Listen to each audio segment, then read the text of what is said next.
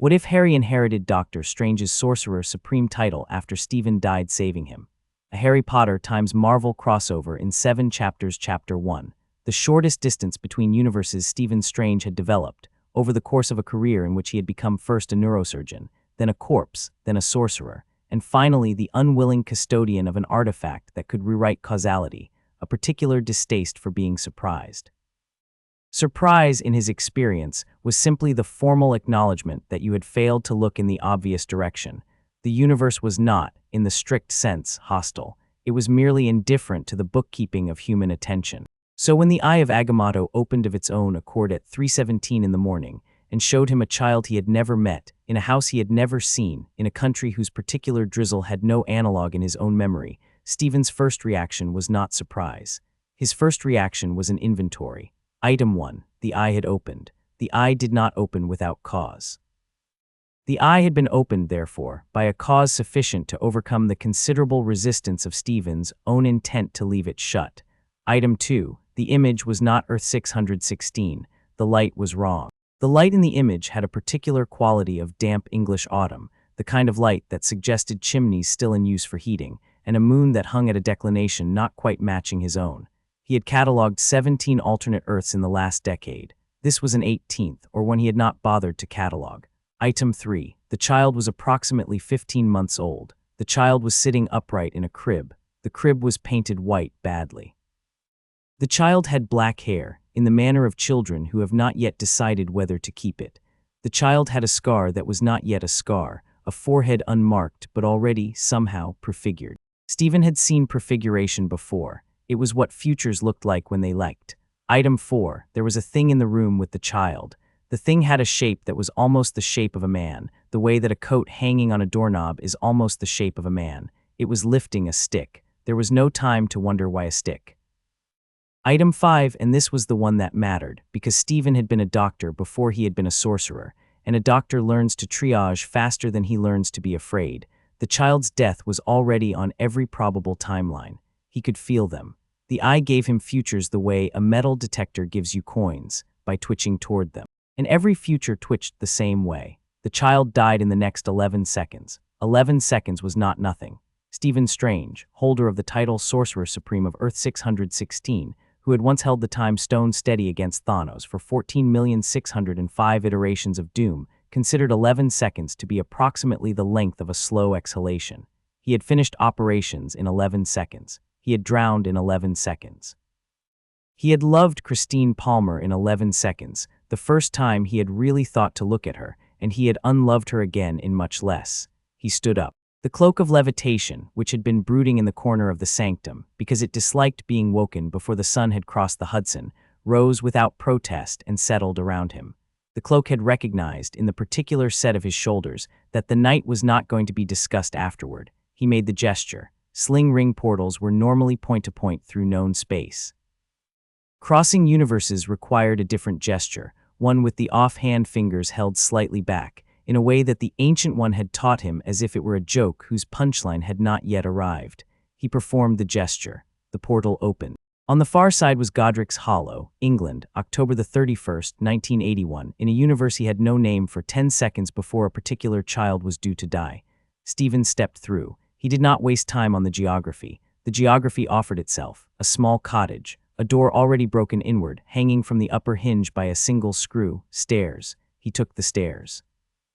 He could feel, in the way that sorcerers learn to feel such things, the recent passage of 2 human deaths up the staircase, one larger male, on the landing, one smaller, female, blocking the door of the room he was now entering. He stepped over the smaller death without looking at it, because he could not afford the half-second of grief, and because grief, as the Ancient One had once observed, was a privilege one earned by surviving.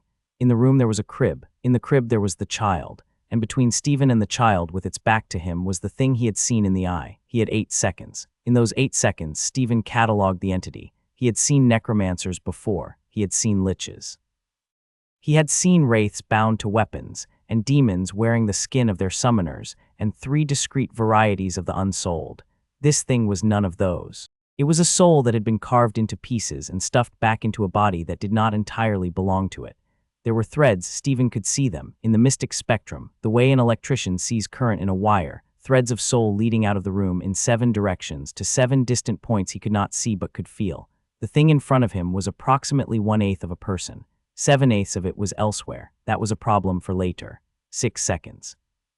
The thing raised its stick. The stick was a wand. Stephen knew about wands. He had been to the lecture on parallel magical paradigms, given by the Ancient One, in which she had explained, with the patience of someone who had read the syllabus and decided most of it was beneath her, that wand-based magic was a focused discipline, an artifact paradigm, and that practitioners of wand magic were largely unaware of paradigms other than their own. The Ancient One had said this in the tone of a violinist describing the kazoo, not unkind but not pretending. The wand tip glowed green. 5 seconds. Stephen knew this curse. He had read about it in the Comparative Thaumaturgy Index, which the Sanctum kept for diplomatic purposes. The killing curse of the wand magic tradition, Avada Kedavra, a spell that severed the soul-body covalence directly without bothering with the usual intermediaries of damage. Almost no native counter existed in the wand tradition. The wand mages had decided several centuries previously that the curse was unblockable and had stopped looking. The wand mages had decided many things by stopping looking. 4 seconds. Stephen was not a wand mage. He had 3 options, and he ran them in parallel. Option 1, the mirror dimension. Drag the curse, the caster, and himself into the mirror dimension. The curse would still kill whoever it hit, but it would not hit the child, and Stephen could close the mirror behind them, sealing the wraith inside until he could deal with the 7 other pieces. Drawback, he could feel the room. The room was already saturated in old, layered native wand protections, a kind of ambient ward that resisted being moved sideways out of its native dimension. He could move himself and the child. He could not move the wraith. Option 2, the time stone. Loop the moment, study the curse, find its phase, and refract it. He had the eye. He had the time stone. This was within his abilities. Drawback, every loop of the time stone in proximity to a soul-anchored entity left a residue, and 7 of those soul anchors were within a radius he could feel. Looping here would announce his presence to all 7 of them, and to whatever the wraith was attached to. He would, in the act of saving the child, render the child legible to 7 separate predators. Option 3, take the curse himself. Stephen ran the calculation. He had taken curses before. He had been killed once, on Titan, by a being he could not have defeated. He had taken that death deliberately, with full understanding of where it led. He had also, on 3 subsequent occasions, taken minor mortal wounds in lieu of his apprentices, on the grounds that an apprentice represented a longer time investment than a Sorcerer Supreme, and the math favored the apprentice. He had survived all 3 by virtue of being good at not dying. The killing curse, however, was not a mortal wound. The killing curse was the absence of the option of not dying. It bypassed every counter he had ever learned. Almost every counter. 3 seconds. He did not let himself think about Christine, because he did not want her to be the last thing he thought about. She deserved to be a first thing or a middle thing, not the last. He did not let himself think about Wung, who would be irritated. He did not let himself think about the eye, which would have to be inherited by someone because the eye demanded that. He let himself think instead about the child. The child looked up at him. The child's eyes were green, in the way that wand mages' eyes were sometimes green when the inheritance of a particular bloodline crossed with the recent presence of life magic. The child's eyes had not yet learned to be afraid. The child was looking at Stephen because Stephen was the most recent thing in the room, and the child had not yet decided whether the most recent thing was a friend. Stephen decided to be a friend. 2 seconds. He stepped between the wraith and the crib. He raised his hands. He invoked, not a shield. There was no shield in his repertoire that would block the curse, but a continuity. The continuity was an obscure invocation, one the Ancient One had taught him in their last days, in the way she had taught him many things by pretending they were unimportant. The continuity did not block. The continuity asserted. It asserted that the caster of the spell about to land was Stephen Strange, that the recipient was Stephen Strange, that the consequences were Stephen Strange's, and that no other party in the room was a legal party to the transaction. It was, in essence, a magical contract enforced by the sorcerer's own soul as collateral. In the wand mage tradition, a similar effect was achieved by self-sacrifice love magic. The wand mages had stumbled on it by accident several times. They did not know what it was. The wand mages were in this respect like a child banging on a piano and occasionally producing Chopin. Stephen knew exactly what he was doing. 1 second, the continuity locked. He felt it settle around him, around the wraith, around the crib. The room was now, by sorceress fiat, his. The wraith finished its incantation. The light reached him. Stephen Strange, in the last fully illuminated instant of his life, did three things. He grabbed the cloak of levitation, which had begun to thrash in protest, by the front collar, and he said to it in the silent telepathic register he used with it when he was too tired to speak aloud, and the cloak heard him because the cloak heard everything he had ever told it, even the things he had not yet said. He said him. He is the next of us. Stay with him, protect him, be patient. He is a child. Wait. He lifted the Eye of Agamotto from his chest, where it had hung for the last decade and where it had hung before him for centuries on the chests of better sorcerers than he was, and he held it out toward the child. The eye knew its function. The eye had been built for this. The Ancient One had built it, or had at least been present at its building, in some sense of presence not strictly chronological, and she had imbued it with one immutable instruction: when the wearer dies, find the next. The eye opened very slightly and tasted the air and oriented. He felt the title go. The title of Sorcerer Supreme was not, despite 1,000 years of misunderstanding, a job. The title was a contract. The contract was between a particular magical earth and a particular custodian, renewed at the death of each previous custodian, transferred by a kind of magical sympathy to the nearest viable candidate. The Ancient One had explained this to him in much the same tone she used to explain everything, which was the tone of someone delivering news that was both ancient and faintly comedic.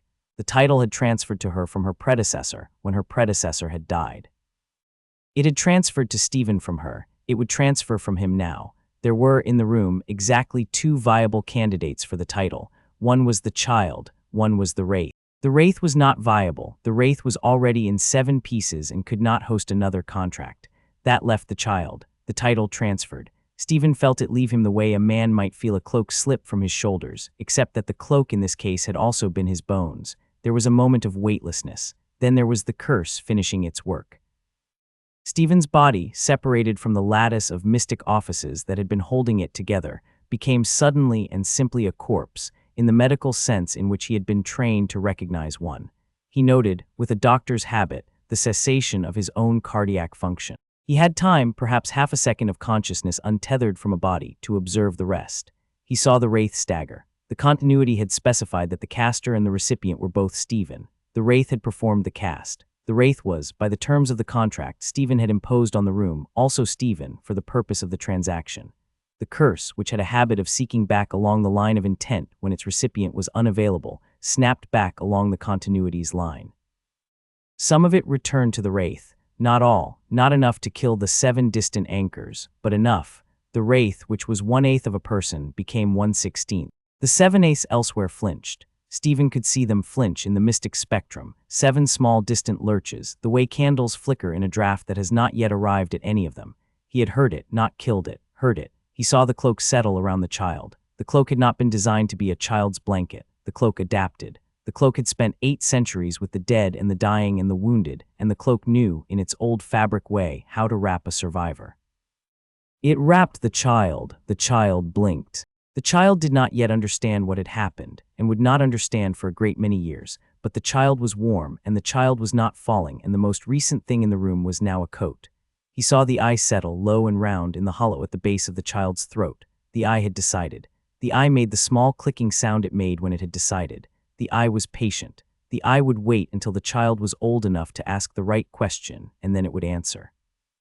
He saw the tidal root. This was the hardest thing to see, because it happened inside the child rather than outside, but Stephen had spent a decade learning to read the inside of magical operations, and he could see it as if it were a tree being planted, a deep taproot driving down from the child's heart into the wand magic core that the child already, in this universe, possessed. The two magics, the sorcerer's discipline that Stephen had embodied and the wand magic that the child had inherited from his parents, met somewhere below the child's ribs and did not fight.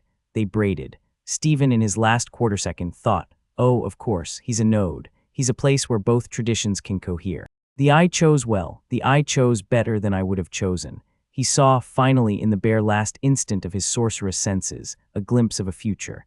The eye gave it to him, as a parting gift, the way a dying patient sometimes gives a doctor a particular smile. The future was simple. The future was a young man, perhaps 18, perhaps 19, standing in a great stone hall, with the cloak around his shoulders and the eye at his throat and a stick, a wand in one hand and a sling ring on the fingers of the other, facing something that the wraith had grown back into. The young man was smiling. The smile was not happy, exactly. The smile was the smile of a man who had done the calculation and was satisfied with the answer. Stephen Strange, before he was anything else, had been a man who liked his calculations to come out right. He died.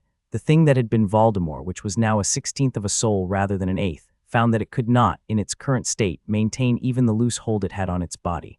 The body began to dissolve. The thing, what was left of it, found that the dissolution had a direction. It was being pulled. It was being pulled along the line of the curse it had cast, which had been reattributed to Stephen, and through Stephen to the continuity, and through the continuity outward in 7 small directions, toward the 7 distant anchors that were the only things keeping it from being not thing. It was being scattered along its own anchors. The thing, the wraith, fled. Fled was the wrong word. The wraith did not have the dignity of choice. The wraith was driven. It was driven out of the body it had been wearing and out of the room and out of Godric's hollow and out, in a wide, thin spiral, across England, toward Albania, where one of the 7 anchors had been hidden some 4 decades previously, in a forest that had since grown a great deal but had not forgotten. The wraith arrived at the forest as a kind of stain. It crawled into a tree. It waited. It would wait, in fact, for a great many years. But during the waiting, it would notice slowly, the way a man freezing to death notices that he is freezing, that something was very wrong. The other 6 anchors, they had been disturbed. They had been touched in a way that the wraith had no name for. Each of them individually ached. The diadem in the room of lost things, the ring in the gaunt shack, the locket in the cave, the cup in the vault, the diary in the keeping of a former servant, and the 7th which the wraith did not even now fully understand, the 7th which was somewhere it had not put it. The wraith did not yet know about the 7th. The wraith would in time find out. The wraith would find out at exactly the wrong moment, but that was years away. In the cottage in Godric's Hollow, on the floor of the upstairs nursery, in the wreckage of a robe that had fallen empty from the body that had been wearing it, 2 things now occupied the room, a child and a corpse. The corpse was Stephen Strange. The child was Harry Potter. The cloak of levitation was around the child. The Eye of Agamotto rested at the child's throat. The title of Sorcerer Supreme of this earth, of this universe, of this marvel-adjacent and yet entirely its own thread of reality, had taken root in the child's magical core. The child did not yet know any of this, of course. The child was 15 months old. The child knew only that his mother had gone away, and that the man who had come last had stepped between him and the cold green light, and that he was now warm.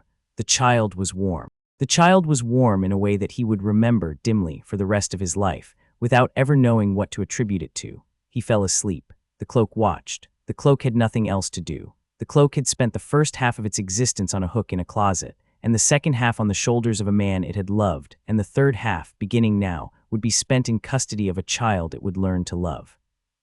The cloak made the small adjustments necessary to keep the child warm without overheating him. The cloak was, in this respect, more competent at infant care than most adults.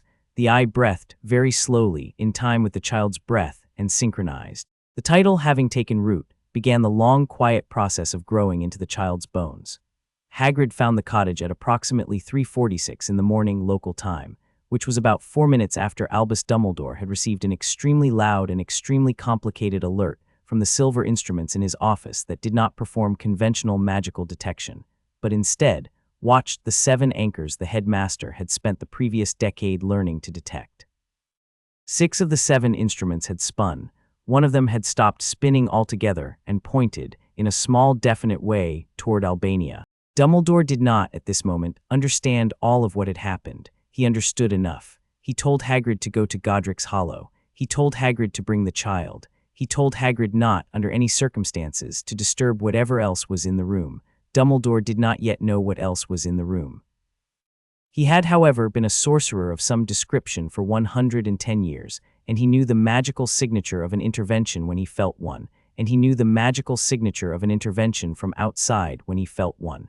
Something had reached into Godric's Hollow that did not belong to this earth. Something had left. Hagrid took a motorbike. The motorbike was not strictly his. The motorbike was Sirius Black's, who, in another universe, in another configuration of events, would have been the next person to arrive at Godric's Hollow. But Sirius, in this universe, in this configuration, had arrived at Godric's Hollow 40 seconds after Hagrid did, and had found Hagrid already in possession of a small bundle wrapped in a coat that should not have existed, and had been told by Hagrid, in tones of distress that conveyed Dumbledore's authority better than Dumbledore could have conveyed it himself, to go away. Sirius had gone away, but not before he had seen the body in the upstairs room. He saw a man he did not recognize, in clothes he did not recognize, in a posture that suggested the man had died on his feet. The man had a beard. The man had hair that was, even in death, very neatly cut at the sides. The man wore a tunic and trousers of a cut Sirius could not place, but the tunic had been opened at the throat, as if the man had been removing something from around his neck in the final instant. The man's hand was still raised, as if pointing past himself, in a gesture that Sirius would later, in a ministry holding cell, recognize as the gesture of someone trying to give a gift to someone he could not quite reach. Sirius did not understand the gesture. Sirius understood, however, that the man had died saving Harry.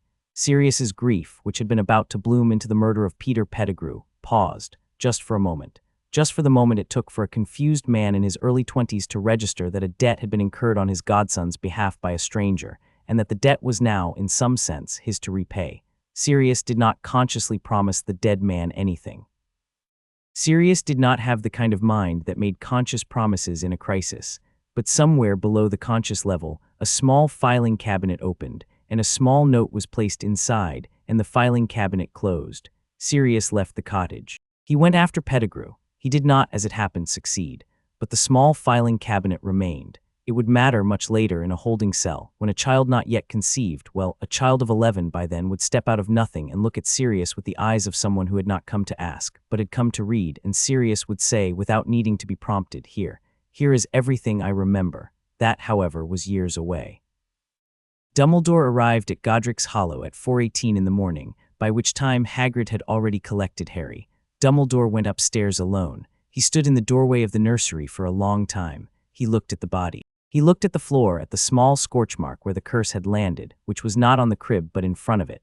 He looked at the position of the body relative to the scorch mark, and at the angle of the raised arm. He performed in his head the kind of geometry a 100-year-old sorcerer performs when he is trying to understand who had been standing where. He did not touch the body. He did not search the pockets. He performed only 3 small spells, very gently. The first was a soul trace, to see whether any part of the man's soul was still in the room. There was none. The soul had departed cleanly, intact, in a single direction that Dumbledore could not entirely follow. The second was a magic trace, to see what kind of magic the man had used. The result was not earth magic. Not, at least, not earth magic as Dumbledore understood it. The signature did not match anything in his very large and very practiced catalogue. The signature matched, faintly, a brief lecture Dumbledore had once heard, from a half-mad seer in Cairo, on the subject of mages who do not use wands and do not channel through their bodies, but channel through artifacts and through the air itself. And Dumbledore had, at the time, dismissed the lecture as the rambling of someone who had inhaled too much cat. He now revised that dismissal. The third spell was a question. Dumbledore asked the room, in the polite form, what had happened. The room told him. The room told him that a man had stepped through a door that had not been there, and had crossed between the wraith and the child, and had taken the curse on the child's behalf, and had transferred. Dumbledore stopped here because he did not know the word, and the room did not have a word either, but the meaning came through clearly enough, had transferred the mantle of his office to the child, and had died. Dumbledore considered the child. Dumbledore had a number of plans for the child. Most of them required the child to grow up in a particular way, in a particular family, with a particular configuration of love and lack and curiosity. Dumbledore had not asked the child whether the child wanted this configuration, because the child was 15 months old, and because Dumbledore had not been in the habit, in recent decades, of asking. He had thought that the child would, in time, understand. The mantle, however, was a complication. A mantle of office, even one Dumbledore did not understand, was not a thing that could be hidden under a stairwell at number 4 Privet Drive and forgotten about. A mantle of office sought practitioners. A mantle of office trained. A mantle of office was not subject to ministry oversight, because the ministry did not know about it. A mantle of office, in a child raised by muggles who feared magic, would be a slow, strange education conducted entirely outside Dumbledore's plan. Dumbledore stood in the doorway for another minute. Then, very slowly, he smiled. The smile was not happy, exactly. The smile was the smile of a chess player who has just been informed that the opponent has added a third dimension to the board. It would have been alarming to the chess player, except that the chess player had played at 3 dimensions before, when he was young, and had been wondering whether he would ever be allowed to again. The plan would have to change. The plan would change. Dumbledore went down the stairs. He stepped over Lily on the landing and over James in the doorway. He did not yet allow himself the small grief he would allow later in his office with the door locked. He went out into the small front garden, where Hagrid was waiting on the motorbike, the bundle of child held against the giant's chest with surprising gentleness. Dumbledore looked at the bundle. The bundle had a small face peeking from a hood of red fabric. The red fabric was not, on inspection, ordinary fabric. The red fabric was moving, very slightly, in a draft that was not present. The bundle had at its throat something round and gold that should have been, by all rights, too heavy for a child to wear. The something round and gold was not, however, weighing the child down. The something round and gold seemed, in fact, to be resting on the cloth rather than the child. Dumbledore took mental note of these things. "Take him to the Dursleys," Dumbledore said. Hagrid stared at him. "Headmaster, are you sure? The Muggles, they—" "I am sure," Dumbledore said. "We will need to revisit certain arrangements, but for now, take him to the Dursleys. I will follow within the hour." Hagrid nodded. The motorbike growled into life. The motorbike, sensing the unusual weight and the unusual passenger, behaved itself unusually well. They lifted off into the night. Dumbledore watched them go. Then he turned and went back into the cottage and went back up the stairs and stood for a much longer time over the body of the man whose name he did not yet know. "Whoever you were," Dumbledore said eventually, in the tone of someone making a contract he had not yet read, "I think we owe you a great deal. I think in particular that I owe you a great deal. I will try to be worthy of it. I will probably fail. I usually do, but I will try." He did not, in saying this, expect a reply. He did not, accordingly, hear one. But the room, which had spoken to him once already, was still listening, in the way that rooms in which a great sorcery has been performed go on listening for a long time afterward. And the room, which had heard a great many sorcerers make a great many vows over the course of its small wallpapered life, made a small mental note that this one was, perhaps, going to keep his. Outside, the motorbike's engine faded down the valley. Inside, the candles guttered in their sconces, low and slow. Stephen Strange's body lay on the floor of the nursery and was, finally, quiet. And in a sky over Bristol, a giant motorbike carried, toward Surrey, a child wrapped in a coat that breathed, with an amulet at his throat that hummed, with a mantle in his core that had begun, very gently, to teach him how to dream. The first thing Harry Potter dreamed that night was of a stone room, very large, with arched windows, and a woman with a shaved head who was watching him, who was smiling at him, who was not yet old enough in his learning of her to introduce herself. She said, "Not yet. You are not ready yet, sleep." He slept, and in the dream, very slowly, the woman sat down beside him and waited. She would, in fact, wait for some years. She had time. She had, by definition, time.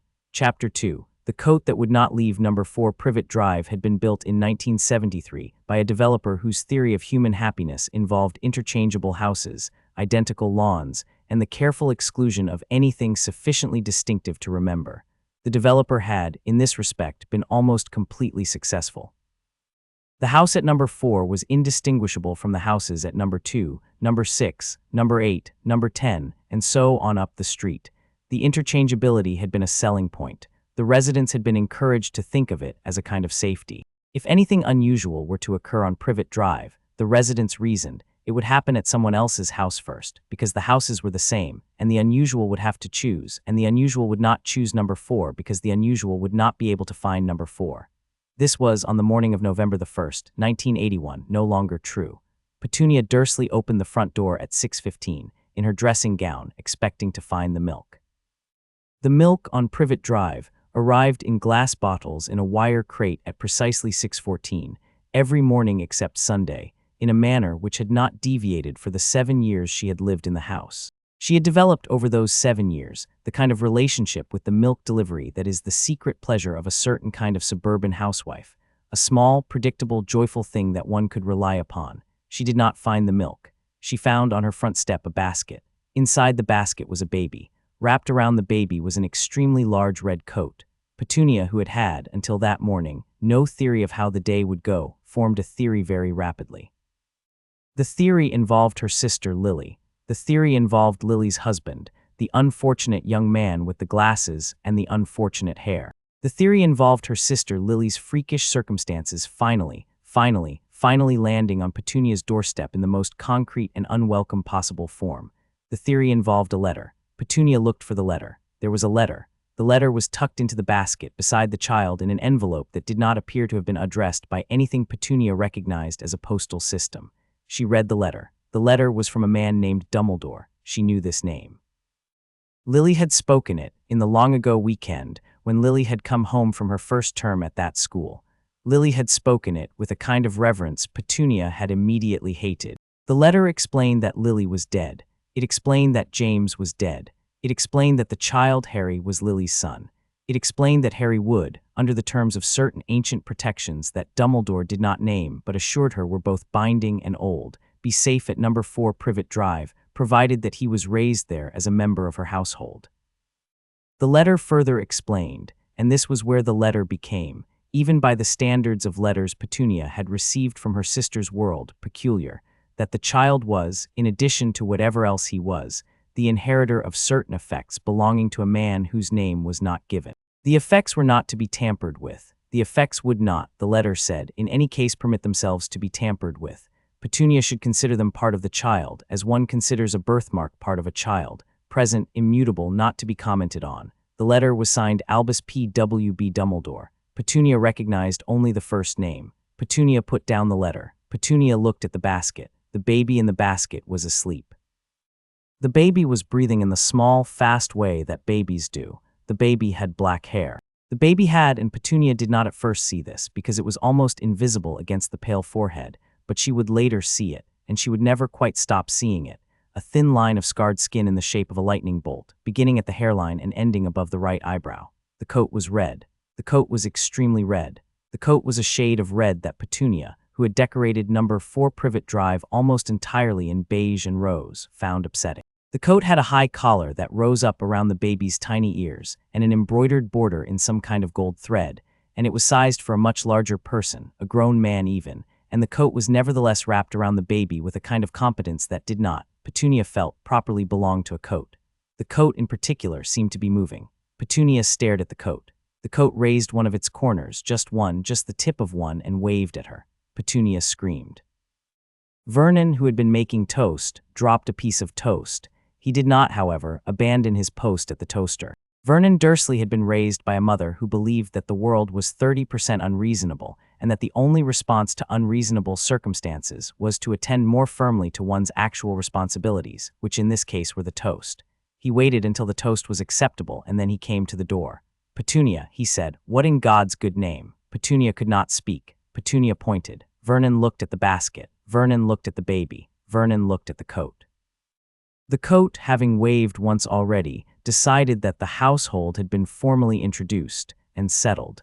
It did not wave again. It merely lay around the baby in the way of a coat that had decided to stay. Vernon, who had a robust and uncomplicated relationship with the visible universe, in which things behaved as they ought to behave, and any deviation from the behavior they ought to exhibit was personally insulting to him, drew breath to deliver a speech. The speech would have been about value systems. The speech would have been about thresholds. The speech would have explained, in considerable detail, that the Dursley household did not, and would not, and could not, and definitely should not, accept deliveries of this kind. Before he could begin the speech, the coat lifted the baby into the air very gently, and floated the baby past Vernon, over the welcome mat, and into the front hall, and settled the baby on the hall carpet, and arranged itself around the baby like a small red tent. Vernon's speech died. Petunia, behind him, made a noise that was not quite a word. "Right," Vernon said. "Right, right, right." He could not, he discovered, find a fourth thing to say. The coat, having installed itself in the house, made the small gesture with its tip that Petunia would later, in private, learn to interpret as a request to close the door. Vernon, in the absence of any other plan, closed the door. The coat would not leave. This was, in the end, the entire shape of Petunia and Vernon's adult lives. The coat would not leave. Petunia tried in the first week to remove the coat from the baby for a bath. She approached the basket. She reached toward the coat. The coat very politely, Petunia would, in later years, become a connoisseur of the coat's politeness, lifted its tip toward her hand, in the manner of a man extending a finger to be shaken, and then when she tried to pull, did not pull back, but instead simply did not yield.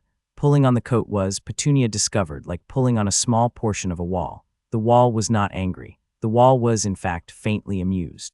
The wall did not move. Petunia gave up. She bathed the baby with the coat still on, by way of a sponge and a basin, in a tolerant attitude on the part of both the coat and the water. The coat, she discovered, repelled bathwater of its own accord. The coat could be wet. The coat could not be soaked. The water that fell on the coat ran off in a small surprised rivulet and pooled politely on the linoleum. Vernon, in the first week, attempted to remove the coat by force. Vernon had the kind of upper body that he believed could solve problems. He grabbed the coat by both lapels and pulled. The coat, without changing the position of any of its visible parts, became approximately as heavy as the engine block of a small car. Vernon strained. Vernon's face turned an interesting shade of mauve. Vernon let go. The coat, which had not even disarranged itself, settled. Vernon went out into the back garden and chopped wood for 40 minutes. There was no wood that needed chopping. Vernon chopped it anyway. By the end of the first week, Petunia and Vernon had reached, by a series of small accommodations, a kind of treaty with the coat. The treaty went as follows. The coat would not leave the baby. The coat would, however, not interfere with normal household operations, provided that the household did not attempt to interfere with the coat. The coat would tolerate the cupboard under the stairs as a sleeping arrangement, though it would not, in any sense, sleep in it. The coat did not sleep. The coat was simply, when the baby slept, also still. The coat would not attempt to leave the house when the door was opened, though Petunia and Vernon had quickly developed an instinct for which they could not have given a name, which was that the coat could leave the house at any time it wished, and the door was a courtesy. Dudley was born some weeks later. Dudley in his crib was an entirely conventional child. Dudley did not have a coat. Dudley did, however, on several occasions in the first year of his life, attempt to grab handfuls of the coat. The coat permitted these attempts. The coat extended a corner of itself for Dudley to grasp, and then when Dudley grasped, the coat made a small motion that was, by all available indications, the texture of a parent allowing a child to win at thumb wrestling. Dudley grew up not afraid of the coat. Dudley grew up afraid of many things, but the coat was not on the list. The coat was, to Dudley, a fact of the household, like the kettle or the carpet. Harry, of course, did not yet know that he had a coat. Harry knew that he was warm, and that when he was put down, something soft was always under him, and that when he reached for things, sometimes the things came to him, and that when he cried, very loud and very long, certain things stopped happening. Vernon's hand, in particular, sometimes stopped happening, in a way that other babies' cries did not seem to stop. Harry, in his first 3 years, did not learn that he was magical. Harry learned that he was protected. The distinction is not, perhaps, especially important to a child of 3. The distinction would matter very much later. The Eye of Agamotto was a separate problem. The eye, unlike the coat, did not move. The eye, unlike the coat, did not require Petunia and Vernon to negotiate with it. The eye merely hung. The eye hung at the throat of the child, low and round and gold, and refused to be moved. Petunia, having had her experience with the coat, did not attempt to remove the eye. Vernon, having had his experience with the coat, did not attempt either. The eye was simply there. It did not interfere. It was, in the limited daily contact between Petunia and the child, an object on a chain. In one particular respect, however, the eye did interfere. The eye refused to be photographed. Vernon, at his sister Marge's insistence, attempted, twice, in Harry's first 18 months, to take photographs of the family. The first photograph, when developed, showed Petunia and Vernon and Dudley, and an empty patch of air where Harry had been sitting. The second photograph, taken with more care, showed Harry, but Harry was wearing the coat, and the eye was visible at his throat, and the rest of the photograph was an entirely unrelated room, a stone room with arched windows, in which a woman with a shaved head was standing, looking directly at the camera.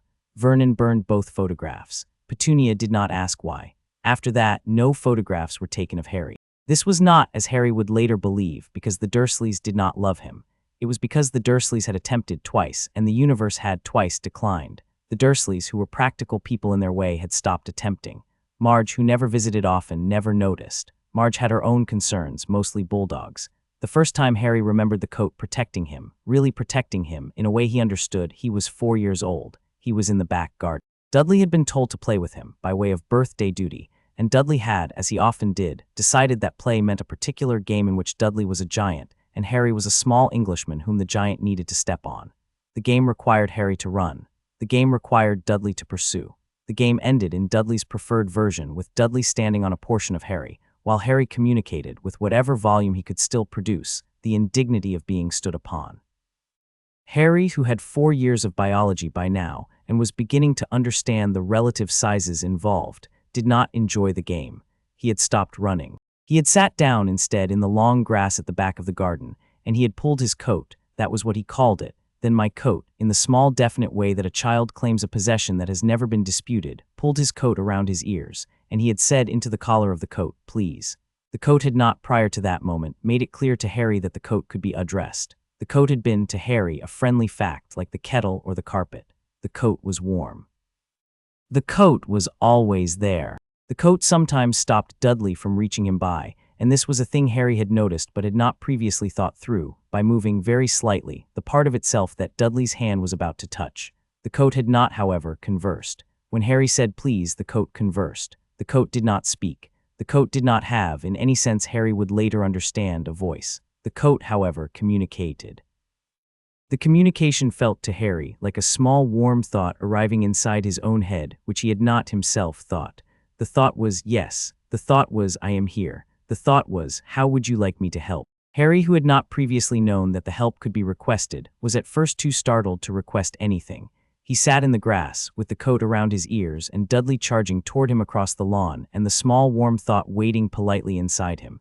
He said in his head, I don't want him to find me. The coat considered this. The coat lifted. The coat lifted Harry. The coat lifted Harry into the air, gently, perhaps 3 feet, and tilted Harry over the back fence, and settled Harry very gently in the alley behind the house. The fence was high. Dudley could not see over the fence. Dudley arrived at the corner of the garden, found that Harry was no longer there, said the word he had recently learned from his father, and went to look for Harry in the rose bushes. Harry, sitting in the alley, wrapped in his coat, looked up at the sky and made a small sound he did not entirely understand. The sound was in the adult lexicon, awe. Harry did not know the word. Harry knew only that the world had just become much larger, and that the largeness was on his side. He said into the collar, thank you. The coat made the small thought again. The thought this time was, you are welcome. Harry sat in the alley for 10 more minutes. Then he climbed back over the fence. The coat lifted him and went into the house, and pretended to be hiding under a hedge in case Dudley had found him by some other route, which Dudley had not. The coat that night settled around Harry as it always settled, and Harry for the first time said good night to it specifically. The coat made in response a small warm thought that was, in essence, also good night. He slept. In his dream, the woman with the shaved head was there again. She was very far away. She was not, this time, looking at him. She was looking past him, at something he could not see. She was, perhaps, waiting for something. He did not approach her. He did not know yet that he could. The cupboard under the stairs was, by ordinary measure, a cupboard under stairs. It was narrow, and the underside of the staircase formed a sloping ceiling, and the door was small. Petunia had cleared it of cleaning products in the first week of Harry's residence, in a fit of decorative panic, because the coat had insisted on being put down somewhere, and Petunia had not wanted to put the coat anywhere that anyone could see. By the time Harry was 4, the cupboard had become, in his understanding, his room. He had not been given a bed in any other part of the house. He had a small mattress in the cupboard. He had a small lamp. He had, by virtue of the coat's tendency to refuse to be removed when Harry slept, an additional source of warmth which the Dursleys did not need to pay for.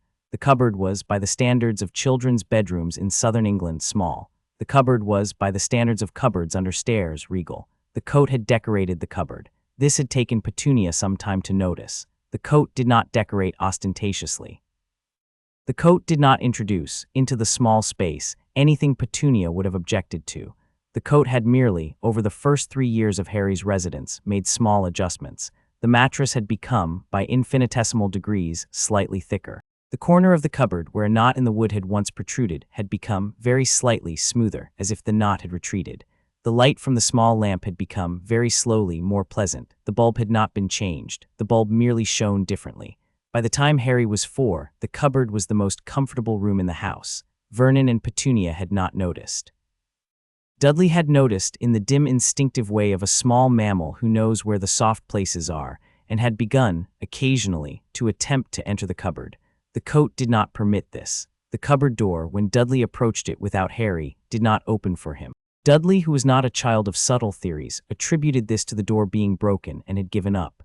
The cupboard was Harry's. The cupboard was the coat's. The cupboard was in the sense that the eye had to belong somewhere, the eye's. And the eye, by the time Harry was 4, had begun very slowly to dream. The eye's dreams were not, strictly, the eye's dreams. The eye did not dream.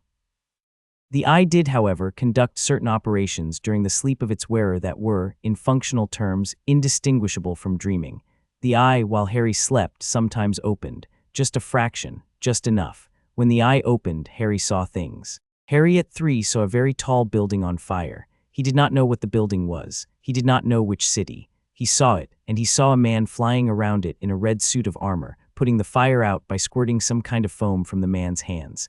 Harry, at 3, woke up and asked the coat what the man was.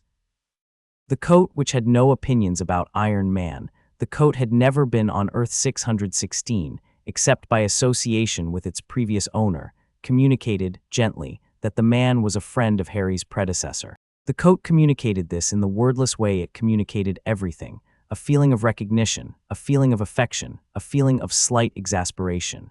Harry understood in his 3-year-old way that the man with the red armor was, somehow, family. Harry, at 3, did not yet have the vocabulary to put together what he had seen.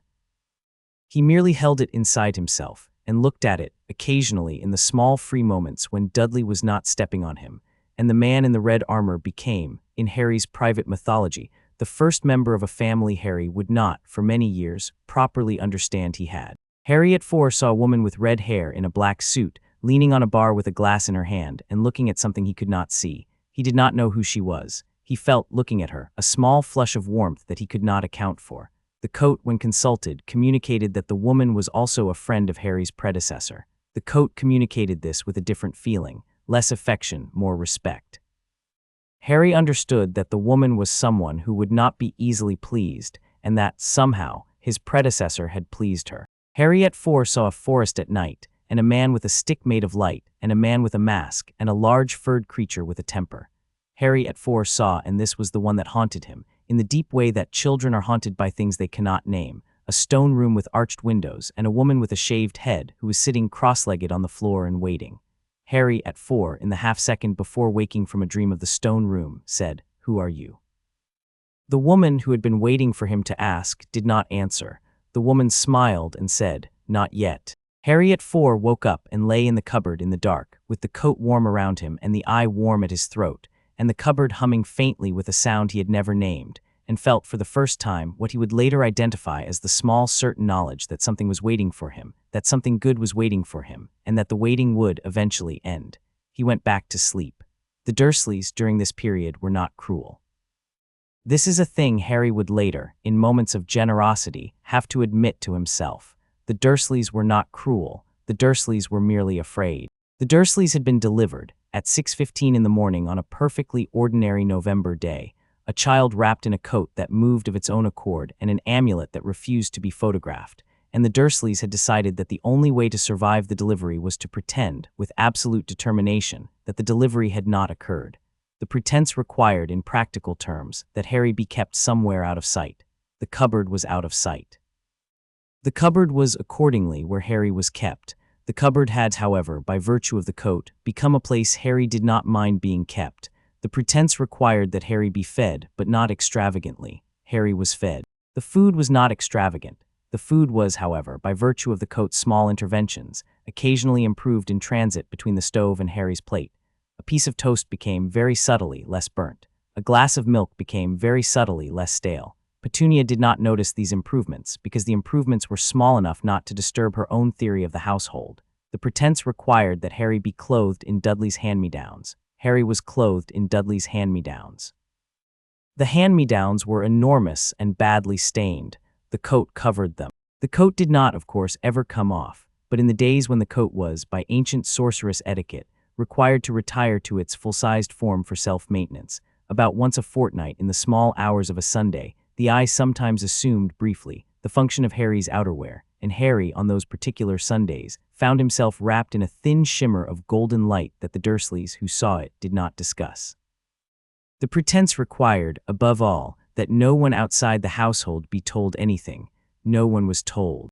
The neighbors on Privet Drive were aware that there was a second boy at number 4, smaller and quieter than Dudley, who was occasionally seen in the back garden, and who occasionally, when seen, appeared to be wearing the same red coat regardless of the weather. But the neighbors of Privet Drive were the kind of neighbors who did not ask. They were perhaps not the most sensitive people on earth, but they had the suburban virtue of allowing other people to have their oddities in private. By the time Harry was 6, 2 things had become clear to the coat, which had been gently revising its assessment of the household for some years now. The first was that the household was, in the structural sense, intolerable, not abusive, not cruel, merely intolerable. Harry was, day by day, very slightly diminished by the company. The coat had watched its previous owner, Stephen, in the months before he had been bestowed the title, become very slightly diminished by his own circumstances, by hospital politics, by family disappointments, by a girlfriend who deserved better than him, and the coat had watched in the years since what a steady diet of being diminished did to a sorcerer. The coat did not propose to let it happen to Harry. The coat had accordingly made a small adjustment. The coat had begun, very subtly, to take on a portion of the diminishment for itself. Each unkind word from Petunia, each thoughtless dismissal from Vernon, each childish cruelty from Dudley, the coat absorbed in a small way into its fabric and stored against some future need. The coat did not know what it was storing the diminishment for. The coat had a sense, however, that there would in time be a use. The second thing that had become clear to the coat was that the Eye was beginning to wake. This had been a long time coming. The Eye, since Godric's Hollow, had been operating at the lowest possible setting consistent with not being unconscious. The Eye had passed Harry his various dreams, and had, on the occasion of the photograph, made one small public protest, but the Eye had not in any meaningful sense opened. The Eye, however, was beginning to. The coat could feel it. The Eye was, and here the coat would have used a word if the coat had used words, readying. The Eye was preparing the child for what the Eye was going to do. The coat began, in the small ways available to it, to prepare too. The coat began to wake Harry, gently, at 6 in the morning, in the dark hour before the Dursleys were up, and to wrap him very warmly, and to encourage him, in the silent, wordless way of the coat, to sit cross-legged on the floor of the cupboard, and to be still. Harry, who had not been taught how to sit still, learned how to sit still. He learned how to breathe slowly. He learned how to attend to small things, the texture of the carpet under his thigh, the faint click of the boiler turning on, the small movements of the coat around his shoulders. He did not know that he was being trained. He did not know that what he was learning would, in 3 more years, be the foundation of a discipline that wand mages knew very little about, and sorcerers had spent centuries refining. He merely thought, in the small, definite way that children think about the things in their lives, that the early mornings in the cupboard were the part of the day that was his, the part of the day in which nothing was demanded of him, the part of the day in which the Dursleys did not exist. The part of the day in which the world was, briefly, large. The coat, watching him in the dark, was satisfied. The coat had been a sorcerer's companion for many decades. The coat knew what the early signs of a mage in the making looked like. The signs were there. Harry was 6. Harry was sitting still. Harry was breathing slowly. In 1 more year the Eye would open. In 1 more year the woman with the shaved head would have her hello. In 1 more year the work would begin. The coat in the dark made the small movement that for a coat was approximately a nod. It settled. It waited. It had time. It had, after all, been chosen by a man who had known a great deal about time. Chapter 3. The Eye Opens. In the 7th year of his life, on the morning of the 31st of July, in the small hour when the light has not yet found its color, and the houses on Privet Drive lie in a uniform gray that is not quite sleep and not quite waking, Harry Potter sat cross-legged on the floor of the cupboard under the stairs, and by accident opened the Eye of Agamotto. He had been, by the standards of the morning ritual the coat had taught him, doing nothing unusual. He had been breathing. He had been attending to the small click of the boiler. He had been listening, in the way the coat had encouraged him to listen, to the sound just below the boiler's click. The sound he had discovered some weeks before. That was not the boiler, but was perhaps the house itself, the small ambient hum of materials at rest. He had been, in other words, doing a thing that wand mages would later, when they tried to teach him the equivalent, call occlumency, and would do very badly. He had not been taught it. He had not had a teacher. He had merely been doing it because the coat had encouraged him, and because he had nothing else to do in the dark before the household woke.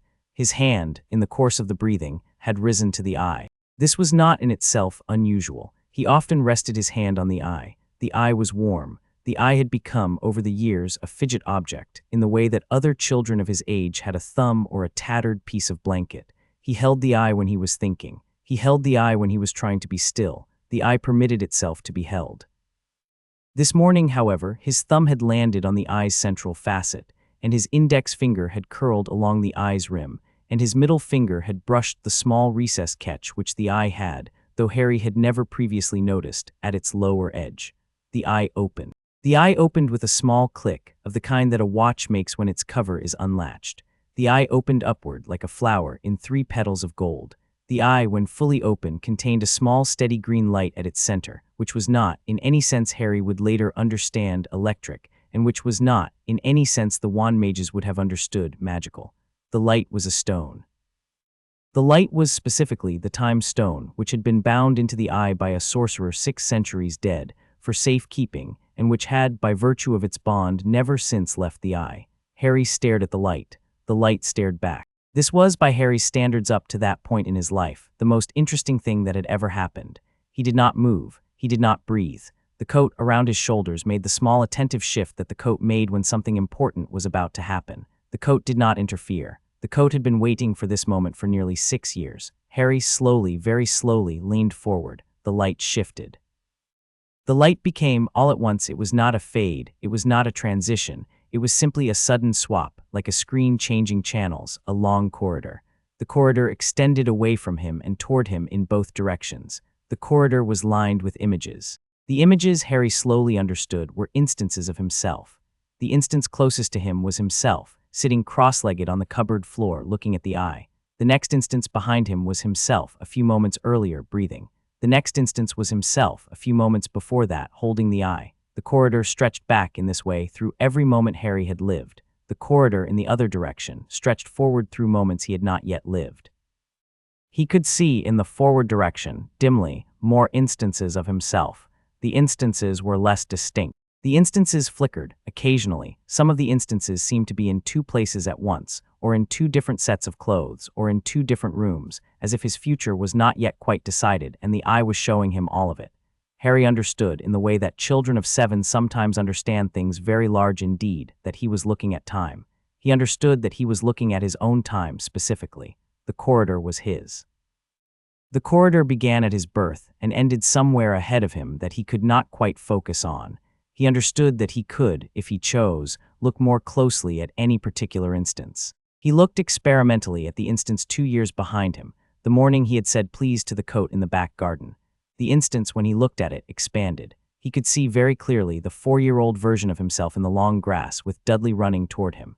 He could see, hovering very close to the 4-year-old version of himself, a small bright dot that he had not previously noticed, the coat's intent, perhaps, or some component of the coat's awareness. He could see just behind the 4-year-old version of himself, faint and translucent and out of focus, a tall figure that he could not quite resolve, but that he knew, somehow, by the angle of the shoulders, was the man with the beard whom the coat sometimes thought of, with affection, in the small thoughts the coat sent him. The man was watching the 4-year-old Harry from outside time. The man was, in some sense Harry was beginning to dimly understand, always watching. Harry felt, looking at this, a small ache at the back of his throat that he had no name for. He looked away. He looked more cautiously at the corridor going forward. The forward direction was harder to see. He saw fragments. He saw himself, slightly older, in a wide stone hall with floating candles, at a long table with other children. He saw himself, older still, in a place that looked like a cave at the edge of the sea, holding a chain of golden circles. He saw himself, older again, in a great forest at night, with the wand tip lit. He saw himself, much older, standing on a flat plain with a sky full of strange stars, and beside him in the same instant was a different self, taller, with a coat that was different, paler, dustier, and a much older face. The 2 future selves in that instant were looking at each other. He could not tell, looking, whether they were enemies or friends. He pulled back from the corridor. The corridor stayed where it was. He realized that he could close the eye. He did not particularly want to close it, but he understood that he was not yet ready for what the eye was showing him, and the small good instinct that had kept him alive through 6 years of Dursley life told him that this was the moment to demonstrate that he had self-control. He reached down and folded the eye's petals back together. The eye permitted itself to be closed. He took, in the dark cupboard, a long breath. He noticed that he was not alone. He had assumed at the beginning of the morning that he was alone. He had felt the boiler click on. He had heard no movement upstairs, but as he sat now in the afterimage of what the eye had shown him, he became aware that there was another presence in the cupboard. The presence was not the coat. The presence was not the eye. The presence was something new. He turned his head. The presence was a woman. The woman was sitting cross-legged on the cupboard floor, facing him, in the same posture he himself had been sitting in. The woman had a shaved head. The woman had a face that was, in the small dim light of the cupboard, both old and young in a way that did not resolve. The woman wore a robe of yellow, which Harry could see despite the dim light, because the woman on examination was not entirely in the cupboard. The woman was slightly transparent at the edges in the way that breath is transparent. The woman, seeing him notice her, smiled. The smile was the smile of someone who had been waiting, who had waited a long time and who had finally been rewarded for the wait. The smile was not happy exactly. The smile was, however, satisfied. "Hello, child," the woman said. "You have been carrying my burden. Let me teach you." Harry, who in the 7 years of his life had never before been addressed in a tone of voice that took for granted that he was a person worth teaching, sat very still. "Who are you?" he said. "I have had," the woman said, "many names. The most recent of them, the one most people in my Earth used, was the Ancient One. The least accurate in some ways, but the one that has stuck." "Your Earth," Harry said. "There are," the Ancient One said, "more Earths than one. I will explain this in time.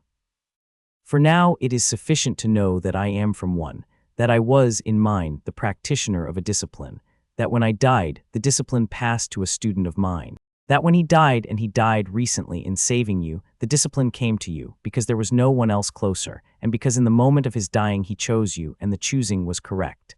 Harry said, "The man in the coat. The man in the coat is now you. The coat is now yours. The eye is now yours. The discipline is now yours." The teaching, however, and here the Ancient One adjusted very slightly on the cupboard floor, in the small, competent way of a woman settling in for a long conversation, "The teaching, child, you have not yet received. This is what I am here for."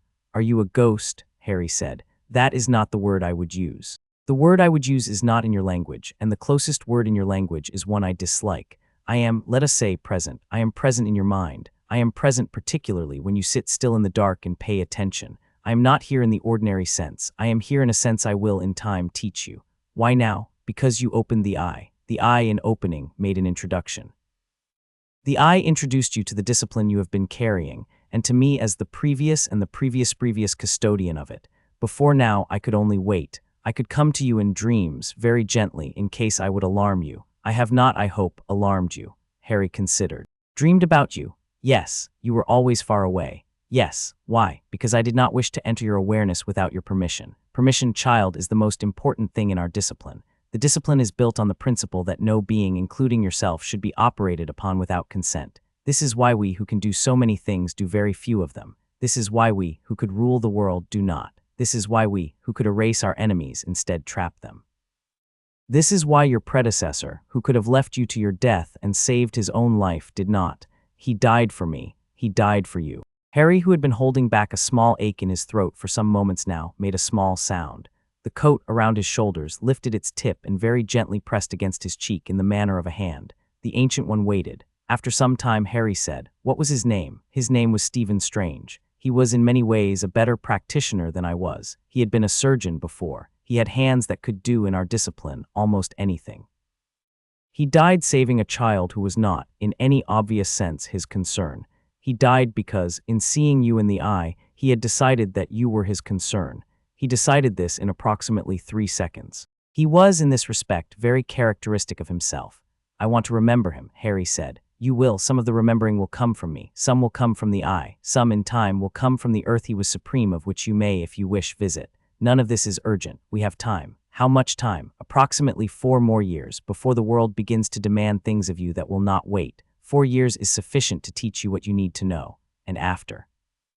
After, child, you will be too busy to talk to me as much. I will still be here. I will be quieter. I will speak when you ask and stay silent otherwise. The teaching in our discipline is not for life. The teaching is for the period before you become yourself. After that, you teach yourself. After that, perhaps you teach others." Harry, who was 7 and who had until 20 minutes ago believed himself to be the smallest person in his own house, considered this. "All right," he said. "What do I do?" The Ancient One smiled more broadly. Her smile this time was not just satisfied. Her smile was delighted. Her smile was the smile of a teacher who has been given, by some impossible kindness of the universe, a student who has stopped asking whether and has begun, instead, asking how. "To begin with," she said, "we will sit. We will sit, child, for some minutes, and you will continue to breathe, and you will continue to attend, and I will sit beside you, and that will be the lesson. The lesson for the first weeks will be largely sitting. The discipline begins in stillness. The most powerful thing a sorcerer can do on most days is be still in a way that makes everything around them more honest. I will teach you the postures. I will teach you the breath. I will teach you in time to find me when you need me. But for today, we will sit." She extended her hands, palms up, on her crossed knees. Harry, watching, copied the gesture. The coat on his shoulders settled comfortably around his ribs. The eye on its chain at his throat hummed faintly at a pitch he had not previously heard but which felt somehow familiar. Harry sat. The Ancient One sat. time passed. Time passed in the particular way that time passes in the discipline. It was not the time of the boiler. It was not the time of the kitchen clock that Harry could hear very faintly through the wall above his head. It was a slower time, a thicker time, a time in which the small mind noises Harry had become so accustomed to, the running list of grievances about Dudley, the small constant worry about Vernon's mood, the slightly larger worry about the next day at school where Dudley had instructed everyone not to be friends with the freak, settled like sediment in a stirred glass to the bottom of him. He did not push them down. He simply, by attending, allowed them to fall. After some time, Harry could not, looking back later, ever say how much time. The Ancient One spoke again. "Good," she said. "Very good. We will stop now because the household is about to wake. We will continue tomorrow. We will continue every morning in this hour. I will in time teach you to extend this hour. I will much later teach you to fold it, but not yet." "Will you be in my dreams again?" Harry said. "Sometimes, not always. The dreams are a less efficient channel. The waking sittings are better. We have, however, 6 years of dreams to undo." She paused. "Forgive me, child. I came to you in dreams because it was the only way I had. I will, where possible, henceforth come to you in waking." "This is more respectful. It's all right," Harry said. "It is not all right," the Ancient One said gently, "but you are kind to say so." She inclined her head, not bowed, but inclined in the small specific gesture of one practitioner to another, and was gone. The cupboard was once more only the cupboard. The boiler clicked. Upstairs, Harry heard the small sound of Petunia getting out of bed. He stood up. He folded the small blanket on the mattress, in the way the coat had taught him. He let the eye hang against his chest, beneath the coat, where it could not be seen. He went out into the hall and into the kitchen, and made breakfast for himself, because Petunia would be down in a few minutes and would not, in any case, be making breakfast for him. He had been making his own breakfast since he was 5. This morning, however, was different. This morning, he was making breakfast as the inheritor of a discipline.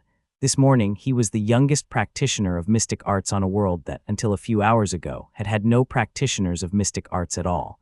This morning, he was, though he did not yet know the title, and would not be told for some weeks, the Sorcerer Supreme of Earth. He buttered his toast. He drank his tea. He sat at the kitchen table in the gray light and looked out at the small garden and noticed for the first time, in the small attentive way the Ancient One had just taught him, the precise quality of the dew on the grass. He smiled. The school had, by the time Harry was 7, written him off. This is not to say that the teachers were unkind.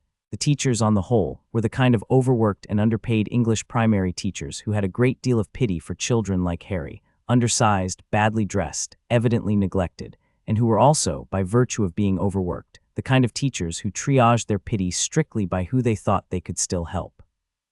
Harry, in the consensus of the staff room, was not one of the ones they could still help. Harry had a cousin. The cousin had a posse. The posse had instructions. Harry would be lucky to get out of primary school without a broken nose. The teachers had, with regret, written him off. After the morning the Ancient One arrived, the teachers began, very slowly, to revise the assessment.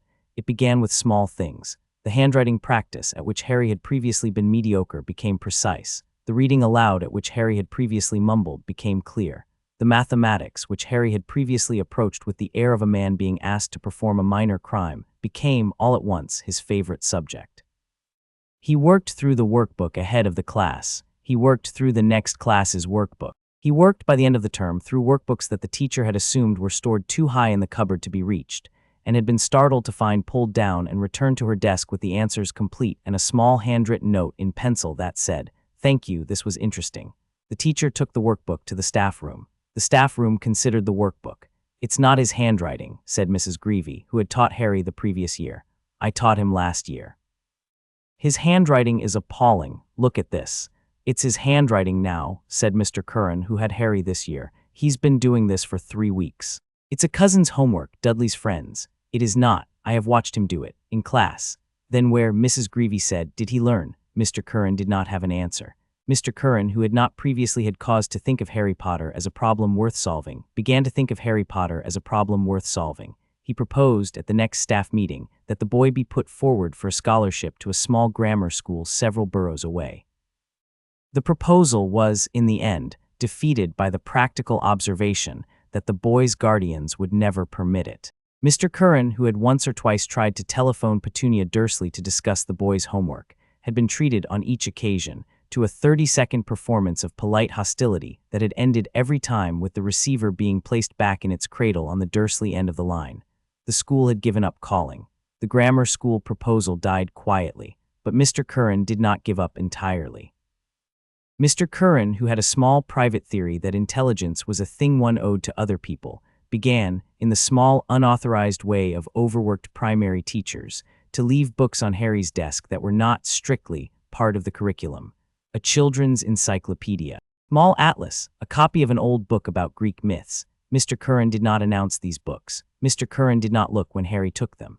Mr. Curran merely left them and noticed the following week when Harry returned them with small, unobtrusive markers at certain pages, as if the markers had been left by accident, except that the markers were always at pages Mr. Curran would himself have flagged. Harry, of course, was reading them. Harry, of course, was reading them very fast. The Ancient One had begun, in the mornings, to teach Harry to read in a particular way. The way involved the breath. The way involved the small, attentive stillness that Harry had been practicing for years already. The way involved, in particular, a small adjustment to the eyes which the Ancient One had no English name for and which she had taught Harry by demonstration. A defocusing, a softening, a permitting of the gaze to take in more of the page than it ought, strictly, to be able to.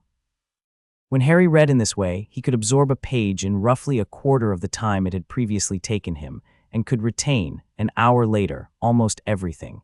The children's encyclopedia took Harry, at this rate, about 3 weeks. The atlas took him less. The Greek myths took him most of an afternoon. He liked the Greek myths. He read them twice. Mr. Curran, who could not have known any of this, simply observed that the boy was suddenly hungry for a great deal more reading than the curriculum provided, and adjusted his bookshelf accordingly. Mr. Curran, by the end of Harry's 7th year, had given Harry, in the form of small, unobtrusive offerings, approximately 100 books. Mr. Curran would not have called this teaching. Mr. Curran would have called it leaving things lying around. But teaching is sometimes the act of leaving things lying around, and Mr. Curran, in his small, overworked way, was a better teacher than he knew. Harry, for his part, never thanked Mr. Curran out loud. Harry was 7. Harry did not yet have the social vocabulary for thanking a teacher for kindness. But Harry, on the last day of his year with Mr. Curran, left on Mr. Curran's desk, when no one was looking, a small folded paper bird that Harry had learned to fold from a book Mr. Curran had left for him. The bird was made of yellow paper. The bird, when Mr. Curran picked it up, hummed faintly in his hand for a moment, and then went still. Mr. Curran kept the bird on his desk for the next 30 years. The bird did not, after the first moment, hum again. But Mr. Curran would sometimes look at the bird, on a hard day, and feel, though he could not have said why, slightly less tired. The coat on Harry's shoulders had given the bird its small humming gift on the last day of school. The coat had decided, after observing Mr. Curran for the better part of a year, that Mr. Curran was the kind of person who should be, in a small, unnoticed way, helped. The coat had done so. The coat had not asked Harry's permission. The coat, however, knew Harry. The coat knew that, had it asked, Harry would have agreed. This was the first independent act of Mysticart's kindness performed on Earth by Harry's office. Even if Harry had not, strictly, performed it, it would not be the last. By the end of Harry's 7th year, 3 things had been established. First, Harry had a teacher who came to him in the cupboard before the household was awake and who had begun very slowly to introduce the discipline. The introduction proceeded by stages, first the breath, then the postures. Then by the end of the 7th year, a single small gesture, the simplest of the sorcerer's hand mudras, which Harry could perform with the right hand and which produced, in the air in front of his palm, a small faint orange spark. The spark did nothing. The spark merely indicated that a small amount of mystic energy had been correctly channeled. The Ancient One had explained that the spark was the equivalent of a piano student's first scale, nothing in itself, but necessary and impossible to skip. Second, the coat had relaxed. The coat had spent 6 years in a state of careful low-grade vigilance, watching the Dursleys for the kind of behavior that would require the coat to intervene. By the end of Harry's 7th year, the coat had concluded that the Dursleys were not going to require intervention. The Dursleys had settled, by silent treaty, into a posture of polite avoidance. They did not strike Harry. They did not feed him at the table Harry ate in the cupboard, or increasingly in the back garden where the weather permitted, but they did feed him. They did not in any active sense love him. They did not, either in any active sense, hate him. They were merely afraid of him, and the fear had matured, over years, into a kind of distant respect. Harry was on Privet Drive, almost the only 7-year-old in England who could be said to be lived with rather than parented. He had been lived with for 7 years. He had survived. The coat, having watched, was satisfied that he would continue to survive. Third, the eye had begun to open very gently in Harry's hand when he asked. Harry did not yet ask it for much. Harry asked it occasionally for a glimpse of the next morning's weather. Harry asked it twice for a glimpse of his parents, which the eye refused kindly on the grounds that it was not yet time. Harry asked it once on a long evening in the back garden for a glimpse of the man in the red armor who had appeared in his dreams when Harry was 3. The eye this time complied. The eye opened. The eye showed Harry a small bright Manhattan skyline on a clear afternoon, and a man in a red and gold suit of armor flying between 2 towers, with his face exposed, smiling, talking to someone Harry could not see about a sandwich. The man in the moment of the glimpse looked up. The man, who could not, of course, see Harry, nevertheless seemed, for one small instant, to be looking very directly at the place from which Harry was looking. The man in that instant raised a small 2-finger salute and turned back to his conversation about the sandwich. The eye closed. Harry, sitting in the long grass of the back garden, lay back on the lawn and stared up at the early evening sky and felt for the first time in his life, as far as he could recall, fully, completely, unconditionally happy. He had a teacher. He had a coat. He had an eye that showed him things. He had somewhere in the world he had not yet visited, a family, a strange, scattered, occasionally armored family to whom he in some way already belonged. He was 7. He was very, very small. He was very, very loved. The eye against his chest hummed faintly in agreement. The coat around his shoulders made the small movement that was, for a coat, approximately a sigh of contentment. In a stone room somewhere outside time, the Ancient One smiled and made a small note in a small ledger that did not strictly exist. She would not have called it pride. She had given up pride several lifetimes earlier, but she would have called it satisfaction. The seedling had taken. The branch was beginning. The next sorcerer was, against all reasonable expectation, going to be all right. She had time in any case to make sure of it. She had, by definition, time. Chapter 4, The Apprentice of Camertage. The discipline, properly understood, did not have a curriculum. The Ancient One had said in the second week of Harry's training that any sorcerer who attempted to set out the discipline in syllabus form had, by the act of doing so, demonstrated that he did not understand the discipline. The discipline was a body of practices. The practices had to be learned in a sequence appropriate to the student. The sequence varied. The student, by being a particular sort of person, set the sequence. Harry's sequence was, accordingly, his own. This was, Harry came to understand, both a freedom and a problem. The freedom was that he could not, in any meaningful sense, be behind. There was no race. There was no end of term. There was only the present moment of practice, and what the present moment of practice asked. The problem was that there was no way to tell, on any given morning, whether the practice he was being given was the correct next practice or whether he was being indulged. The Ancient One did not, as a rule, explain why a given exercise was being assigned. The Ancient One simply assigned it. The exercise either in time paid off, or it did not, and one inferred in retrospect, which Harry had accordingly spent the months between his 7th and 8th birthdays doing approximately the following: sitting still. Sitting still by the end of the period for 45 minutes at a stretch, without fidgeting, without daydreaming, without losing the small attentive present in which the discipline operated. Sitting still in the dark, sitting still in the light, sitting still in the rain, on one notable Saturday in the back garden, when the Dursleys had been at Marge's and Harry had taken advantage of the empty house to practice outside. Sitting still while the boiler clicked, while Dudley played television upstairs, while Petunia hoovered the hall. Sitting still, by the very end, while Dudley shouted at him directly to stop being a freak. Sitting still, the Ancient One had observed, was the foundation of every other skill. Sitting still, properly understood, was the act of insisting that the world's noise should not become your noise. The wand mages, the Ancient One had observed drily, called this occlumency, and taught it badly, late, and only to spies. The discipline, by contrast, taught it first to everyone before anything else, because the discipline took for granted that everyone needed it. The single hand Madra had become, by the end of the period, 12. Each of the 12 produced, in the air in front of Harry's palm, a different small phenomenon. Madra 1 produced the orange spark. Madra 2 produced a small blue flame, about the size of a candle's, which gave off no heat. Madra 3 produced a small disk of green light that hovered. Madra 4 produced a faint, cool breeze. Madra 5 produced a small contained sound that resembled a single struck bell, which only Harry could hear. Madra 6 produced, Harry was fond of Madra 6, a perfect small circle of darkness, about the size of a coin, which was not, in fact, dark, but rather a small piece of the absence of light. and which, when Harry held it close to a printed page, allowed him to read the page through it as if the page were translucent. Madra's 7 through 12 were variations and combinations. Harry could, by the end of the period, perform any of them with either hand. The Ancient One had assigned, as a kind of homework, the production of Madra's 7 through 12 with the feet.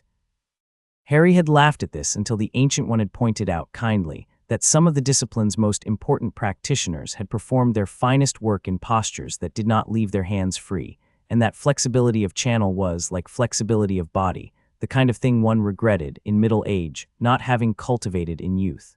Harry had stopped laughing. He had practiced with his feet. By the end of the period, he could produce, with reasonable confidence, Madra's 7 and 8 with his right foot. The remainder were, as the Ancient One put it, in progress. The reading was also a practice. The reading had become, by the end of Harry's 8th year, an entire wing of the discipline. The Ancient One did not, of course, hand Harry books. She did not have hands in the strict sense in his cupboard, but she instructed him, with some specificity, in what to look for in the books that arrived at his desk by way of Mr. Curran and later by way of the small primary school library, and later still by way of the public library which Harry had begun at 8 to visit alone on Saturday mornings. Harry had read, by the end of his 8th year, all of the Greek myths twice. He had read the entire Just William series, because the coat had recommended it. The coat, having been the property of an Englishman of a certain vintage, had a private fondness for Richmal Crompton, and had wanted Harry to enjoy what it had enjoyed. Harry had read more soberly, a book on the history of Christianity, a book on the history of Islam, a book on the history of Buddhism, and a book on the history of magic in the Western tradition. The last of these had come from a shelf the library had marked as fiction. Harry had asked the Ancient One, after reading the book on the history of magic in the Western tradition, why a true book had been put in the fiction shelf. The Ancient One had explained that the British public's classification of magic into fact and fiction was an unreliable guide to the magic itself, and that one should generally check both shelves. Harry had read, more carefully, the small selection of physics books his library possessed. He had not, before his 8th year, known anything about physics. He found, when he started, that he liked physics. The Ancient One, when consulted about this, had said that the discipline of physics and the discipline of mystic arts had a great deal more in common than either's practitioners liked to admit. The Ancient One had said this in the tone of a woman, pleased to find that her student had wandered, on his own initiative, into a useful corner. Harry had read, by the end of his 8th year, on his own and with no encouragement, 2 books about Sherlock Holmes, 4 books about King Arthur, 1 book about the Romanovs, 1 book about the Wright brothers, and 1 book about a small girl who fell down a hole and met a rabbit. He had liked the small girl who fell down a hole the best. He had not, however, told anyone this. The Ancient One, on the morning of Harry's 8th birthday, had told him, in the cupboard, that he was now to begin a new practice. The new practice was harder than anything he had yet been given. The new practice was called the astral. The astral was the practice of leaving one's body. The Ancient One had explained, at considerable length, that leaving one's body was a misleading description of what the astral actually was. The body, the Ancient One had said, did not have a being inside it that could be removed. The body had a being inseparable from it, and the practice of the astral was not the extraction of a tenant, but the projection of a kind of soul image at a distance from the body's location. The astral image was, in essence, a copy of one's awareness extended on a tether back to the body. The astral image could move, the astral image could see, the astral image could, with practice, be touched and could touch, but only by other beings operating on the astral. To the physical world, the astral image was, in most respects, invisible. There were exceptions. The discipline knew of about a dozen exceptions. Some animals could see the astral, cats most reliably. Some sorcerers, at sufficient skill, could see the astral. Some artifacts, the Ancient One had given Harry a small look here, which suggested that he should pay particular attention. Some artifacts that one might encounter in time could see the astral, and one should be aware of this before walking past such artifacts in a state of astral projection. The first attempt to project had taken Harry the better part of a Saturday afternoon. The Ancient One had been patient. The first attempt had produced, in the end, a small, uncomfortable sensation of having both feet outside one's shoes. The second attempt, the following Saturday, had produced a similar sensation, but of an arm. The third attempt, on a Sunday morning when Vernon and Petunia and Dudley had been at church. They did not, in fact, attend church except on Easter and Christmas, but this had been Easter, had produced all at once, with no warning, the full effect.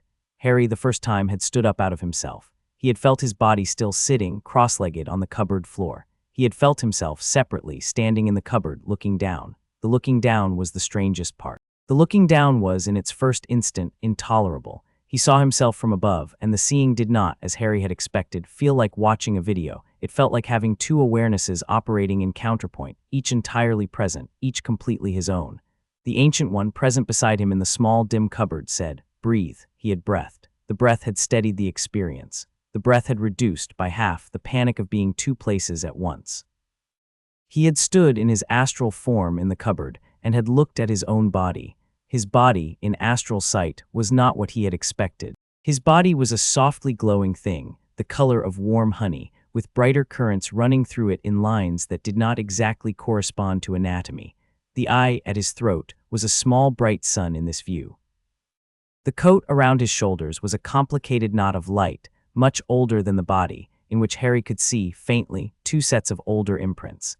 One, sharper, more recent, Stephen Strange, the Ancient One indicated with a small gesture in Harry's mind, and one, deeper, the Ancient One herself, from the centuries when she had worn the coat before bequeathing it to her student. Harry stood in his cupboard in his astral form and looked at his own body, and said, though he did not, in the astral, speak with a mouth, "Hello."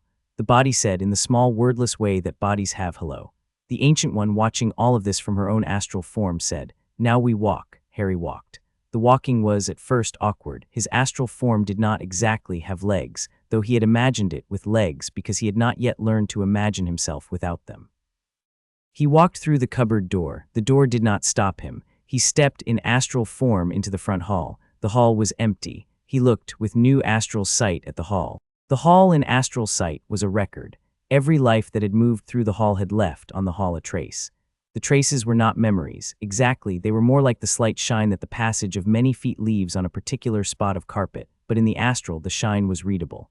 Harry could see in the astral the shape of Vernon's habitual path through the hall, short, vehement, with a small pause to his right where his coat was hung. He could see Petunia's path, longer, more diffuse, with a small bright hesitation in front of the door where she had stood, every November 1st for 7 years, looking out, before she remembered why she should not. He could see Dudley's path, wider, more chaotic, more recent. He could see faintly the path of a tall, older man in robes who had stood at the front door, once, several years ago, Dumbledore, the Ancient One indicated, who had been the previous most recent visitor of consequence. "Good," the Ancient One said. "Now the limits. Do not today go further than the front door. The astral has range. Range increases with practice. Do not exceed your range as a beginner. To exceed your range is to attenuate the tether to your body, and an attenuated tether is, in the worst case, severable. We do not today sever tethers." "How far is my range?" Harry said. "About 20 meters. "What does it feel like to reach the limit?" "It feels like being slightly homesick. The discomfort is mild but absolute. You will feel it. We will today return well before it." Harry walked to the front door. He stopped. He felt nothing yet. The limit was further on. He looked out in astral sight through the door. He saw Privet Drive in astral sight for the first time. Privet Drive in astral sight was an oddity. The houses were almost identical in the physical view. In astral view, they were almost identical too, but each one had, embedded in its walls, the faint accumulated record of the lives lived in it. Number 2 had been a place of 2 old lives, recently retired. Number 6 had been a place of a young woman who lived alone with 3 cats and a great deal of unrequited yearning. Number 8 had been a place of small, constant grief, the kind that does not resolve. Harry felt these things in the way one feels weather. He did not pry. The Ancient One had, in the first lessons, made clear that the astral view of other people's homes was not a license to read those homes. The astral was, more than anything else, a discipline of restraint. He turned. He looked back at number 4. Number 4, in astral sight, was the most peculiar house on the street. The walls of number 4 in astral sight were thicker than ordinary walls. The walls were, in the small, subtle way the astral revealed such things, magically protected. Harry could see around the perimeter of the house a thin pale lattice of green light, almost a mesh, woven through the foundations and up the walls. He had not seen this before. He had not been able to see it before because he had not before been in astral. "What is that?" he said. "Blood ward," the Ancient One said. "Placed by the man Dumbledore. It is the reason you are here, ostensibly. The ward is keyed to your mother's sacrifice and your aunt's blood relation. The ward is, by wand magic standards, very strong. It is, by our standards, modest. The ward keeps out, primarily, beings whose intent is to kill you. It does not, however, keep out beings whose intent is something else. Such as, the Ancient One said dryly, a visit. The man Dumbledore has been by the house in astral form 11 times in the last 6 years. He has not entered. He has stood at the curb. He has watched.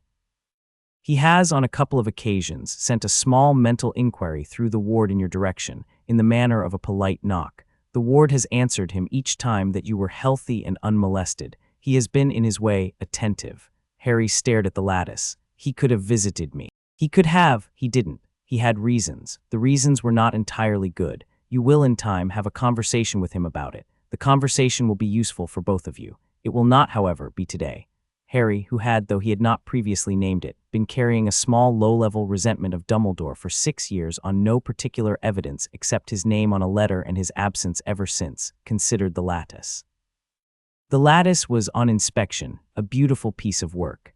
The lattice was the work of a man who, whatever his faults, had spent a great deal of personal magic to keep Harry alive. Harry decided on the spot to defer the resentment until he had more data. The Ancient One, beside him in astral form, made a small approving noise. "Excellent," she said. "That is exactly the right reaction. Resentment is a luxury for sorcerers. You will, in time, have plenty of cause for it. You should save it for when the data is in." He returned to his body. The return was not, as he had feared, abrupt. The return was, in fact, a gentle settling. His astral form approached his sitting body, and the two became, by a small fluid motion of attention, the same again. He opened his eyes. He was in the cupboard. He was sitting cross-legged on the floor. The boiler clicked. "Tomorrow," the Ancient One said, "we will go further. Within a week you will have the range of the street. Within a month the burrow. Within 6 months much further. The astral child is the first of our practices that you can use in the world. The world has in your case a great deal that needs looking at." She left. Harry sat in the cupboard and breathed and felt the small, steady warmth of the coat around his shoulders and the small, steady weight of the eye at his throat. He had for the first time walked beside himself. He had seen his own body from outside. He had seen the house from outside, in the secret colors that lay beneath color. He had seen the lattice of the ward, and the ghost of Dumbledore standing at the curb in vigil. The world had in a single morning become much larger. He smiled in the dark, and the coat on his shoulders made the small happy adjustment that was, for the coat, the equivalent of a man's hand on a boy's shoulder. The lesson for that day was done.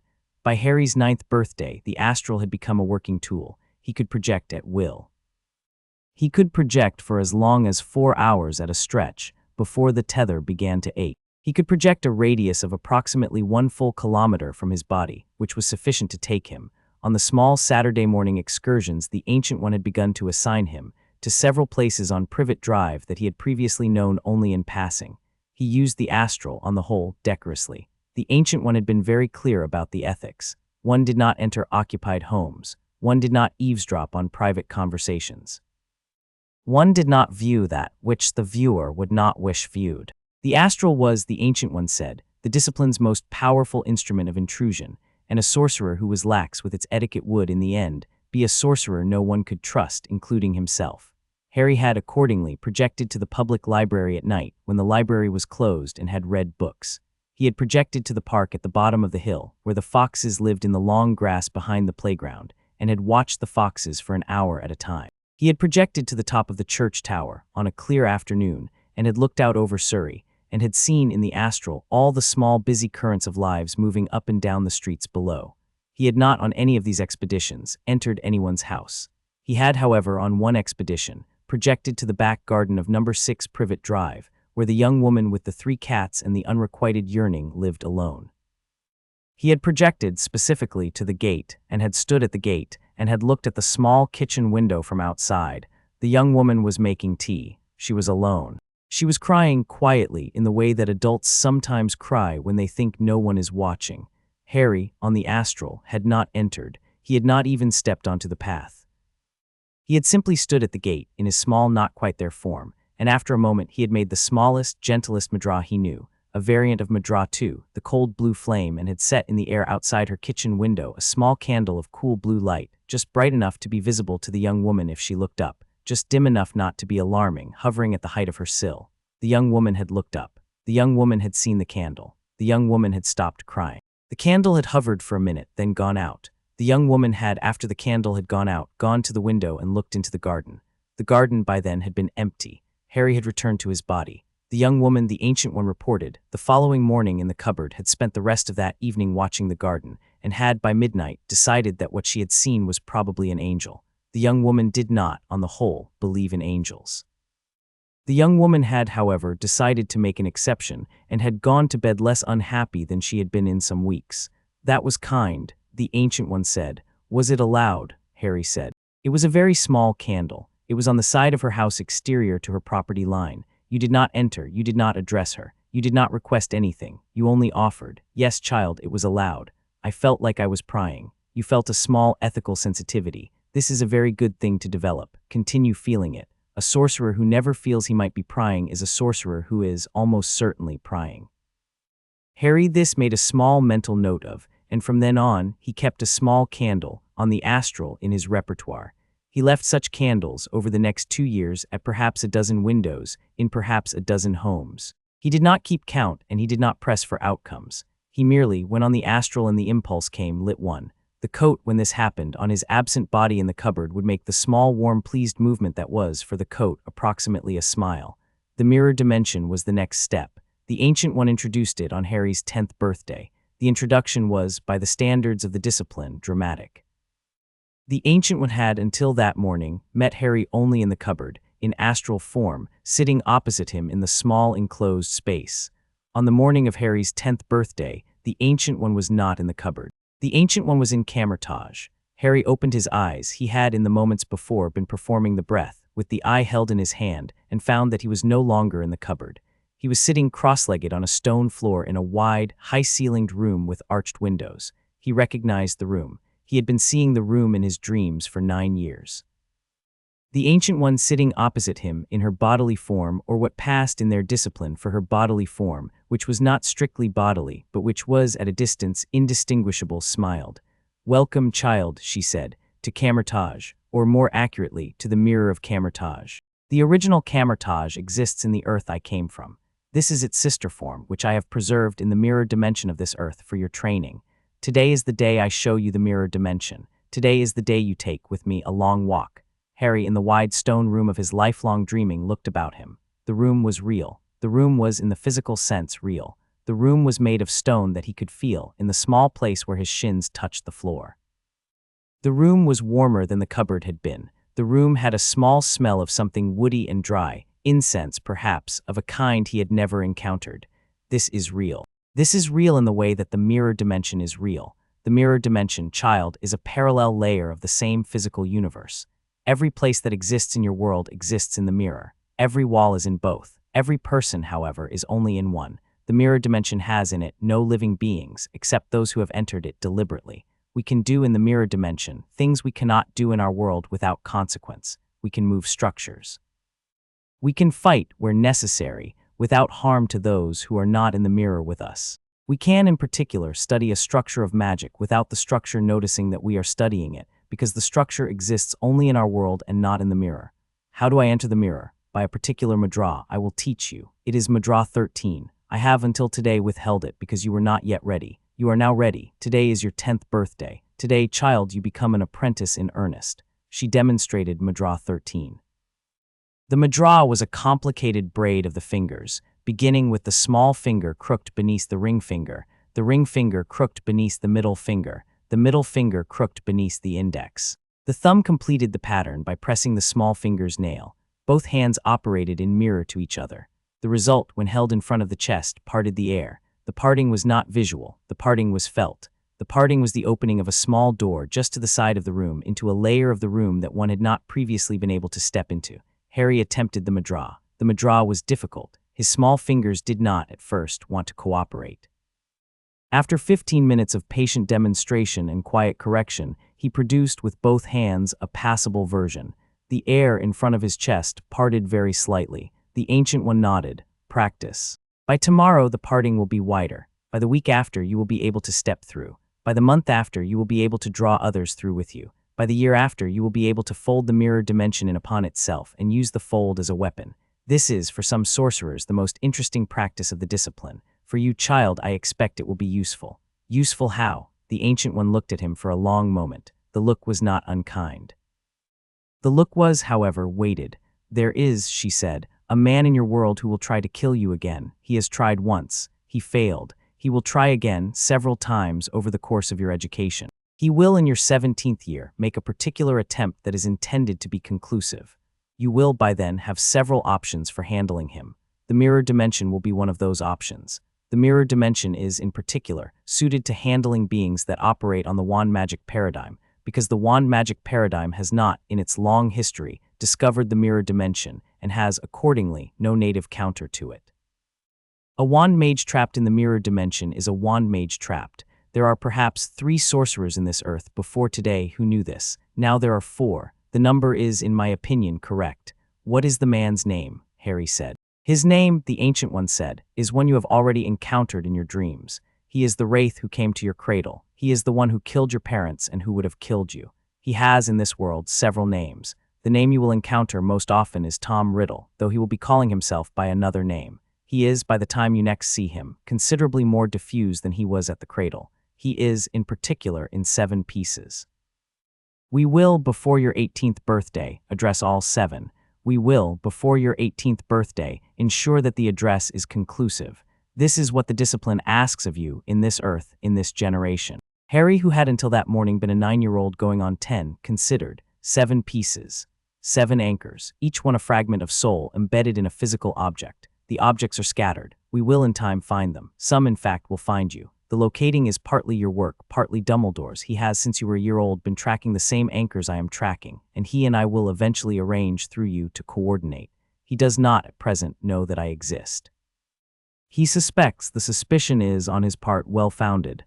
All right, Harry said. The Ancient One waited. What is the discipline going to want of me? Harry said, in 17-year-old terms. The Ancient One smiled. The smile was this time broad. You ask the right questions, child. The discipline will want you, in 17-year-old terms, to be the kind of person who can hold both the eye and a wand, both stillness and motion, both the small candle and the great work. The discipline will want you to be, in particular, the kind of person who can, when faced with the wraith, neither flinch nor exult.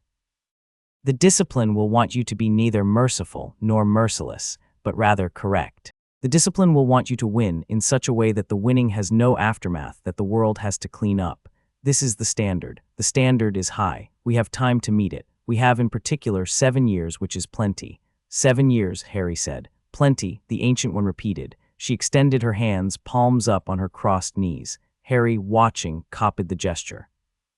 The coat, which had, of course, come with him into the mirror, because the coat was inseparable from him by now, and because the mirror dimension treated artifacts as part of their bearer, settled around his shoulders. The eye, at his throat, hummed faintly. Harry closed his eyes and breath. The lesson continued. The lesson would continue in this manner for another year, with daily expansion.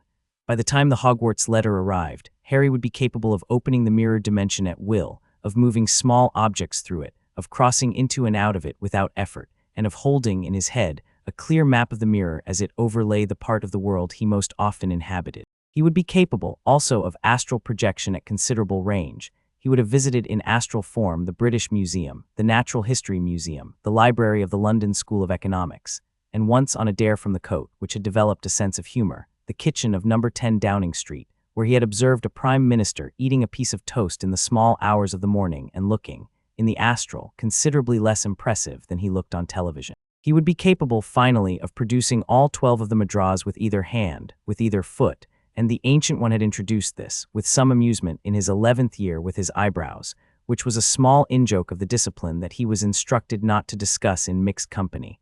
He would be capable, in short, of a great deal. He would not, however, yet have used any of it in combat.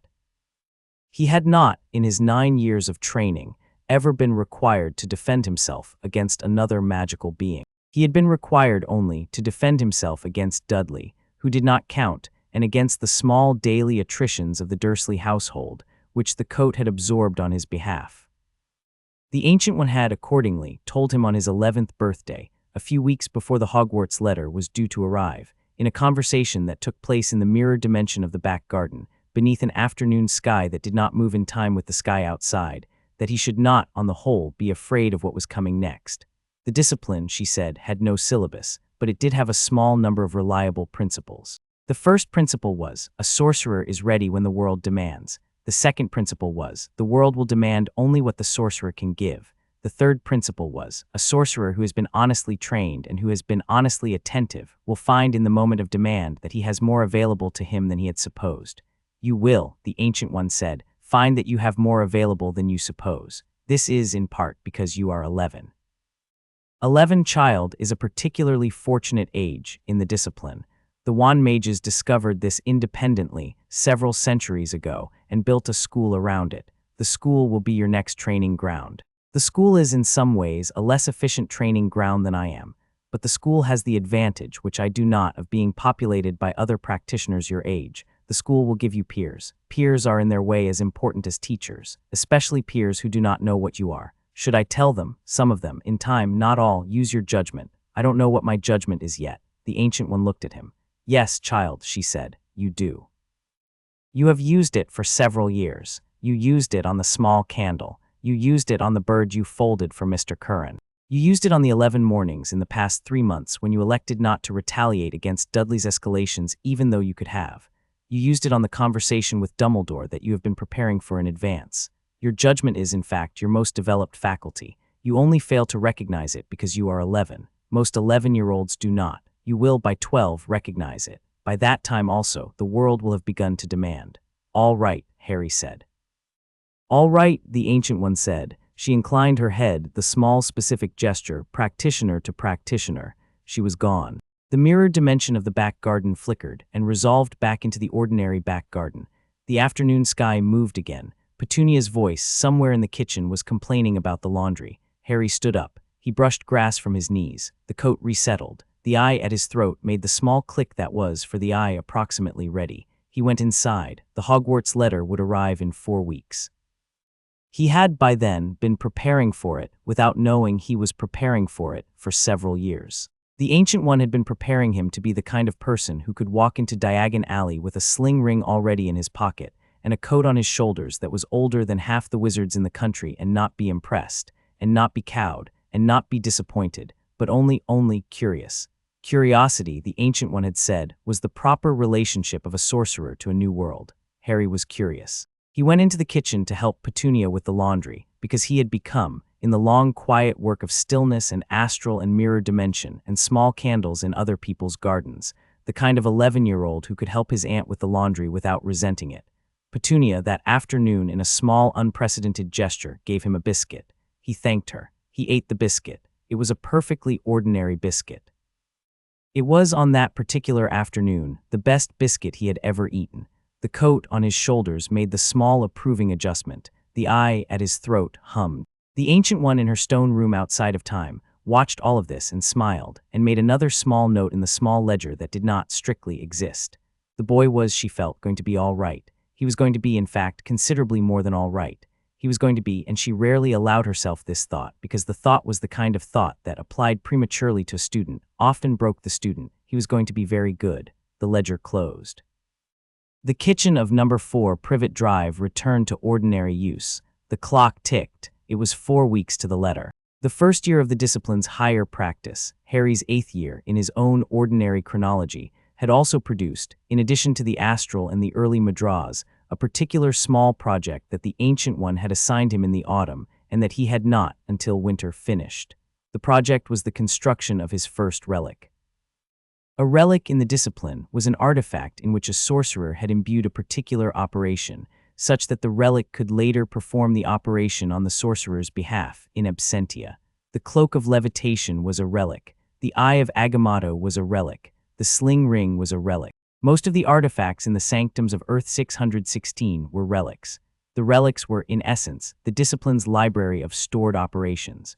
A sorcerer who had constructed a relic had, in the small ceremonial way of the discipline, signed his name to a piece of work that would outlive him and would, in principle, be available to his successors. The Ancient One had explained, in introducing the project, that most sorcerers built their first relics in their 20s, or in some cases in their 30s, that the construction of a relic was a demanding piece of work, that she did not expect Harry at 8 to produce a relic of any particular consequence, but that she did expect him to begin the practice, in order to have, by his 18th year, perhaps a small collection of competent relics of his own design. Harry had asked, in the small, careful way of a student asking permission, what he should build. The Ancient One had said, "Build something useful to your own life." Build something that solves a small problem of your own. Do not, on your first attempt, try to build a great instrument. The great instruments fail spectacularly when made by beginners. Build instead a small one, a small useful one. Harry had considered. Harry had, by November of his 8th year, decided. He had decided to build a small relic in the form of a marble, which, when held in the palm of the hand, would warm to exactly the temperature of a cup of tea fresh from the kettle. The marble's purpose was simple. It was for hands cold on winter mornings. Harry, in the cupboard, had hands cold on winter mornings. The cupboard was not, despite the coat's small adjustments, well heated by Petunia. The cold in November had begun to come into the boards of the floor. Harry, when he sat to meditate before breakfast, had, for the first time in his memory, found that the discipline of stillness was being interfered with by the discipline of cold hands. He had accordingly proposed to make a marble. The Ancient One had approved the choice with such serious gravity that Harry had briefly suspected her of mockery. She had not been mocking. The Ancient One did not, on the whole, mock. She had explained that the choice was excellent on 3 counts. First, the choice solved a real small daily problem. Relics that solved real small daily problems were, by the discipline's long history, the most reliable relics because they were used often and improved by feedback. Second, the choice involved temperature, which was a manageable physical variable that a beginner could engage with without setting the cupboard on fire. Third, the choice was modest, which meant that if the marble failed, Harry would have lost a small object and not an important one. She had taught him the procedure. The procedure was, in its outline, simple. One acquired an ordinary object of the kind one wished to imbue. Harry's ordinary object was a glass marble of approximately the size of an ordinary glass marble, which he purchased by a small unobtrusive trip to the local newsagent for 2 pence. He brought it back to the cupboard. He sat with the marble in his palm for several days, doing nothing. The doing nothing was, the Ancient One had explained, an essential part of the procedure. One did not, in the discipline, simply pour magic into an object. One first listened to the object. One sat with the object until the object's small, quiet presence had been registered, and one had, in the small, ineffable way that the discipline required and never quite explained, been registered by the object. After 3 days, on the morning of the 17th of November, Harry, holding the marble, said, in the small interior voice he had been taught to use with objects, "Hello." The marble made in its small glass way the wordless equivalent of hello. He proceeded. The proceeding took 4 more weeks. The 4 weeks involved daily sessions, of perhaps 30 minutes each, in which Harry sat with the marble, performed the small, careful madras sequence the Ancient One had taught him for the imbuing, and slowly, layered into the marble the operation he wanted it to remember. The operation, by the marble's mid-December settling, was very nearly complete. The marble, when held in the palm, warmed. The warming, at first, was inconsistent.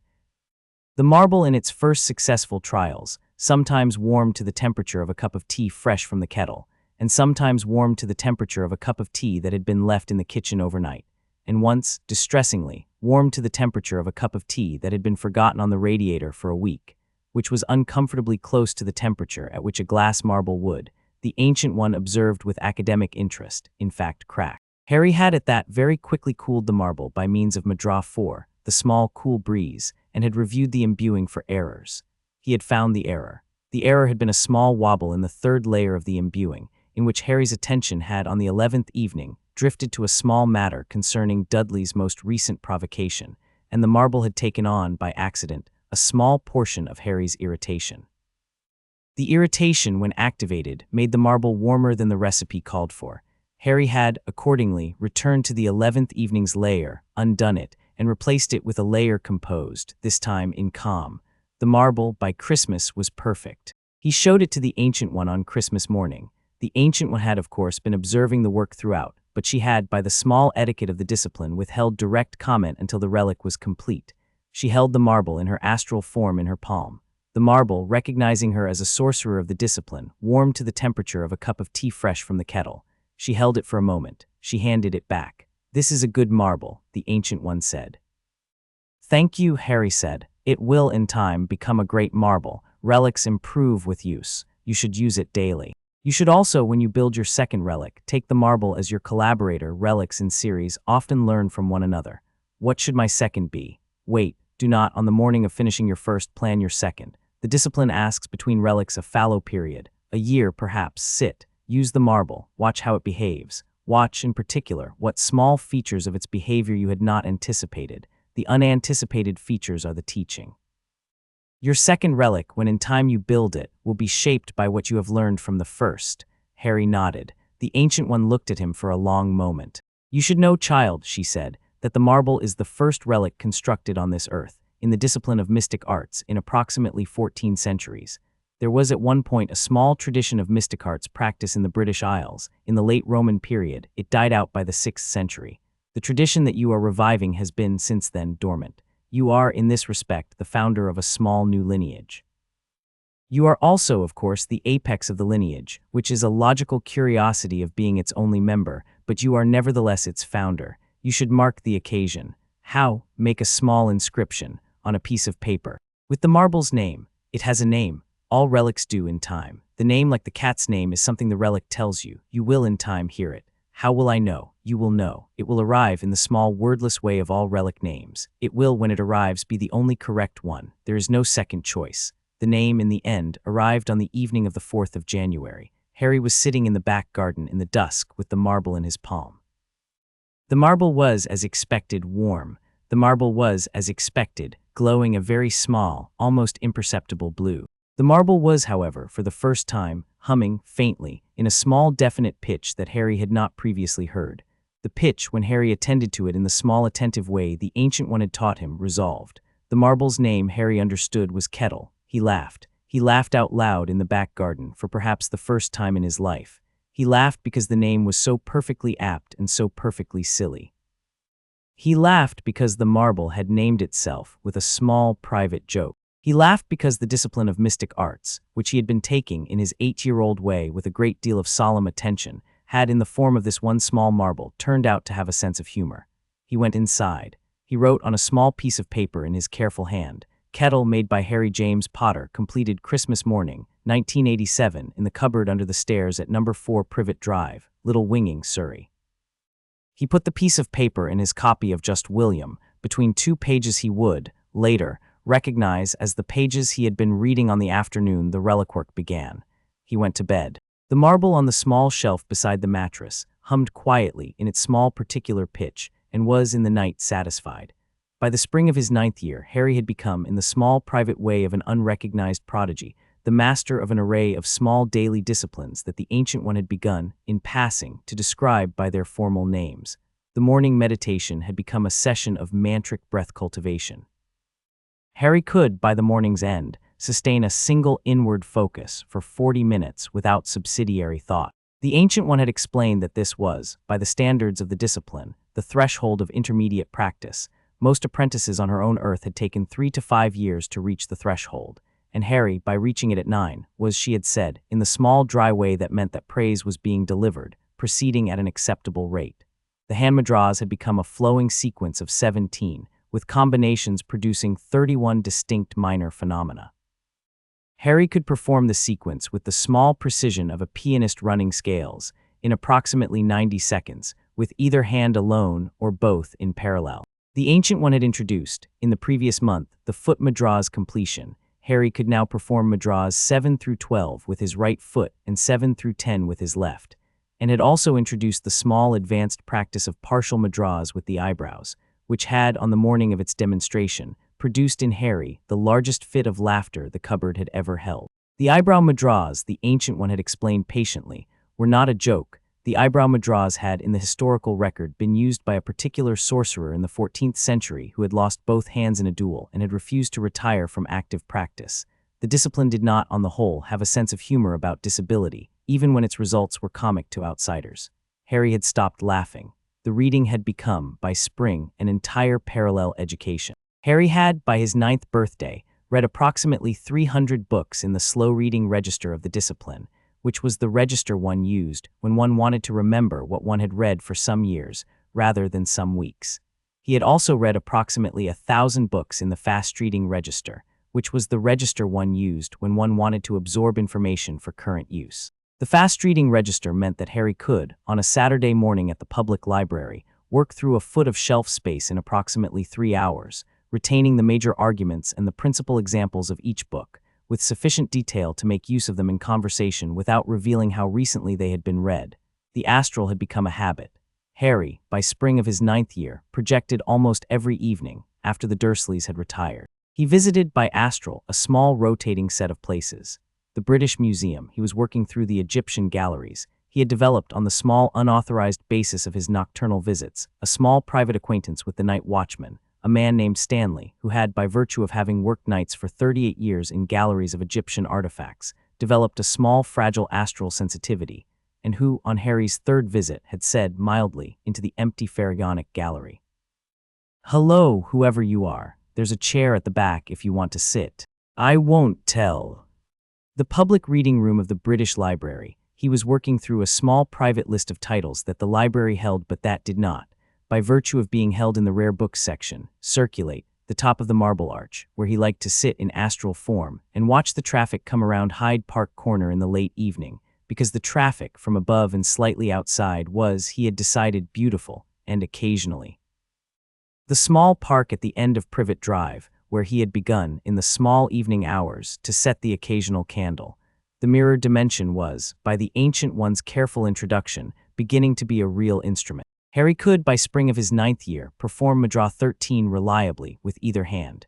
He could open a small mirror window of approximately 1 meter square, sufficient to step through. He could not yet draw others through with him. That practice would come later on his 10th birthday. He could, however, sit in the mirror version of his cupboard in the early morning and observe the ordinary cupboard from the mirror side. The ordinary cupboard from the mirror side had a slightly different ambient quality. The residual magic of his daily practice had, over the years, slightly impressed itself on the room, and the impression was visible, in mirror sight, as a very faint warm yellow glow that suffused the walls. He had, by spring of his 9th year, also begun a small private project that the Ancient One had not assigned, but that she had, on inspection, approved. He had begun in the early evenings to teach the kitten, who had not, in his 9th year, yet been named, because the kitten had not, in his 9th year, yet told him its name, the basic principles of astral cohabitation. The kitten, a future member of the discipline, the Ancient One had observed dryly on first inspection, had, by the spring of Harry's 9th year, become, in the small affectionate way of cats who had attached themselves to their humans early, Harry's constant companion. The kitten slept on Harry's pillow. The kitten attended his meditations.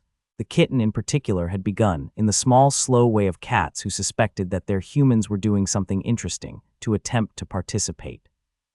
The participation took an unusual form. The kitten could see, in some limited fashion, the astral. The Ancient One had confirmed this on first meeting the cat. The Ancient One had explained that cats, on most Earths, had some natural astral sensitivity, but that the degree varied. This cat, in her judgment, was on the high end. The cat had, the Ancient One had said with a small pleased smile that she rarely deployed, possibly been waiting for Harry in the shop window for some weeks specifically because the cat had perceived, by means available to cats, that a sorcerer was due to walk past. The kitten, then, was a small willing collaborator. The kitten, in the evening sessions, sat opposite Harry on the cupboard floor, in the small composed way of cats meditating, and watched, by means available to cats, as Harry projected. The kitten, on the third evening of these sessions, did something that the Ancient One had said cats could not, on the whole, do. The kitten projected. The kitten projected, that is to say, in a small partial way. The kitten's astral form sat briefly in the cupboard beside Harry's astral form, while the kitten's body remained on the cupboard floor asleep.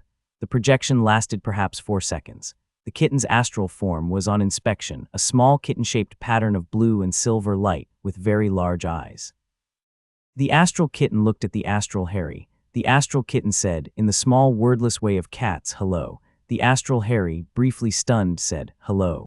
The kitten's astral form, after the 4 seconds, returned to the kitten's body. The kitten yawned. The kitten went back to sleep. Harry had reported this development the following morning to the Ancient One with no small degree of excitement. The Ancient One had received the report with the small attention she reserved for genuinely interesting data. That, she had said, is rare. Cats on my own Earth were sometimes mysticart sensitive, but very few could project. Of those that could, most could only do so under the direct instruction of a master. This kitten appears to be projecting on its own initiative. The kitten is, I would suggest, exceptional. The kitten may in time become, and I do not use this word casually, a colleague. A colleague, you will in time encounter many beings. Most will be either teachers or students. A very few will be neither, they will be peers. They will be the beings with whom you do work, side by side as equals on problems that you happen to share. Your cat is, in my judgment, on track to become a peer. You should treat it as one. Listen to it. When it offers opinions, take them seriously. Harry, on returning to the cupboard that morning, had sat opposite the kitten and had inclined his head in the small specific gesture, practitioner to practitioner, that the Ancient One had taught him for greeting peers. The kitten had blinked slowly in reply. Harry had from that morning onward treated the kitten with a small additional formal respect. The kitten in time came to expect it. The kitten was named on the morning of Harry's 10th birthday by the kitten itself. The name was Wisp. Harry wrote it down. The kitten, by the name's writing, was satisfied. By his 10th year, Harry had, in addition to the astral, the mirror, the madras, the reading, the meditation, the marble, and the cat, begun the small foundational study of two further disciplines that the Ancient One considered essential: history and ethics. The history was the history of the discipline itself. The Ancient One had begun, in his 9th year, to relate to him, over the course of perhaps 100 mornings, in small 20-minute sessions, the small specific lineage of teachers and students that had constituted the discipline on her own Earth, and on the dozen or so Earths from which she had collected biographical material before Harry was born. The history covered approximately 1,500 years and several thousand named practitioners. Harry took notes, in a small leather notebook he had bought for the purpose at Smith's, in his careful 9-year-old hand. The notebook would, by the time he left Privet Drive, have grown to 400 pages. The ethics was harder. The ethics was, the Ancient One had explained, the part of the discipline that most apprentices on her own Earth had skimped on, with disastrous results. The ethics was the framework by which a sorcerer decided, in the moment of having power available, whether to use it. The ethics was, in particular, the framework by which a sorcerer decided to not use power, in the considerable number of cases where using it would be effective but would be, by some other standard, not correct. The ethics was difficult to teach in the abstract. The Ancient One had, accordingly, taught it by case study. The cases included the case of the candle in the Gardens of Strangers. Harry had been doing this for 2 years. The Ancient One discussed, in detail, the precise ethical contours of when the candle was permissible, when it was not, and what the relevant decision criteria were. The case of the small lie, whether a sorcerer should ever, under any circumstances, deploy a small wand magic confundus charm on a muggle who had seen something they should not, in order to spare the muggle distress. The Ancient One held that the answer was a qualified yes, with strict criteria, and that the strict criteria were almost never met. The case of the great lie, whether a sorcerer should ever deploy the same charm to spare a sorcerer's own organization distress. The Ancient One held that the answer was unambiguously no, that sorcerers who erased inconvenient witnesses of their own actions were the principal failure mode of the discipline, and that Harry should, on this point, be absolutely strict. The case of intervention in apparent injustice, whether a sorcerer, walking past a fight in a muggle alley, should intervene. The Ancient One held that yes, but only if the sorcerer's intervention would resolve the fight without leaving the participants worse than they would have been. The case of intervention in non-apparent injustice, whether a sorcerer who had, by means of astral, observed a man planning a future crime, should intervene. The Ancient One held that no, because future crime intervention was a kind of intervention that gave the sorcerer the role of judge over events that had not yet happened, and the discipline did not, on the whole, permit its practitioners to be judges of unhappened events. The sorcerer could, however, intervene at the moment of the crime's actual commission. The case of intervention in war, whether a sorcerer, observing a war in the Muggle world, should use his abilities to end it. The Ancient One held that no, with some exceptions, that ending Muggle wars by sorceress intervention had been tried in the 18th century on her own Earth, and had, by virtue of disrupting the natural processes by which Muggle societies worked out their own configurations, produced, over the subsequent 2 centuries, worse outcomes than no intervention would have. That the discipline had, accordingly, adopted a policy of restraint with respect to broad-scale political intervention, and that Harry should expect to inherit the policy and find it, in moments of strong emotion, difficult. The cases proceeded, 2 or 3 per week, for the entirety of Harry's 10th year. By the year's end, Harry had heard perhaps 300. He had on each been required to think through, in advance of the Ancient One's verdict, what he thought the correct action would be, and then to compare. He had agreed with her, roughly, on 230 of the 300. He had disagreed, in some cases mildly, and in some cases sharply, on the remaining 70. The disagreements were, by the Ancient One's small, careful design, the part of the curriculum that was most useful. She had explained, on the first occasion of his disagreeing, it had been the case of a small child being beaten by a parent in an upstairs flat. The sorcerer happened to be passing, that the discipline did not require Harry to agree with her. The discipline required only that he think about each case carefully, and that he, in time, develop his own judgment, which would in some respects differ from hers and would, in those respects, be correct for him. He had, accordingly, developed his judgment. His judgment, by the end of his 10th year on the case of the small child upstairs, was different from the Ancient One's. The Ancient One had said, "Do not intervene, report, if appropriate, to the relevant civil authorities, rely on the social mechanisms that exist. The sorcerer's intervention will create more problems than it solves, in the medium term." Harry had said, "I would intervene, I would do so quietly, I would extract the child by sling ring, place the child with a competent neighbor or relative, and would, by astral, observe the parent for the subsequent period to ensure no escalation against other potential children in the household." The Ancient One had considered this. She had said eventually that Harry's position was an acceptable variant of the principle. She had noted that the position required, of the sorcerer, a considerable subsequent investment of attention.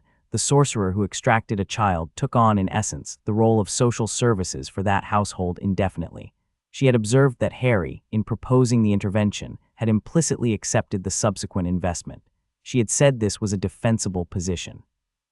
She had said further that she had, on her own earth, in her own youth, held the position herself, and had since, in maturity, modified it. She had said that Harry's position was, in respect of his own future maturity, perhaps a position he would, in time, also modify, but that the modification, when it came, should come from his own experience and not from her instruction.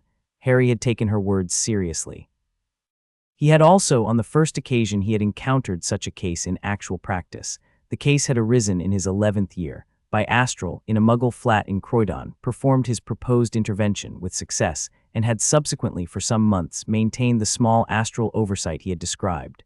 The Ancient One, on observing the intervention, had said only, "This is what I had hoped. Carry on." By his 11th birthday, then, Harry had become, in the small private way of an unrecognized prodigy whose recognition would not, in any case, ever quite be public, a working apprentice of the discipline, with the small standard kit of an apprentice in mid-training.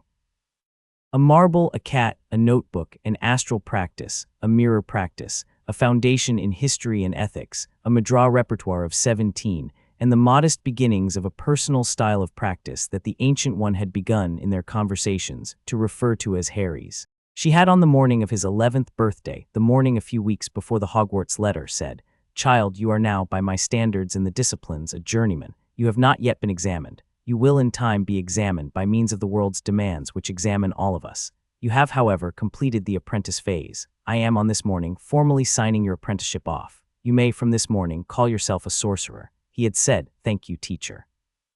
She had said, "Do not thank me. The work was yours. I was only the witness." He had said, "Nevertheless." She had smiled. She had then, in the small, quiet way of one teacher giving another a particular small ceremonial object that the discipline used to mark such transitions, given him a small wooden token.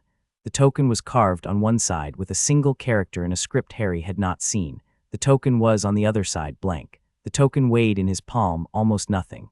"What is this?" he had said. "It is, on my own earth, the token by which an apprentice is marked as journeyman. The token is, in the discipline, of essentially no practical value. The token does not, in any sense, do anything. The token is, however, the discipline's small symbolic acknowledgement of a transition. You should carry it. You should, when in time you have apprentices of your own, hand them similar tokens of your own carving. The tokens form, in their own small way, a lineage." He had pocketed the token. He had pocketed it very carefully. What does the character say? It says, in the small old language of the discipline, "Ready." It is the same character carved on the token I was given by my own teacher, more than 1,000 years ago, and on the token I gave to Stephen Strange, who was your predecessor, and on the token he would, in time, have given you, had he lived to do so. The character has been carved by every teacher to every journeyman of the discipline, in this lineage, for as long as the discipline has existed. You are, in this respect, in continuity with a chain of teachers and students stretching back, in your own personal lineage, 15 centuries. The chain is short in the broader history of the discipline. The discipline has in other lineages much longer chains, but the chain is yours. Harry had, on receiving this, sat for a long moment in silence. He had said, eventually, "I will, when I have my own apprentices, carve good tokens." The Ancient One had said, "I have no doubt." He had practiced in the 4 weeks before the Hogwarts letter the small art of carving. He had, by way of small unauthorized purchases at a hobby shop in Little Winging, acquired a set of carving tools and a small block of pine. He had, on the cupboard floor in the evenings, while Wisp watched with academic interest, attempted to carve in pine the character he had been shown. The first attempt had been a disaster. The pine had split. The character had been illegible. The second attempt had been better. The character had been legible, but ugly. By the 11th attempt, the character had been legible and not ugly, but had been in some small subtle way that he could feel but could not articulate wrong. He had asked the Ancient One. The Ancient One had said, "The character is not yet ready. The character requires in its carving a particular small state of mind. The state of mind is, and you will not, child, be able to produce it in advance of having an actual apprentice for whom to carve. The character requires that you be carving it for someone you actually intend to acknowledge. You are, at present, carving it for hypothetical future apprentices who do not yet exist. The character knows this. The character will not, accordingly, be quite right. But it's a good character anyway," Harry had said. "It is a good character anyway. It is in fact a fine practice piece. Keep it. When the time comes you will carve, with a particular small student in mind, the character that is ready. You will know when you do." He had kept the practice characters. He had kept all 11 of them in a small box at the back of the cupboard. He had not in the 4 weeks made a 12th. The Hogwarts letter had arrived on the 4th Tuesday of the 4 weeks. The letter had, in its small administrative way, marked the end of the period of preschool training. The period had, by Harry's count, lasted 4 years, 3 months, and approximately 3 weeks. The period had been the most thoroughly happy period of Harry's life to that point. The period would not, the Ancient One had said, be the last such period. There would be others in the years to come, but the period would not, in its small first foundation way, ever be quite repeated. He should, accordingly, hold it carefully in memory. He should in his old age, and the Ancient One had said this with the small dry smile of a teacher who knows that a student's old age was a long way off, but who also knows that the small habit of thinking about it begins, in some students, early. Remember the cupboard fondly. He had said, "I will." He had said, "I do." Chapter 5. The letter, the alley, the troll, and the teacher who was not one. The letter arrived in the conventional way, which is to say, by owl in the late morning, through the kitchen window, which Petunia had left ajar because she was airing a cake. Harry, who had been informed by the Ancient One some weeks earlier that the letter was due, had nevertheless not been told the precise date. He had been told only that the letter was a thing that would, when it arrived, be unambiguous. He had not, until the moment of arrival, fully appreciated how unambiguous the wand mage world was prepared to be about its forms of address. The owl, a tawny, landed on the kitchen table beside the cooling rack. The owl regarded the cake. The owl regarded Petunia, who was in the act of removing her apron and who had not yet noticed the owl. The owl, with a small dignified gesture of its head, extended its left leg. The letter attached to the leg was addressed in green ink too.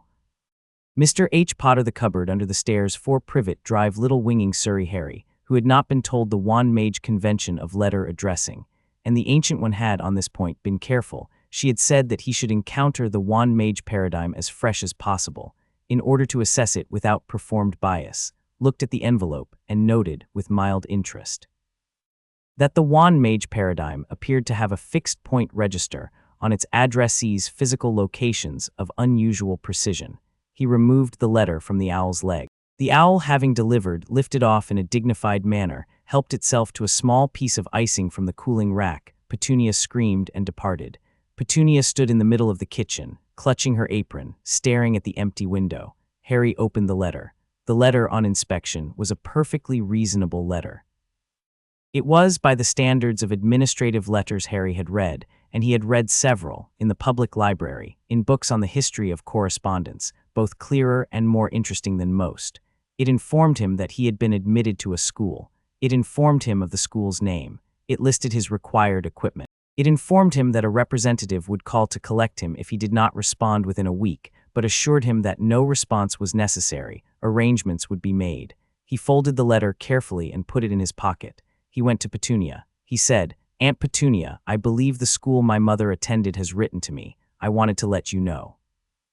Petunia, who had been preparing, in the last several weeks, the speech she had been rehearsing privately for nearly 11 years on the subject of why Harry would not, under any circumstances, attend that school, opened her mouth. The speech, however, did not come out. Instead, Petunia found that what came out was, "Oh, has it?" She had not, she realized, in the small confused space that followed, fully prepared for the possibility that the boy would tell her about the letter himself, calmly, with politeness, without any of the gloating she had imagined her sister's son would deploy in this moment. The boy had been polite. The boy had been, in fact, considerate. The boy had brought it to her attention with the calm seriousness of a man bringing his employer the news of a promotion he was not, on the whole, surprised by. Petunia, who had spent nearly 11 years preparing to hate this conversation, found, to her considerable surprise, that the conversation was not, in fact, hateful. The conversation was, on the whole, all right. She sat down at the kitchen table. She said, "Yes, well, I expect you'd better go." Harry sat down opposite her. "Aunt Petunia," he said, "I want to talk to you about my mother." Petunia's eyes filled immediately with the kind of tears she had not, for nearly 2 decades, permitted herself. She blinked them away. She did not, however, refuse the conversation. The conversation lasted, in the end, 1 hour and 40 minutes. The conversation covered, with surprising completeness, the years between Petunia's 8-year-old discovery that her sister was different and Petunia's 19-year-old wedding to Vernon, at which Lily had been a bridesmaid and had, Petunia could now admit, after 11 years, looked lovely. The conversation covered, more haltingly, the years afterward. The conversation covered, at last, in the small, careful tones of 2 people approaching a place that neither had been brave enough to approach before, the night of October the 31st. The conversation did not produce, in either of them, a full reconciliation. The conversation produced, in Petunia, a small new willingness to acknowledge that her sister had, after all, been her sister. The conversation produced, in Harry, the working knowledge of his mother that he had not been able to assemble from the eye's glimpses alone. The conversation produced, between them, a small, fragile understanding that they were, in a small, particular sense, family, and that the 11 years of polite avoidance had been, in the end, a waste. Petunia did not, of course, say any of this. Petunia merely said, at the end of the conversation, "Right, well, we'll need to write back, and then we'll need to do the shopping." "Aunt Petunia," Harry said, "I think the shopping is at a particular place that's hard to find. I might have to go alone. The headmaster's representative would normally collect me." "Oh," Petunia said, "yes, I expect that would be yes. I'd like, if it's all right, to invite him to tea first." Petunia looked at him. "You'd invite him to tea. It seems polite." Petunia, after a moment, made a small sound that was very nearly a laugh. "You strange child," she said, almost affectionately. "Yes. Tea, of course, I'll make scones." She did, in fact, make scones. And the headmaster's representative did, in fact, come to tea, though not the headmaster's representative Harry had been expecting. Albus Dumbledore himself came to the door of number 4 Privet Drive on the following Tuesday, at 4 in the afternoon, in robes of pale blue, with a beard tucked into his belt, and was let in by Petunia with the air of a woman who had decided, on reflection, that if her nephew were going to make her receive a wizard in her parlor, she would at least be receiving him properly. The tea took place. Petunia served the scones. Dumbledore complimented the scones with such evident sincerity that Petunia, for the first time since 1971, briefly liked someone with a wand. Vernon, who had been forewarned, had elected to take Dudley to the cinema for the duration. Vernon's contribution to the meeting was, in this respect, his absence, which was wise of him. The conversation between Harry and Dumbledore took place in the front parlor, with the door closed, while Petunia washed up in the kitchen. It lasted, in the end, nearly 3 hours. Harry will not here recount all of it. The conversation covered, among other things, the question of why Dumbledore had not visited in 11 years. Dumbledore was honest. Dumbledore admitted that he had wished to preserve the protection of the Blood Ward and had been afraid of disturbing it, and admitted more reluctantly that he had also been afraid of meeting the inheritor of an office he did not understand, and had accordingly chosen the small cowardice of distance. The question of who the man had been who had died in Godric's Hollow, Dumbledore did not know, and Harry, by the end of the conversation, did know and told him. The name landed between them like a small, careful gift. The question of what had happened to Tom Riddle, Dumbledore knew. Harry knew most of what Dumbledore knew, and added some that Dumbledore did not, including the precise number of anchors, which startled Dumbledore visibly. The question of what Harry's training had consisted of for the past 4 years. Dumbledore listened, very attentively. In the way of a teacher who has not been in the presence of new pedagogy in some decades and recognizes that he is in the presence of new pedagogy now. And finally, the question of what would, in the conventional terms of Hogwarts, be done about the fact that Harry was bringing into the school a sling ring, a coat older than 3 of Hogwarts' founders, an amulet that contained the equivalent of a god's eye, and the mantle of a magical office that did not exist on this earth. On this last question, Dumbledore was very thoughtful. I propose, he said in the end, that we treat your other instruments as private. They are in any case not banned by school rules for the simple reason that the school rules do not anticipate them. I propose that you not flaunt them. I propose that you in due course, when you have judged it suitable, identify perhaps one or two of the senior staff with whom to share your situation. I would suggest myself, of course. I would also suggest, for slightly different reasons, Professor Snape, who is a legilimens of considerable skill and who will, in any case, eventually notice that you are not, in the conventional sense, an unprotected mind. I would suggest that you, in particular, not share with Professor Quirrell, who joins the staff this year and whom I have private reasons to suspect. Quirrell is Quirrellmort, Harry said. Dumbledore looked at him. I beg your pardon. Quirrell is the host body. Voldemort is sharing it with him. They will be teaching defense against the dark arts. I had a session with the Eye last week. Dumbledore, for several seconds, did not speak. Then he said, very quietly, well, that simplifies certain things and complicates others. Tell me what the Eye showed you. Harry told him. It took in the end perhaps 20 minutes. Dumbledore did not interrupt. Dumbledore had perhaps only ever been quiet for 20 minutes consecutively 2 or 3 times in his very long life. He was quiet now. When Harry finished, Dumbledore said, I had suspected but not confirmed. Thank you. The information is helpful. I would propose a small joint plan if you would entertain one. What is the plan? That we allow Quirrellmort his year. That we allow him to attempt, as he plans to, the theft of an object that I have been baiting him with. That we allow him to come, in the climactic week of the school year, to a particular forbidden corridor on the 3rd floor. That we then, with your assistance and mine, handle him. Handle him how? In a manner that will, I hope, remove this fraction of his soul from the world without alerting the other 6. I have ideas. I would welcome yours. They discussed ideas. The discussion was, by any objective measure, the most pleasant exchange Albus Dumbledore had had with a colleague in approximately 30 years.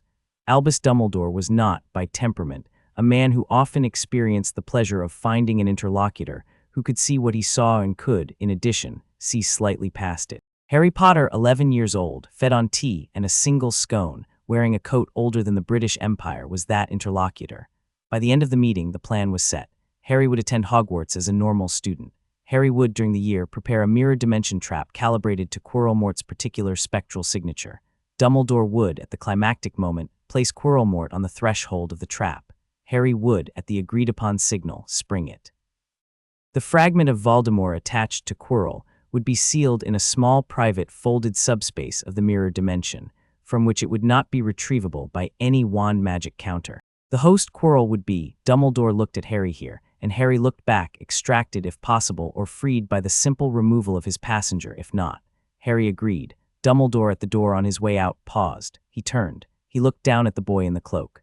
Mr. Potter, he said, I have been a great many things in my life. I have been, in particular, sometimes a poor steward of children whose magical inheritances were considerably more dangerous than they realized. I would like with you to do better. I will probably fail in some respect or other, but I will try. I would consider it a great kindness if you would, when I fail, tell me. I will tell you, Harry said. Thank you. Headmaster, yes, you can call me Harry, I don't mind. In that case, Dumbledore said after a moment, I shall, and you, Harry, may call me Albus in private. In public, the dignity of office, I am afraid, requires somewhat more formality. Of course. Until September, then. Until September. The door closed. Petunia in the kitchen, drying a teacup, said, Was that all right?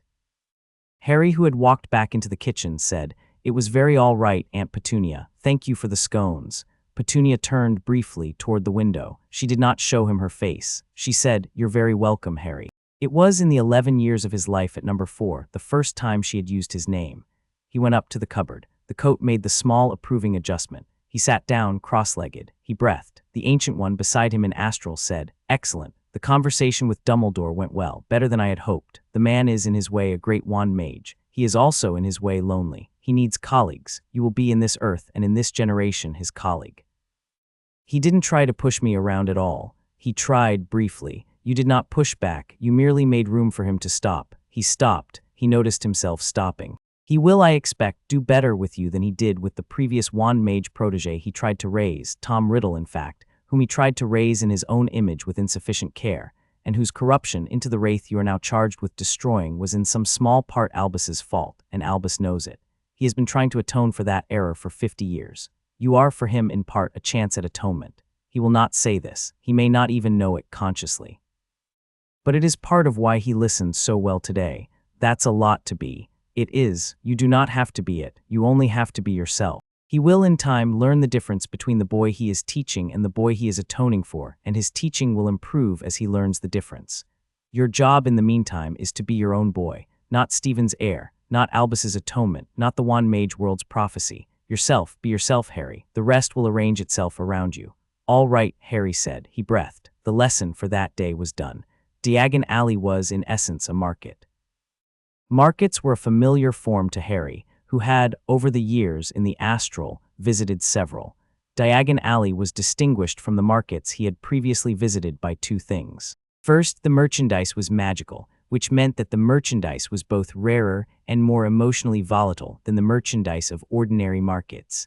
Second, the customers were also magical, which meant that the customers were also more emotionally volatile. Harry made his way on the morning of his birthday plus some days, through the alley in the company of a representative of Gringotts, a goblin named Bogrod, who had been assigned to escort the boy who was, by all accounts, the new account holder of a vault that had been opened in the Potter family's name approximately 10 centuries previously, and which, given the family's recent demise, had become, in the legal sense of the Wand Mage world, his.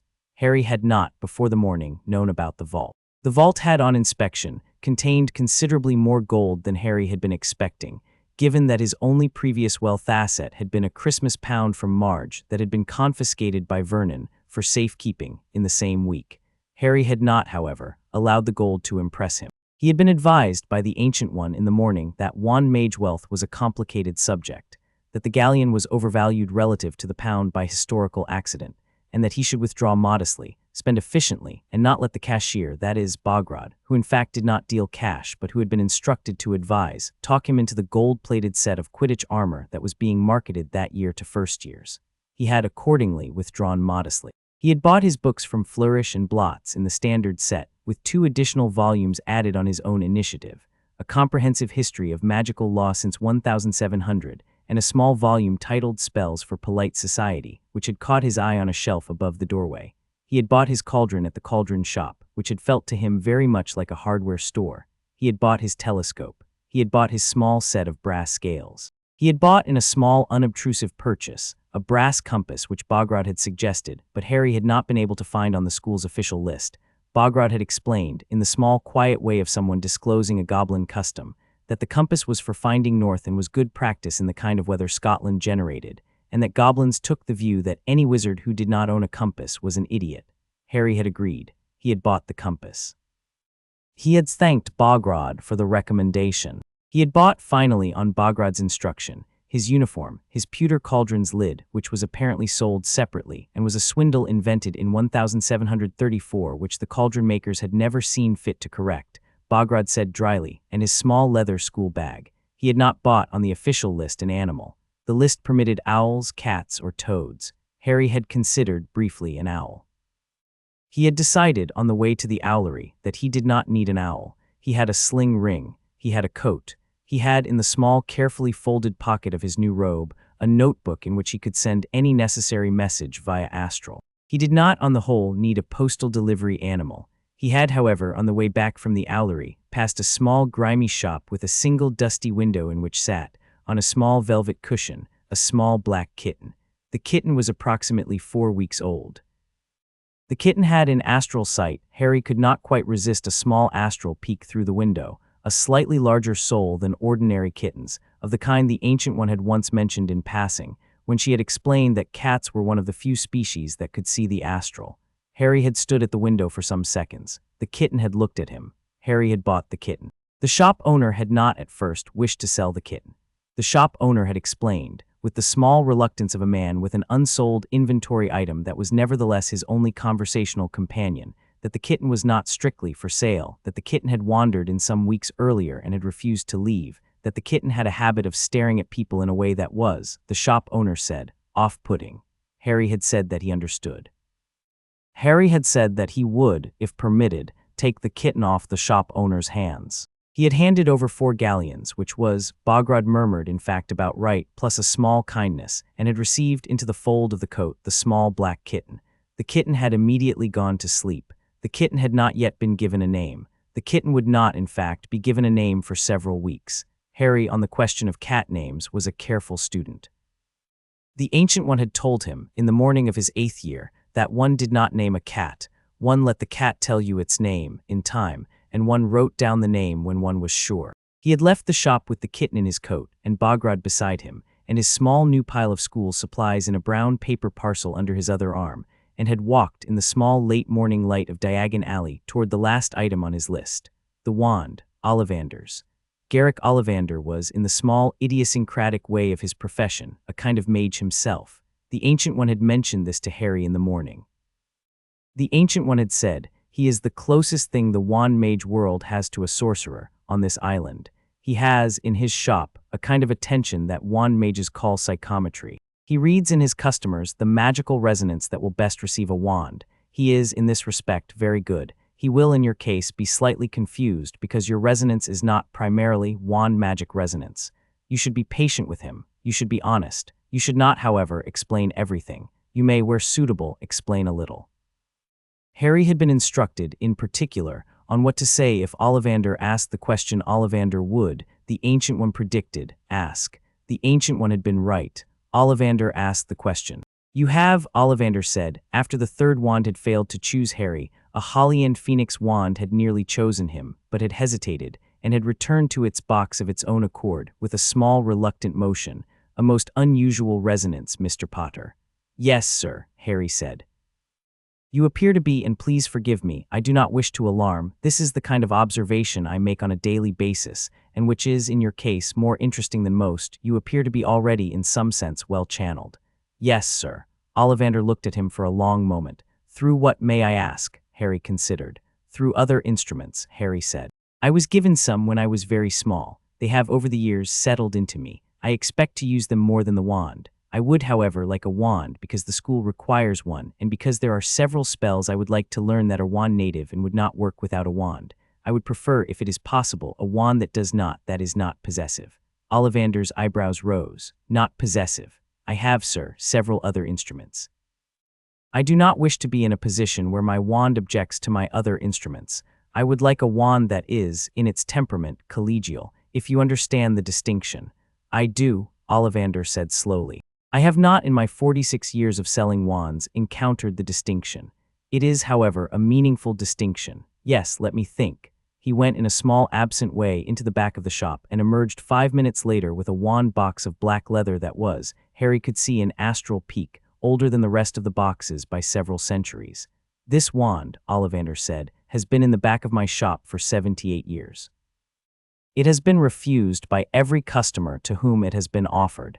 It is, I believe, of the temperament you describe. It is a wand of yew, 11 inches, with a core of dragon heartstring drawn, and this is the unusual part, from a dragon that died of old age in its sleep, rather than being slain for the heartstring.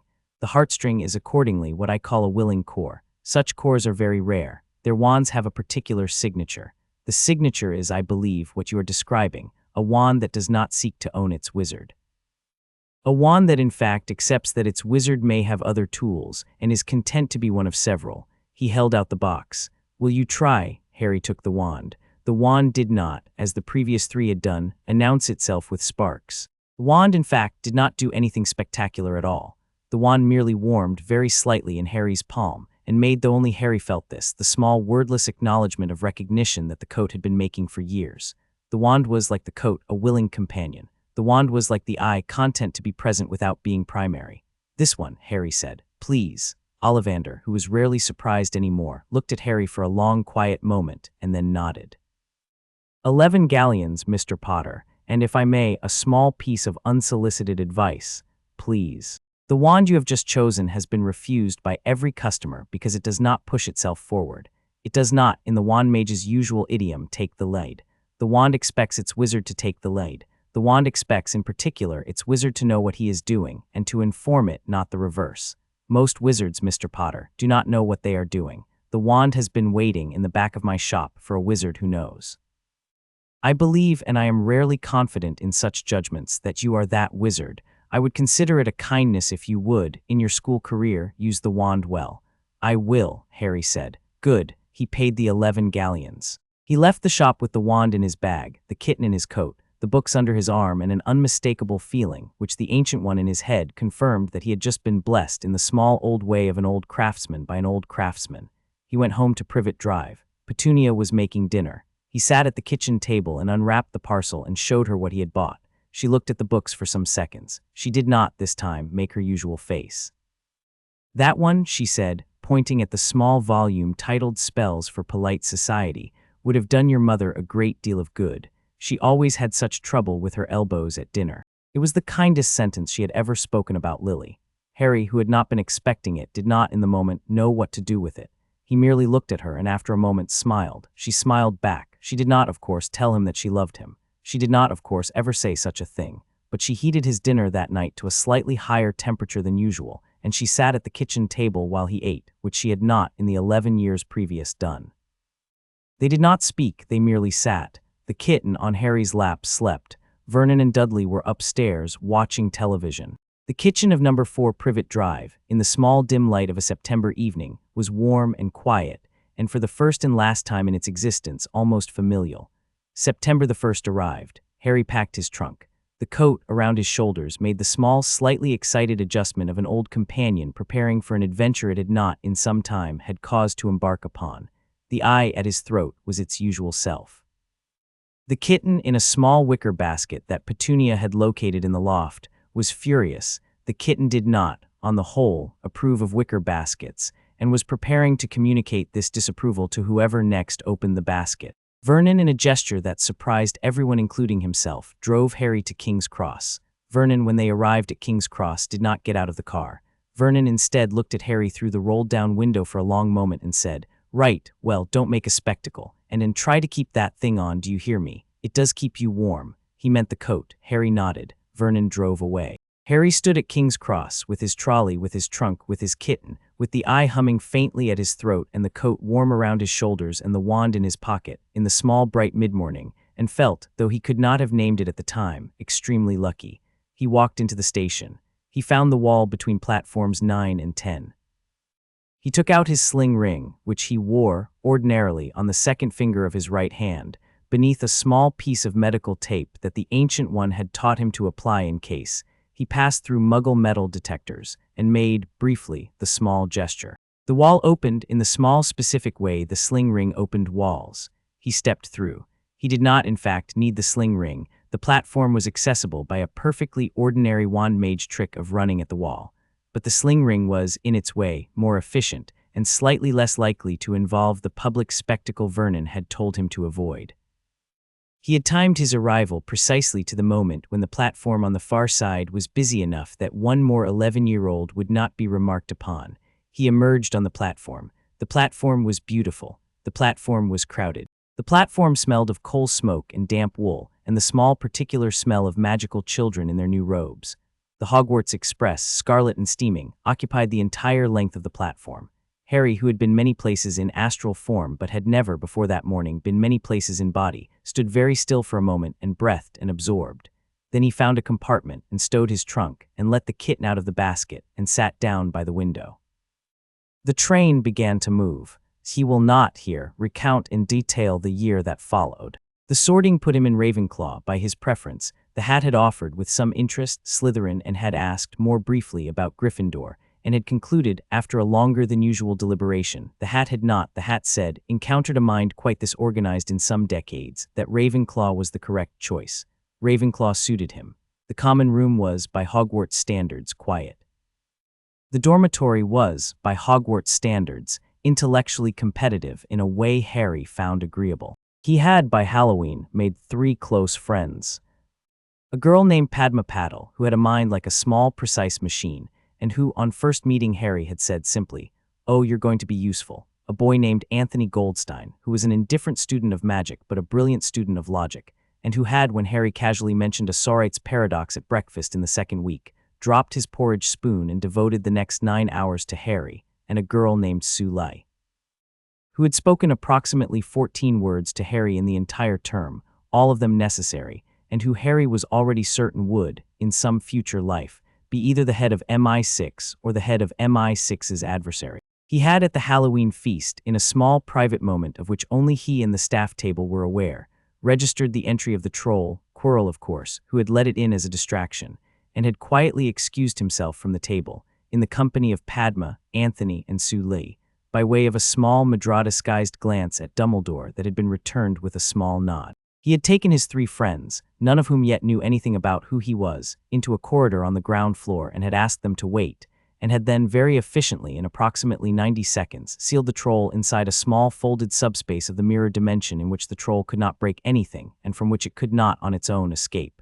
He had returned to his friends in the corridor. He had said, "All right, that's handled." Padma had said, "I beg your pardon." He had said, "I'll explain, but not tonight. Tonight we eat pudding." They had eaten pudding. The troll had been quietly retrieved by Dumbledore and a Department of Magical Creatures team from the mirror dimension 3 days later. The troll had been confused but unharmed. The department had been confused too. Dumbledore had told them mildly that he had handled it personally with an obscure spell, and the department had in the end accepted this because nothing else accounted for what they had found. Padma had, by the end of November, been let in on what Harry was. She had taken it well. She had said, "I had assumed, by Halloween, that you were either an unregistered animagus or a young god. I am pleased to have been right about the second." Anthony had been let in on Christmas Eve. He had said, "Right, well, that settles a number of small inconsistencies I had been failing to integrate. Thank you, please continue." Su Li had not strictly needed to be let in. Su Li, on the 7th of February, Harry had been counting, had simply said at breakfast, "You're not really a wizard, are you? You're something else." And Harry had said, "That's about right." And Su Li had said, and had returned to her toast. The 4 of them, by the end of the school year, were what the rest of the school called the Ravenclaw set. They were not particularly social. They studied. They occupied a particular table in the library. They were, by Yule, the 4 highest-ranked first years in the school, by a margin that the staff had given up explaining as anything other than the small mystery of the year's intake. Hermione Granger of Gryffindor was a close 5th. Hermione had, in the second term, somewhat reluctantly attached herself to Harry's group, mostly by sitting at the same library table without explicit invitation. The invitation had in due course been extended. Hermione had been incorporated, with some grumbling about Ravenclaw heirs, into the set. The set had, by the end of the year, become 5. He had not, in the year, used the eye in class. He had not, in the year, used the sling ring outside the corridor at Platform 9. He had not, in the year, mentioned to any of his teachers, except Dumbledore, and except, by careful arrangement, Snape, whom Dumbledore had introduced to the situation in October, that he was anything other than an ordinary first year. He had used the wand. He had used the wand well. He had been the top of his class in charms, in transfiguration, in herbology, in astronomy, and in defense against the dark arts, the last of which was technically taught by Quirrell, who had spent the entire year giving Harry odd looks whenever they passed in the corridors. Harry had returned the looks blandly. Quirrell had not, in the year, attacked. Quirrell had been, in this respect, patient. Quirrell had been, in fact, waiting for the right moment. The right moment, by mutual arrangement between Dumbledore and Harry, was June the 4th. On June the 4th, in the small hours of a Tuesday night, Quirrell, wearing his turban under his turban, a face that was on inspection, the face of a wraith now somewhat more substantial than it had been at Godric's Hollow, having spent the better part of a decade feeding on small forest creatures in Albania, and then in the past year, on Hogwarts unicorn blood, entered the forbidden corridor on the 3rd floor. He passed the 3-headed dog, which had been sedated by Hagrid as a courtesy. He passed the devil's snare. He passed the chamber of flying keys. He passed the giant chessboard. He passed the troll, which had been a different troll than the Halloween one and which was already, this evening, drugged into helpless somnolence. He passed the potion bottle puzzle. He arrived at the small, high-ceilinged final chamber, which contained in its center the Mirror of Arist, and at its center reflection, the Philosopher's Stone. The stone was, of course, a forgery. Dumbledore had explained this to Harry several weeks previously. The real stone had never been at Hogwarts. The forgery had been baited for Quirrellmort's benefit. Quirrellmort did not know that the stone was a forgery. Quirrellmort had spent a year planning this evening on the assumption that the stone was real. Quirrellmort was, in the small dim sense of his fragment self, hungry for the stone in the way an addict is hungry for an addiction he has imagined. Quirrellmort approached the mirror. Quirrellmort failed to extract the stone from the mirror. Quirrellmort attempted, for some moments, the various small mental tricks the mirror demanded for extraction. Quirrellmort failed at all of them. Quirrellmort, having failed, said into the mirror, in the small thin voice that came not from his own mouth but from the back of his head, "I must use the boy." The wraith spoke from beneath the turban. The boy, however, was already in the room. Harry stepped very quietly out of the mirror dimension. He had been waiting in the mirror dimension overlay of the chamber for approximately 7 minutes. He had, during the wait, perfected the precise angle of his folded subspace. He had, during the wait, also on Dumbledore's instruction, lit a small candle in the astral by way of distraction in a chamber 2 floors below where one of Quirrellmort's minor enchantments was set to detect intruders. The candle had served. No alarm had been raised. Quirrellmort, on the appearance of Harry in the chamber, turned. "Potter," he said in his ordinary voice. How interesting. The headmaster's pet. Come, child, come and help me." He smiled in the small, dishonest way of his ordinary teaching persona. He had not yet, Harry observed, dropped the act. "Professor," Harry said politely, "would you be so kind as to remove your turban?" Quirrellmort hesitated. "It is a religious requirement, child." "Professor," Harry said, "I know what is under your turban. I would prefer to address it directly." He raised his right hand. He performed in the small, precise way he had been performing it for some years now, Madrah 13, but inflected with a small additional fold of the index finger into the variant the Ancient One had taught him on his last visit to Camertage 2 weeks previously. The air in the chamber parted. The chamber, all at once, was in the mirror dimension. Quirrellmort was in the mirror dimension. Harry was in the mirror dimension. The fake stone was in the mirror dimension. Dumbledore, who had been in fact standing in the corner of the chamber under a disillusionment charm, watching, was not in the mirror dimension, but was visible faintly as a ghost on the other side of the mirror's veil, observing. Quirrellmort's reaction was immediate and instructive. The host body, Quirrell, looked confused. The wraith on the back of Quirrell's head, exposed now because the turban, by the small physical law of mirrored space, had become semi-transparent, looked, very briefly, afraid. The fear was the first useful fear Voldemort had felt in a decade. The fear was the kind of fear that occurs to a creature when it discovers, very rapidly, that it is in a place it does not understand and from which it does not know the way out.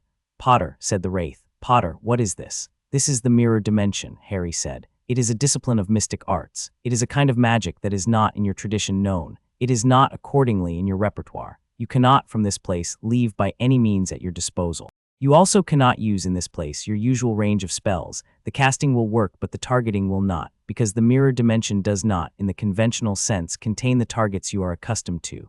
You may experiment. You will find that this is so." The wraith experimented. The wraith cast in a small efficient flick of Quirrell's stolen wand a killing curse at Harry. The curse left the wand. The curse traveled approximately 1 meter. The curse encountered the small fold in the mirror that Harry had, during his earlier 7-minute wait, prepared. The curse went into the fold and was redirected, and emerged from a different fold somewhere behind Quirrellmort's left shoulder, and continued in a slow, lazy arc out into the corner of the chamber, where it dissipated harmlessly against an interior surface. Quirrellmort tried again. The result was the same. The result was in fact slightly worse because the mirror's fold had, Harry had calibrated this, begun on each successive casting, to take a small additional fraction of the spell's energy as a kind of tariff, which Harry was using to power the eventual sealing. By the third casting, the wraith understood and stopped casting. "What do you want?" the wraith said. "I want you sealed," Harry said. "For what purpose?" "For the purpose of buying me time to find your remaining 6 pieces and dispose of them in the appropriate manner. You are at present the smallest piece. You are at present also the only piece that has a body. The body is not yours. The body is Professor Quirrell's, and I would like, if possible, to give it back to him. You cannot separate us." "I can," Harry said, with 1 minute's quiet. He performed, with both hands, the more complex Madrah he had been practicing, in private, for several months in anticipation of this moment. The Madrah extracted, in the kind of patient field surgery, the Ancient One had taught him to perform with the small dexterity Stephen Strange had developed over a career as an actual surgeon, the small attachment by which the wraith was bonded to the back of Quirrell's skull. The attachment was not, on inspection, a soul bond proper. The attachment was a kind of leech. The leech, when separated, was easy to bottle, in a small spectral way, into the folded subspace Harry had spent the year preparing. The leech struggled. The leech did not struggle effectively. The leech was, in the end, a piece of a soul much depleted by the rebound from Godric's Hollow and by 10 years of forest exile and a year of unicorn theft. The leech went into the fold. The fold closed. The wraith, having been separated from the body, attempted to flee, in the small ghostly way that wraith fragments fled. The flee was bounded by the mirror dimension. The flee was, accordingly, ineffective. The wraith circled the chamber once, twice, 3 times, and then, with the small final shriek of a thing that has discovered itself to be trapped, went, of its own accord, into the same fold the leech had gone into. Harry closed the fold a second time. He sealed it. He set on the seal a small array of glyphs that the Ancient One had assured him would hold for several decades against any wand mage attempt at retrieval, and indefinitely against any attempt that did not include a sorcerer of Harry's skill. Quirrell collapsed, his turban falling off, his eyes glazed. Harry lowered him with a small sling ring-assisted lift gently to the floor. "Professor," Harry said, "can you hear me?" Quirrell, after a long pause, blinked at him. "Potter," Quirrell said in his own voice, free of the wraith for the first time in 10 months. What happened?" "You were possessed," Harry said. "I removed the possessor. You are going to be all right." "We are going to be all right. Stay here. The headmaster is coming." Dumbledore, who had been waiting on the other side of the mirror's veil with a small private smile that he had not let any other staff member see in some years, came forward into the mirror dimension by means Harry had, with much teaching, taught him over the course of the term. He knelt beside Quirrell. He spoke very gently to him. He restored with a small careful charm of his own the part of Quirrell's mind that had been atrophied by the long possession. He looked up at Harry. "Well done, Harry. Thank you, sir. It is not, I think, the last we will see of him. It is not. He has 6 pieces left." "We will," Dumbledore said, "find them." "Yes," Harry said. "For now, however," Dumbledore said, looking very faintly at the chamber ceiling, "you have a feast to return to. The end-of-year feast begins in 23 minutes. Your friends will, I believe, be looking for you. I will explain to Professor Quirrell the small medical reasons for his collapse. I will explain to the school, in some appropriate version, the small narrative we have agreed upon. You will return to the table. You will, in particular, have a great deal of pudding." "I will," Harry said. He closed the mirror dimension. The chamber returned to ordinary 3-dimensional reality. He left by a small sling ring portal directly to the corridor outside the Great Hall, in which Padma and Anthony and Sue and Hermione were indeed waiting for him with mild concern. "Where have you been?" Hermione said.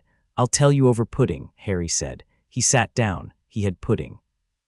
He told them in the small, understated way of a young sorcerer who has, in his first year of public schooling, performed his first major operation, that the matter of Professor Quirrell had been handled, that the school was safe, that everything was, in fact, all right, and that he would, over the summer, write them each a letter, by owl or possibly, depending on his mood, by means somewhat faster. Padma rolled her eyes. Anthony made a small fond noise. Sue nodded once. Hermione, after a moment, said, "You're going to have to actually explain at some point, you know." "I know," Harry said. "I will." He ate his pudding. The first year was, by any standard, a success. The coat beneath his school robes was content. The eye at his throat was warm. The Ancient One in her stone room outside of time made another small entry in her ledger. 1 down, the entry said, 6 to go. Chapter 6, 6 Anchors, 3 years, 1 time loop. The summer between first and second year, Harry spent at Privet Drive. He spent it, on the whole, agreeably. Petunia had, in the small revolution of the prior September, begun to treat him as a member of the household. The cupboard had been replaced, by silent mutual agreement, with the spare bedroom that had previously been Dudley's overflow toy storage. Vernon, who had not changed his mind so much as been bullied into politeness by his wife, had nodded at Harry in the mornings, and had even, on 2 occasions, offered Harry a section of the newspaper. Dudley had, in the small, uncomprehending way of his species, more or less ignored Harry, which was, by all standards, an improvement. Harry had used the summer to practice. He had, in particular, used the summer to expand the mirror dimension folding. At the end of August, he could fold a mirror subspace of approximately 10 cubic meters with a 30-second preparation time.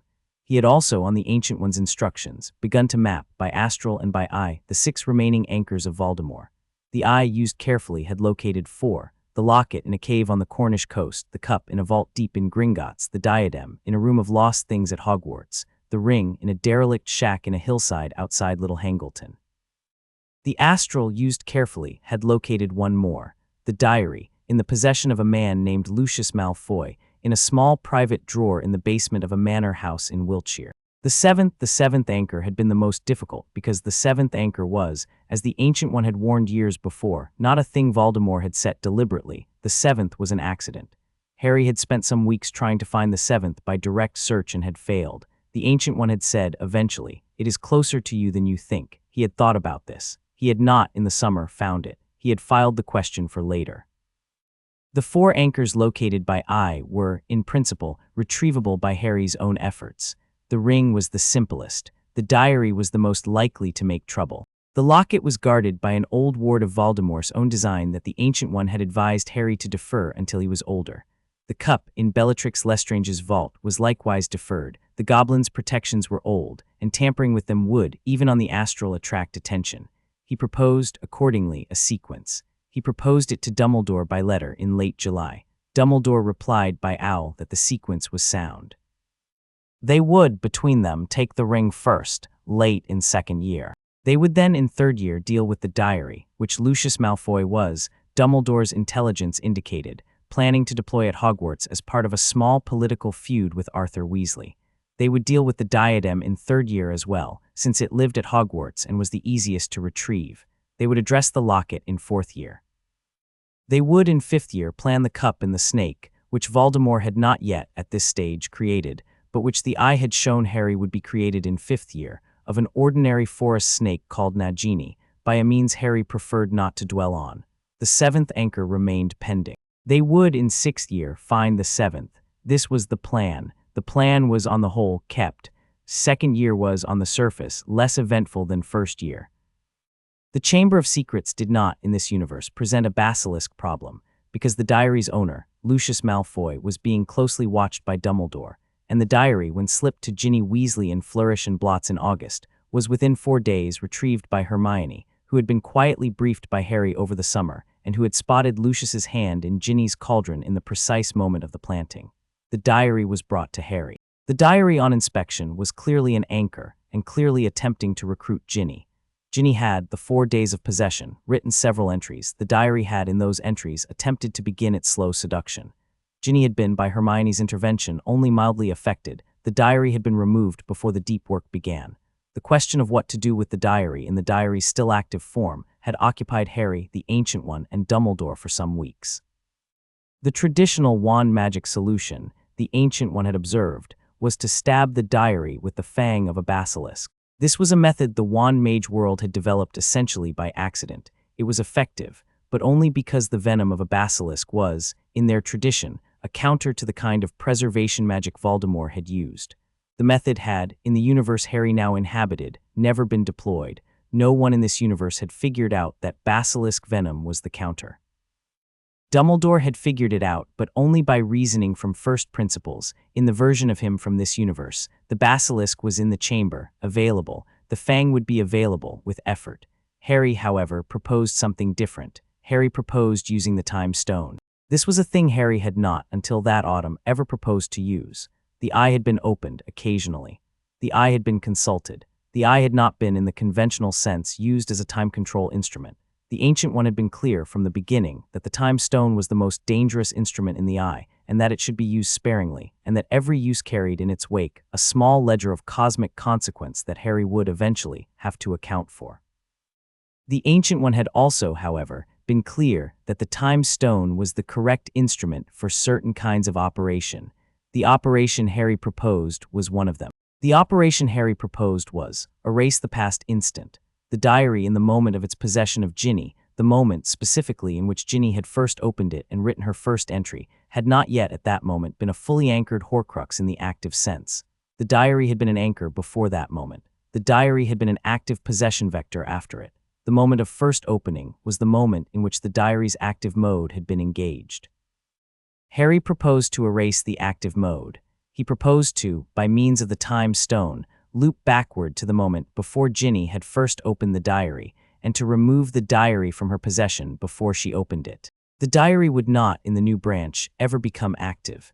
The diary in the new branch would remain an anchor. Voldemort's soul fragment would still be in the object, but the anchor would not have woken up. The anchor would be, by virtue of having never woken, considerably easier to destroy by ordinary means.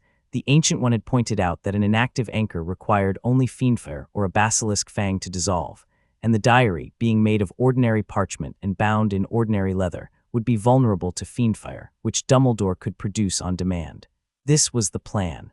The plan had a complication. The complication was that the time stone, when used to loop, retained in the user's memory both timelines. Harry would remember the diary's possession of Ginny. Ginny in the new branch would not. The asymmetry was, the Ancient One had explained, the small particular tax that the time stone exacted. The user paid in memory for what the user had erased from the world. Harry was willing to pay. He performed the operation on the night of October the 23rd in his dormitory after the other Ravenclaw second years had gone to sleep. He sat cross-legged on his bed. He opened the eye. He set on the eye's central facet, the small, precise Madrah of the Time Stone manipulation, a different Madrah from the standard set, taught to him by the Ancient One in the summer, which the Ancient One had described as the only Madrah most sorcerers learn, and the only Madrah most sorcerers should be locked in a room and forbidden from learning. He performed it now. The eye opened. Time, in the small, specific way of the Time Stone, reversed. Harry watched in the small, accelerated reverse the past 2 months play out backward. He watched himself unsleep. He watched the leaves return to the trees. He watched in the slowed flicker the meeting with Ginny at the welcome feast, the train ride, the platform, the summer. He watched in the very final compressed moments the visit to Diagon Alley in August. He watched Lucius Malfoy slip the diary into Ginny's cauldron. The moment was crisp. He could see the diary land. He could see Ginny 3 minutes later find it. He held the eye at that moment. He stepped, in the small, private way the Time Stone permitted, into the moment. He was, all at once, in flourish and blots in August. He was an observer, but a physical observer. The Time Stone, in the loop mode the Ancient One had taught him, placed him bodily, briefly, in the time he had reverted to. He was wearing his autumn robes in a shop in August. He was visible. He was, however, only present for the duration of the loop, which was approximately 15 seconds. He used the 15 seconds. He stepped in 3 brisk strides to Ginny Weasley's cauldron.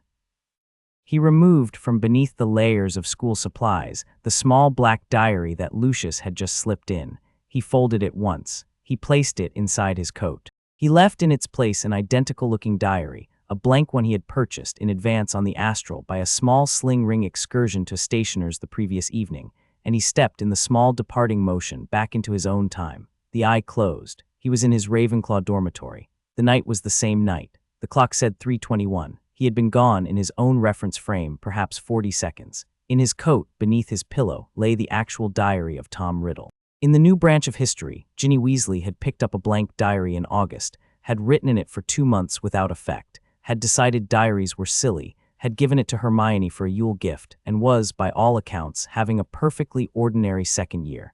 The asymmetry in Harry's memory was the price. Harry retained the memory of Ginny's actual possession in the original branch. Ginny did not. No one else did either, except, by virtue of his careful pre-operation briefing, the Ancient One and Dumbledore. In the morning, before breakfast, Harry took the diary out into the Forbidden Forest by a small sling ring portal. Dumbledore met him at the small clearing. Dumbledore produced Fiendfire. The diary went into the Fiendfire. The diary screamed briefly, faintly, with the kind of dignity that things scream with when they are old and were never quite alive, and then it was ash. Dumbledore extinguished the Fiendfire with a small, careful counter. He looked at Harry. He said, two. Harry agreed. You should not lightly use the Time Stone again. I know. It is on the ledger. I know. You did, however, Dumbledore said. Do well. Thank you, sir. They walked back to the castle. 2 weeks before the end of the same term, the diadem was retrieved. This was simpler. The Room of Requirement, in Harry's understanding by then, was an architectural curiosity of which he, as a sorcerer, could make particular use. The room was, in the astral, very legible, and the diadem, when located by astral search, was easy to identify by the small, distinctive twist its anchor put on the ambient magic of the room. Harry retrieved it. He brought it to Dumbledore. They fiendford it in the same clearing. 3. The Ancient One said, in the cupboard. Harry was, technically, on holiday at Privet Drive at the time, and made another small note. 4 came in 3rd year. The ring was retrieved by Dumbledore, at Harry's insistence. The Ancient One had been clear. The ring was cursed. The cursing was a class of trap that fewer sorcerers were skilled in than wand mages, and Dumbledore, in this particular instance, would, ironically, be a better retriever than Harry. Dumbledore had been amused when this had been communicated to him. He had nevertheless gone, in the autumn of Harry's 3rd year, to the Gaunt Shack and had retrieved the ring, and had, with Harry's quiet supervision on the astral, refused to put it on, even when the ring's compulsion charm had begun to whisper. He had brought the ring back. They had fiendford it. The compulsion of the ring had, however, left a small residue on Dumbledore's left hand. The hand was slightly tingling. The Ancient One, asked about this, had said, "Tell him to take a week of rest and let me look at the hand by astral on Tuesday." The astral consultation on Tuesday took an hour, and at the end of it, the Ancient One had pronounced the hand clean. The hand would, after the consultation, be entirely unaffected. This was, Dumbledore said, a notable improvement over the timeline in which the consultation had not occurred. He did not specify which timeline he meant. He merely raised his glass, in the small ceremonial way of an old man toasting a young one, and made a small thank you that did not need words. For, the Ancient One said. In third year also the small parallel question of Sirius Black was addressed. Sirius Black, by autumn of Harry's third year, had been in Azkaban for 12 years. He had been in the Wand Mage public mind the murderer of Peter Pettigrew and the betrayer of the Potters. He had been in the actual sequence of events neither. He had been, however, since the night at Godric's Hollow, an irregularly remembered name in Harry's mind, by way of the man on the motorbike who had been refused custody of Harry by Hagrid, and the small filing cabinet promise Sirius had made to Stephen Strange's body that Sirius did not know he had made. Harry visited Sirius in third year. He visited, of course, by astral. The visit took place in November. Azkaban in astral sight was, Harry had been warned by the Ancient One of the most spiritually unpleasant places on Earth. The Dementors in astral were not the small black-robed shapes the Wand Mages perceived. The Dementors were, in astral sight, a particular species of soul parasite, ancient, native to the British waters, which had attached themselves to the wizarding criminal justice system several centuries earlier in a sort of cultural symbiosis. They could feel on the astral an entering sorcerer. Harry had to enter very carefully. He had with him in astral form the eye. The eye accompanied him by default when he projected, and the eye produced, around his astral form, a small wide field of warm light that the Dementors could not approach within 10 meters of without being repelled. He found Sirius in cell 47. Sirius, on inspection, was thin. Sirius was sane, barely. Sirius was in the small, specific way of a man held in injustice for 12 years, almost a ghost. He was sitting in the corner of the cell, in his thin, tattered animagus dog form, because the dog form, by some quirk of animagus biology, was less legible to the Dementors than the human form. He had spent, Harry would learn, approximately 11 of his 12 Azkaban years as a dog. Harry sat down on the cell floor in astral form, opposite him.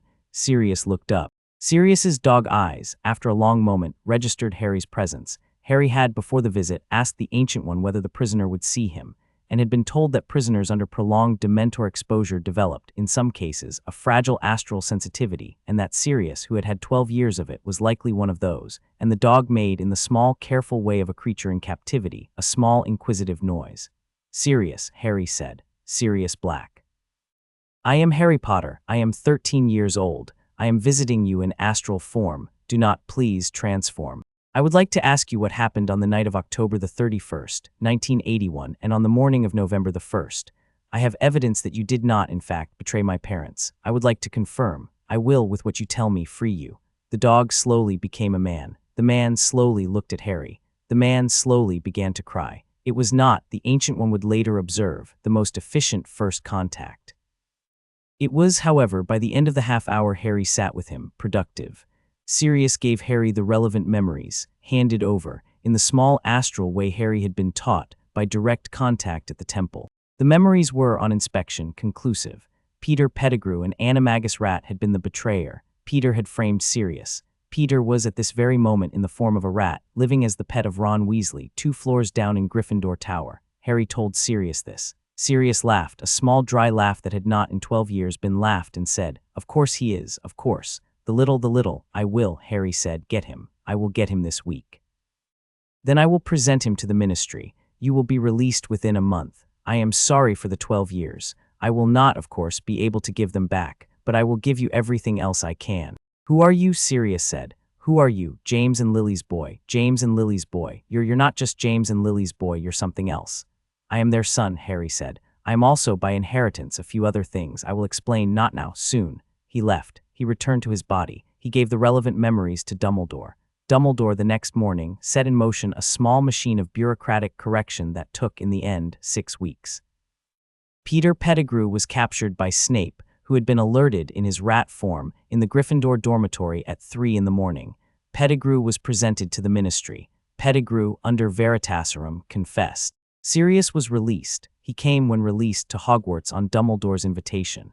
He met Harry properly in Dumbledore's office on the 18th of January in the small grey afternoon. He stood in the doorway. He looked at Harry for a long moment. "I owe a debt," he said. "To whom?" Harry said. To a man, Sirius said, who died saving you. I have been remembering him for 12 years in Azkaban. I did not know his name. I am not sure I still know it, but I owe him.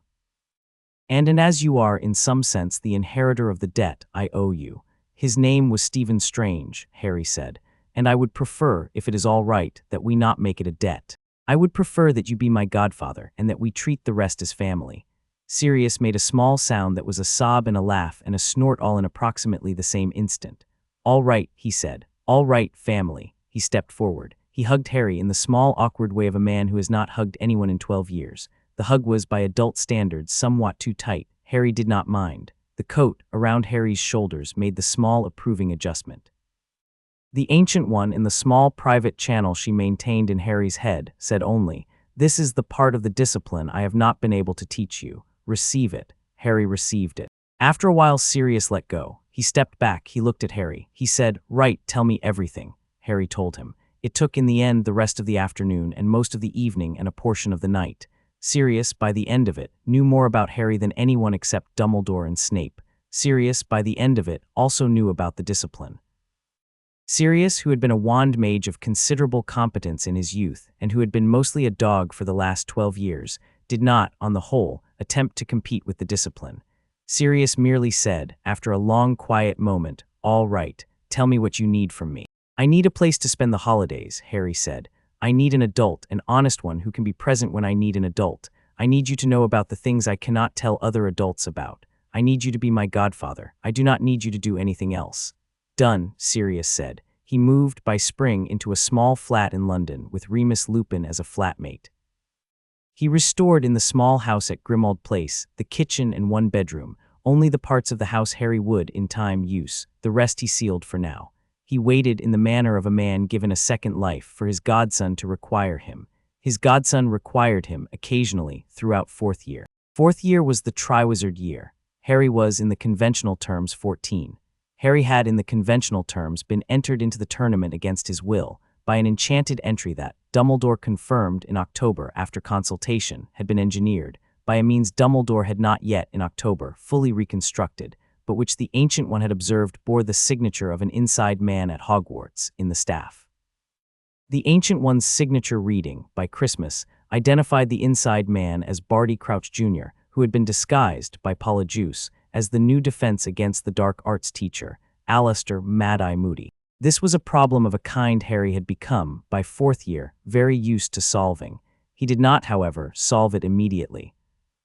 The Ancient One had instructed, in the cupboard at Privet Drive in August, that the Triwizard Tournament, although a trap, was also a public stage, that Harry should perform the tasks openly in his ordinary wand magic register, in a manner that did not reveal the discipline, and that the climactic event, the third task, would be the appropriate venue for the larger operation. The larger operation involved, by Dumbledore's count, an attempt by Voldemort's still embodied remainder to use Harry's blood, in a small dark ritual the Ancient One described as the Frankenstein procedure, to construct a new body. The larger operation also involved Cedric Diggory, who was, both Harry and Dumbledore had agreed, under no circumstances to be allowed to die. Harry, accordingly, performed the tasks. The first task, the dragon, was straightforward. Harry approached the dragon. He did not, in the public view, fly. He merely, in the public view, used a small summoning charm to bring his broom to him, and out flew the dragon, and recovered the golden egg, and dismounted, and made a small bow to the crowd. The crowd, on the whole, applauded. The dragon, less than 2 hours later, was sound asleep, peacefully in its enclosure. Harry had, in private, slipped into the enclosure by sling ring and placed on the dragon's shoulder a small soporific madrah that the Ancient One had taught him for use on creatures who had been annoyed by humans and deserved a nap. The dragon thanked him in the small, wordless way of dragons. Harry left. The second task, the lake, was less straightforward, because Harry did not have on hand the small parallel paradigm tool the wand mage tradition expected him to deploy, gillyweed, the unhelpful tradition called it. He had, however, a far better tool, the discipline of underwater breath suspension, which the Ancient One had taught him in his 9th year, and which permitted a sorcerer, by means of a particular madrah, to suspend metabolic respiration for up to 4 hours. He used it. He went into the lake. He recovered the hostage, Hermione, on this occasion. The tournament had selected, for each champion, the person whom the champion would most miss. The tournament had in Harry's case been mildly confused by the fact that Harry's most missed person could have been any of several, but had in the end picked the one of his Ravenclaw set most likely to be useful to him underwater, which was, Padma had been deeply offended, Hermione, on the grounds of her demonstrated swimming ability.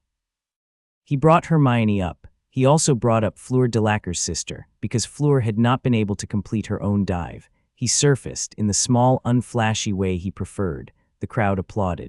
Hermione, on coming to, looked at him and said, "I was supposed to be at breakfast." He said, "Sorry," she said. "Don't be sorry, be efficient." She squeezed water from her hair and stalked back to the changing tents. The third task was where the real operation occurred. The third task was the maze led by Crouch's enchantment to a portkey at the center. The portkey, when grasped, would transport the holder to a graveyard in Little Hangleton, where a small ritual was waiting. The ritual required, in its design, the holder's blood.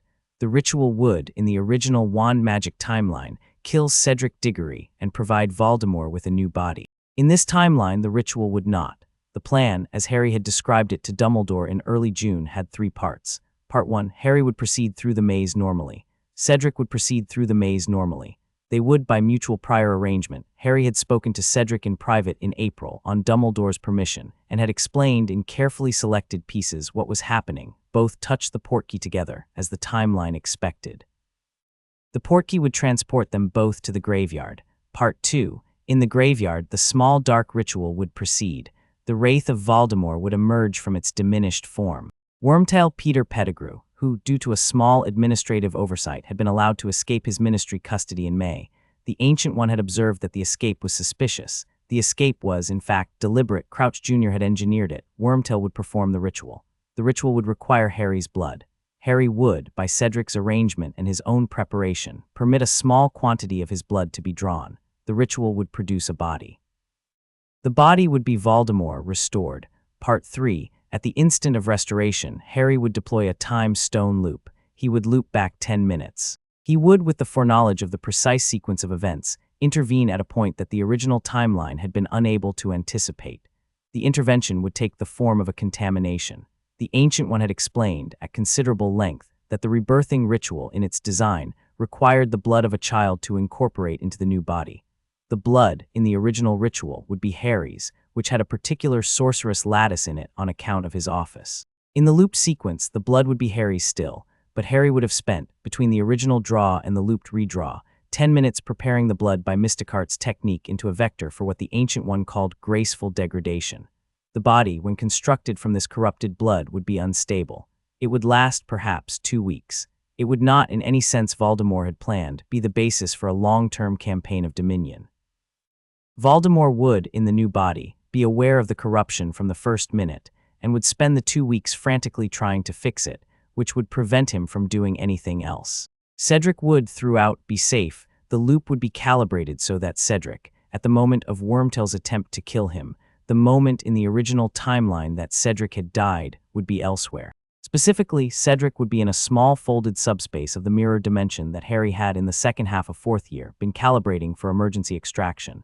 The moment Wormtail raised his wand, Harry would activate the sling ring on Cedric's finger. Cedric had by April been issued one for the purpose, and had been instructed how to use it, and Cedric would step neatly through to the small folded subspace, where he would wait for 10 minutes in safety until extraction. This was the plan. The plan was, on the whole, kept. There was one deviation, which would matter, later, in a manner Harry had not anticipated. The deviation was that the ritual, in the moment of attempted execution, produced, in the small visceral way of dark magic, a moment of temporal resistance that the time stone had not been calibrated for. The time stone could loop time. The time stone could not, in the strict sense, loop time in proximity to a Horcrux undergoing reanimation. The ritual, by its nature, was reaching into a particular spectrum that the time stone was reaching into from the other direction. The 2 reaches met. The 2 reaches, in the small specific way of magical operations meeting, produced an interference pattern. The interference pattern manifested in the new timeline as a slight delay in the time stone's loop.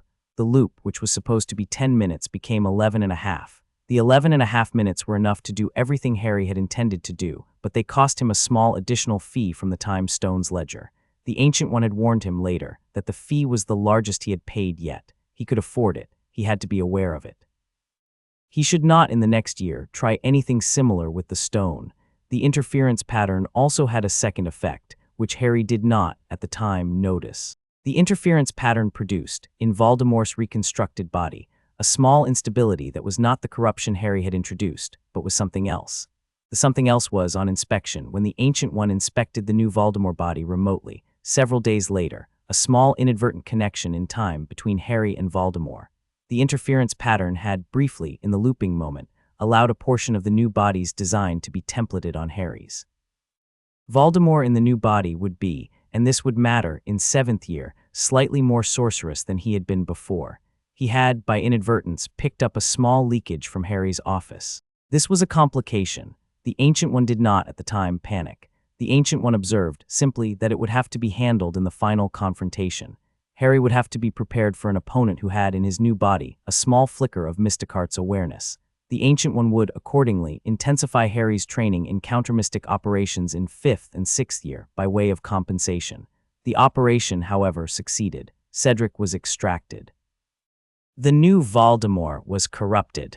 The new Voldemort spent 2 weeks attempting to repair the corruption, mostly hidden away in an old manor house in the south of England, attended by a handful of Death Eaters who had, by way of the Eye summons, been notified by Wormtail of the reanimation. Voldemort died of his corruption at the end of 2 weeks. His soul, however, did not.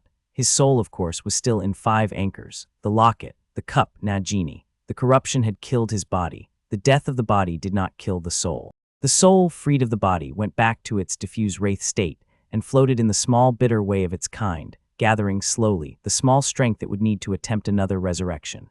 Voldemort returned to Albania. Voldemort this time was angrier. Voldemort this time also began, and Harry would not, until 6th year, fully understand this to plan.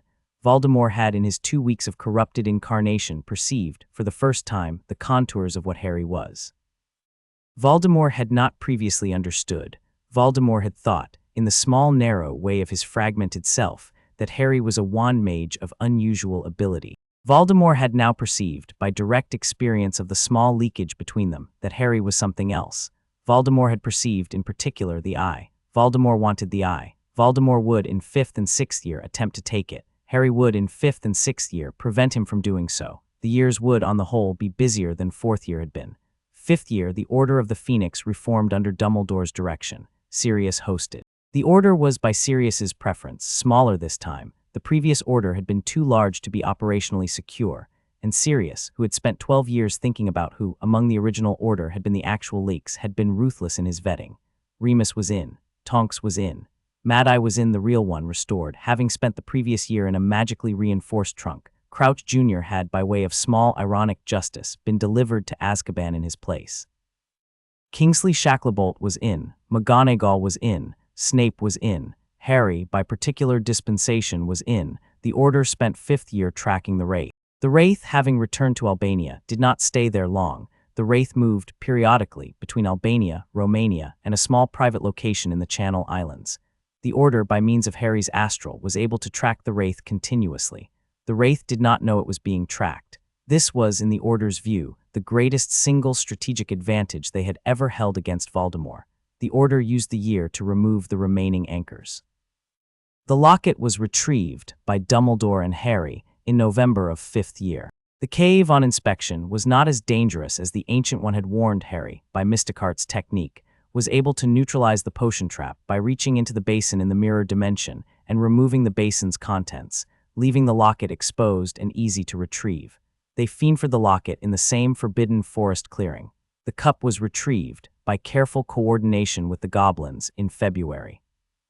Harry had spent the autumn term, by way of correspondence and one slightly tense in-person visit, negotiating directly with Bogrod, who had, since Harry's first visit to Diagon Alley 4 years earlier, been quietly promoted to a position of some authority in Gringotts. Harry had explained in the small, careful way of diplomatic correspondence between paradigms the situation. The goblins had in the end agreed. The cup was retrieved from the Lestrange vault by goblin escort. Bellatrix did not immediately notice. Bellatrix would notice in due course, but by then the cup would be ash. The cup was ash by February the 18th. Nagini was, in this timeline, never made. The Eye in May showed Harry the precise location of the small forest snake Voldemort had been intending to convert. Harry, on Dumbledore's permission, projected by sling ring to the location, located the snake, and offered the snake, in the small, wordless way of sorcerers to animals, the option of leaving the area. The snake, who had on the whole not enjoyed her recent encounters with the cold human, accepted. Harry conducted her to a remote nature reserve in Suffolk where she would, in subsequent years, live a long, peaceful, untraumatized life. Voldemort, finding his intended Nagini missing when he returned to the area in July, was, by all astral observations, briefly furious. He then tried, in the small, frustrated way of a soul fragment running short of plan, to make do with a different snake. The different snake refused. Voldemort by then was running out of options. By the end of 5th year, 6 of 7 anchors had been destroyed. Only the 7th remained. The 7th. The 7th, the Ancient One had said in Harry's 7th year, was closer to him than he thought. Harry had, in the years since, considered this riddle from many angles. He had asked periodically the Eye, and the Eye had refused to answer. He had asked on one occasion the Ancient One, and the Ancient One had said, "I cannot tell you. The answer must come from you. I do not, in the wider discipline, override a student's discovery. The 7th is yours to find." Harry had, by 6th year, formed a theory. The theory was the small private theory that any sufficiently attentive student of the 7-anchor problem would, in time, form. The theory was, the 7th is me. He proposed it in the cupboard at Privet Drive. Though he was, by 6th year, no longer in the cupboard, he still preferred to do his most private meditation in the small room to the Ancient One on the morning of his 16th birthday. The Ancient One looked at him for a long, quiet moment. "Yes," she said. "How?" "At Godric's Hollow." When the curse rebounded, when Stephen took it on himself, when the wraith was scattered along its own anchors, one fragment, very small, found no other anchor to attach to. The fragment was set adrift. The fragment, by accident, attached to the only living being in the room with a magical core compatible with it. The being was you. You were, at 15 months, fresh enough that the fragment could lodge in your scar. The scar, child, is the lodging. How do I remove it? You do not remove it. You discharge it. There is a difference. Explain. To remove the fragment, you would have to die. The fragment is, by nature, anchored in you in such a way that the only conventional removal procedure is the wand mage tradition's killing curse, cast on you by the original owner. This is, in the wand magic timeline you have observed in the Eye's flashes of alternative branches, the conventional method. It works. It does not, on inspection, kill you because of certain technicalities of the curse and of love magic and of certain bond protections you carry, but it requires you to die briefly, which is a thing I will not allow you to do. You will not allow. I will not. To discharge the fragment, by contrast, requires a different procedure. The procedure is, in essence, an expulsion. The expulsion is performed by way of a particular mudra, in conjunction with the time stone, in conjunction with a calibrated soul sieve I will, in the coming year, teach you to construct. You will, in the moment of the final confrontation, expel the fragment through the soul sieve. The fragment, on emerging, will go into the same fold of the mirror dimension where your other anchors are sealed. The fold will then, by your final action, be collapsed into non-existence. The fragments will be unmade. The wraith, the 7th of 7, the largest and last, will have nothing remaining to anchor to anywhere in the universe and will accordingly dissolve. That's the plan. That is the plan. And the fragment in me, how is it doing in there? Is it active? Is it influencing me? The Ancient One smiled. It has been, for 16 years, occupying a corner of your soul approximately the size of a small button. It has been compressed there by the discipline you have spent 10 years practicing. It has not been able to influence you. It has not, in fact, been able to do much of anything. It has been, for all practical purposes, a small unhappy lodger in a house that has consistently refused to listen to it. Your meditation practices have been, among their other benefits, an effective containment regimen. You have, without knowing it, been holding the 7th anchor inert for 10 years. This is, on the whole, the most impressive thing you have ever done, and you do not deserve credit for it because you have done it inadvertently, but I will give you the credit anyway. "Thank you," Harry said. "Do not be alarmed, child. The lodger is small. The discharge will be straightforward. The training in this last year will focus on the discharge. We will rehearse. We will, in particular, rehearse the moment of the final confrontation, in the mirror dimension, in the form of a series of simulations I will conduct with you.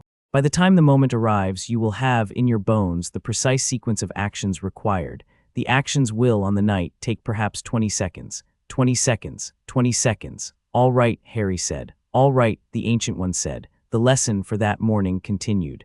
6th year, accordingly, was preparation. 6th year was less eventful, in the public sense, than the previous 3. Voldemort, lacking anchors except the 7th, which he did not know was the 7th, was incapable of resurrection by his old methods. Voldemort in 6th year attempted 3 different small theft operations to acquire what he believed was the Eye of Agamotto. Each was anticipated and neutralized by Harry, with Dumbledore's quiet assistance, in operations that took, on average, an evening apiece. Voldemort by spring had stopped trying to take the eye and had begun instead to attempt direct attacks on Hogwarts, by way of recruited Death Eaters and a small inner circle of school-age sympathizers. These too were neutralized. The Order, by spring, had reduced Voldemort's effective field force from 40 to 7. Dumbledore, on the morning of the 1st of June, observed in passing that the war was, barring the final confrontation, effectively over. The final confrontation was now only a matter of when Voldemort, in his accelerating fury, would make his last attempt. The last attempt came in July, 2 weeks before Harry's 17th birthday. It came at Hogwarts. It came in the night. It came, as the Eye had shown Harry, in the form of a small thin wraith, more concentrated than it had been in years, in possession of a stolen body, a Death Eater of his own, a man named Macnair, whose mind Voldemort had hollowed out for the purpose, flanked by the remaining 7 of his Death Eater force. It came expecting victory. It came expecting the boy who had carried his anchor for 16 years to be, in the end, only a boy. It found, instead, the Sorcerer Supreme.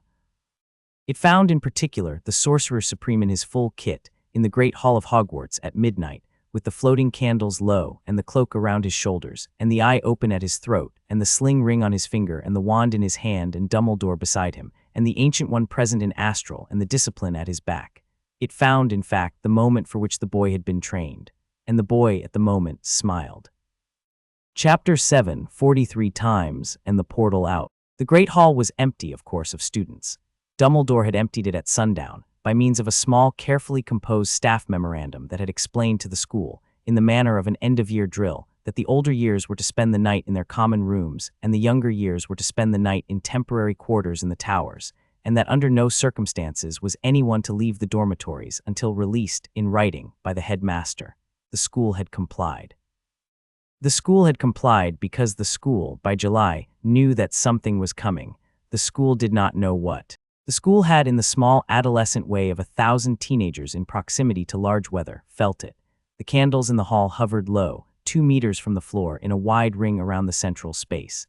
The ceiling, which usually mirrored the sky outside, had been, by Dumbledore's quiet adjustment, set to a fixed gray. The gray was tactical. The gray reduced visual noise. The gray meant that the only motion in the room would be the motion of the participants. Harry stood at the center, alone.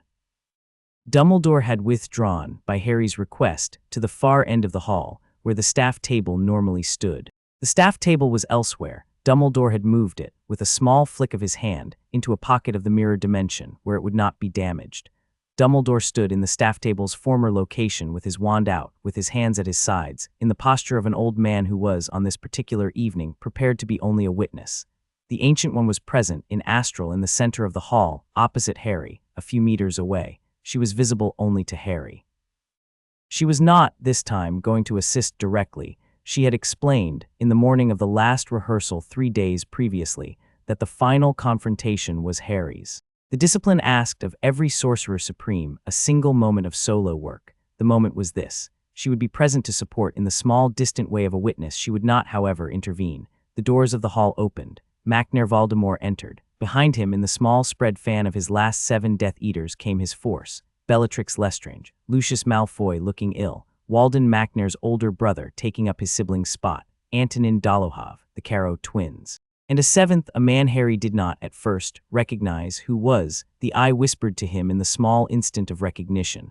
A recently recruited continental sorcerer, by the name of Rakovsky, a small dark practitioner from Bulgaria who had in the past 2 years been picked up by Voldemort's network as an experiment in cross-paradigm warfare. Rakovsky was, in the Eye's reading, very nearly a sorcerer in the mystic arts tradition, though of a lower order than Harry. He was the only member of Voldemort's force who could, in principle, contest Harry on the mystic arts terrain. The Ancient One in astral made a small remark. The Bulgarian, he is the one we trained for. The others are scenery. Harry nodded, almost imperceptibly. Voldemort in Macnair's body stopped about 10 meters from Harry. Potter, Voldemort said. The voice was not quite Macnair's. The voice was both Macnair's vocal cords and Voldemort's intention in a small, unpleasant overlay. I have come to take what is mine. You've come to take what was Stephen Strange's, Harry said, and what is now mine. The eye, yes, I know. You will in any case give it to me. I will not. You will. We will in the course of the next few minutes agree on this. We will not. Tom, I will in a moment give you the choice of surrender. You can accept it in live in the cell I have prepared for you. You can refuse it and die. The choice is not in this room mine. I am offering it and only offering it because I have been taught that to refuse to offer it is to fail the discipline I have inherited. I do not otherwise owe you the offer. I am, on the whole, prepared to dispense with it if you prefer. Voldemort laughed. The laugh was in Macnair's body harsh. The laugh was in the small spectral echo Harry could hear behind it, the actual wraith's laugh. It was, by the standards of evil laughs, not very good. It was the laugh of a thing that had been laughing too long, and at the wrong jokes, and had forgotten what laughter was for. You offer me a cell, child. I do. And you propose what your puny little wand to enforce this. Number Harry raised, very gently, his right hand. He did not, in raising it, lift the wand. The wand was in his left hand, low and ready, but undeployed. He raised instead his right hand, palm out, and he performed the small first madra he had ever learned, the orange spark madra, and produced in the air in front of his palm a small orange spark. The spark hovered. Voldemort stared at it. What is that? Voldemort said. That, Harry said, is madra 1. It is the simplest gesture in the discipline of mystic arts. It does nothing useful. I learned it when I was 7. I am showing it to you because I want you to understand, before we begin, that I have, in addition to my wand, an entire second body of magic that you have not been trained to perceive. I am showing you madra 1 as a courtesy. I am not, you may notice, surprised that you are surprised. The wand magic paradigm has not, in your tradition, encountered the discipline. You are about to encounter it. Rakovsky, the Bulgarian, took a small step forward. He had on his face the first beginning of a real expression, a small confused recognition. Rakovsky knew, perhaps, what a madra was. Rakovsky had, however, only ever seen madras in a different paradigm, in a different idiom, in a different country. Rakovsky was beginning to understand, in the slow, disagreeable way of a man encountering a master of his own art, that he was not the most senior practitioner in the room. Mr. Rakovsky, Harry said, in the same polite tone he had used to Voldemort. If you would like to leave the room now, you may. I will not pursue you. I am informed by the Eye that your involvement in this venture was reluctant and was procured under coercion. I do not, accordingly, owe you my opposition. The door is behind you. The corridor is, at this moment, clear. The grounds outside Hogwarts are, by my arrangement, accessible by portkey. The portkey is, in fact, in your inside left pocket. I placed it there by means of the sling ring 90 seconds ago. You have not, I think, noticed. You may, when you decide, touch it, and you will be removed to a safe house in Bulgaria where I have arranged for you to begin a new life, untraceable by your former associates. The choice, of course, is yours. Rakovsky stared at him. Rakovsky's hand drifted slowly to his inside left pocket. Rakovsky felt the portkey there. Rakovsky's eyes, which had been a small dark Slavic gray, became, all at once, very wide. Thank you, Rakovsky said. The portkey activated. Rakovsky vanished. The remaining Death Eaters stared at the spot where Rakovsky had been. That, Harry said pleasantly, is what I can do without raising my wand or in fact my voice. You may all of you also leave if you wish. Mr. Malfoy, Mrs. Lestrange, the Carrows, Mr. Dolohov, Mr. Macnair, I should specify the brother. The same offer extends. The portkeys are, in each case, in your pockets. They have been there for 90 seconds. I had your locations triangulated approximately 3 minutes ago. You may, at your option, touch them now. Lucius Malfoy touched his portkey instantly. Lucius Malfoy vanished. The Carrows looked at each other. The Carrows touched their portkeys. The Carrows vanished. Macnair the Elder, after a moment, touched his portkey. Macnair the Elder vanished. Dolohov did not touch his portkey. Dolohov instead raised his wand. Dolohov produced a killing curse. Dolohov's killing curse left his wand. Dolohov's killing curse traveled approximately 1 meter. Dolohov's killing curse encountered the small fold in the mirror dimension that Harry had, in the past minute, calmly woven around himself. Dolohov's killing curse went into the fold and came out approximately 15 centimeters behind Dolohov's left shoulder. Dolohov's killing curse struck the wall of the Great Hall and harmlessly dissipated. Dolohov briefly looked at the place from which his curse had emerged and frowned, and then before he could make a second attempt was lifted by the cloak of levitation in a small efficient gesture, 20 feet into the air and dropped, gently but firmly, onto the floor, where he was, by a small madra Harry performed in his offhand, sealed into a mirror dimension stasis bubble. He hung there in the small bubble, alive and undamaged and unable in the bubble to cast. Bellatrix did not touch her portkey. Bellatrix did not raise her wand. Bellatrix knew better, having watched. Bellatrix instead looked at Voldemort. "My lord," Bellatrix said. "I will deal with the child," Voldemort said without looking at her. "Stay back, watch, learn. When he is dead, you and I will tour his corpse and remove from it the artifacts I have come for. You will in the meantime be entertained."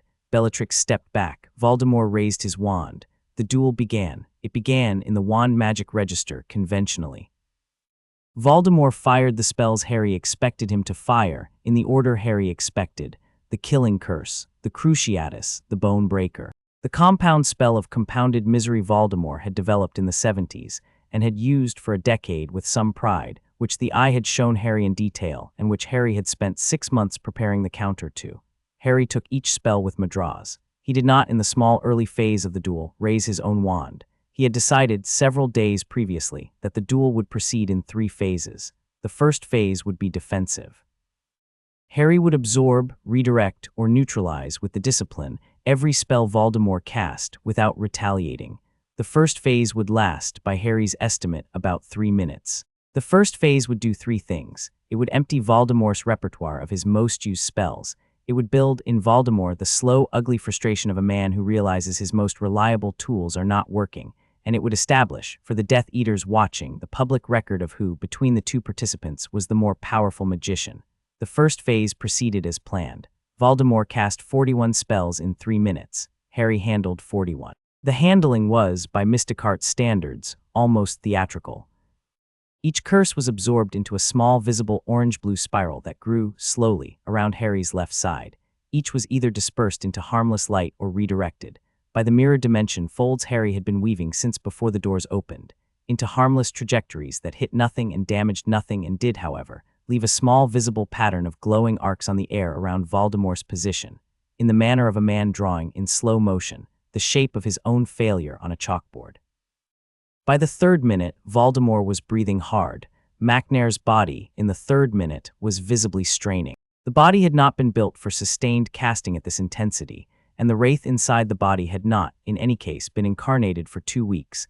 Voldemort was operating on the small reserves of stolen unicorn blood and the small reserves of his own bitter will, neither of which was infinite. The second phase began at 3 minutes and 4 seconds. The second phase was, as Harry had prepared with the Ancient One in many rehearsals, soul extraction. Harry, in a small precise motion, raised his right hand to his own forehead. He performed, in the small private way the Ancient One had taught him, the discharge. The discharge took, in the strict sense, 3 seconds. In the 3 seconds, Harry expelled the 7th anchor. The expulsion was visible. The expulsion was a small wisp of dark vapor that emerged from the scar on Harry's forehead, was caught in the small soul sieve Harry had in his right hand prepared, was sluiced through the sieve, was folded by a small twist of the eye, which had begun in the last hour to glow more brightly than usual, into the same mirror dimension fold that had by now been collecting Voldemort's other fragments for years, and was sealed. The hall very faintly changed. The hall became, in the small subtle way of a room from which a long-standing nuisance has been removed, lighter. Harry exhaled. The exhalation was the first sound, other than the small humming of curses and counters, that anyone in the hall had made in 3 minutes. Voldemort on his end made a small involuntary sound that was the sound of a thing, a wraith that has for 16 years been faintly tethered to a host it did not know it was tethered to, and which has in this instant lost the tether. The wraith in Macnair's body sagged. Harry waited. The wraith looked at him. The wraith said in a voice that was, finally, only Voldemort's voice, with none of Macnair's vocal cord left in it. "What did you do?" "I removed," Harry said, in the laconic tone he had been practicing for the discipline's combat register, "the fragment of yourself you placed in me 16 years ago. The fragment was the 7th anchor. The other 6 are already destroyed. The 7th is now in the fold with them. You are, at this moment, soul singular. You are also in Macnair's body, briefly. The body has perhaps 2 minutes before it gives out. You have in those 2 minutes your last opportunity to surrender. I will not." "I expected, last call, Tom. You insolent." The killing curse came. It came not from Voldemort's wand. It came instead from a wand thrown forward in a small last lunging gesture by Bellatrix Lestrange, who had, Harry observed, concealed a second wand in her sleeve. Bellatrix's curse, in the second after Voldemort's failure to accept the surrender, was the curse of a woman who had decided that her lord's failure to kill the boy with a killing curse was a matter of personal honor that she would correct. Bellatrix's curse, by Harry's quick assessment, was the standard form, well cast. He had, however, prepared for this. He had prepared, in particular, for the third phase. The third phase was the time loop.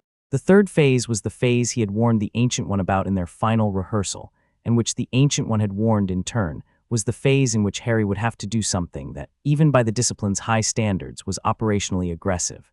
The phase began at 6 minutes, 12 seconds, with the arrival of the curse at the edge of Harry's defensive field. Harry, with his left hand, lifted the eye. He performed with the eye the time loop mudra. The eye opened. Time in the hall stopped. It did not stop in the strict sense. It looped. The loop was, by Harry's calibration, a 1-second loop, repeating continuously. The loop encompassed inside it the trajectory of Bellatrix's killing curse, the position of every body in the hall, the precise angle of every wand. Inside the loop, the curse traveled forward, met its trajectory at Harry, and was reflected. The reflection, by a small further refinement of the loop, was set back to its origin. The origin was Bellatrix's wand. The curse went back to Bellatrix's wand. The curse was, by virtue of the loop's geometry, set then to travel forward again from Bellatrix's wand to Harry, but on its second pass it was again reflected. The second reflection was sent by a small adjustment of Harry's wrist, not back to Bellatrix, but instead sideways by the same mirror dimension fold he had used on Dolohov into a redirected trajectory that brought it, by a small careful curve, to Voldemort. The curse hit Voldemort.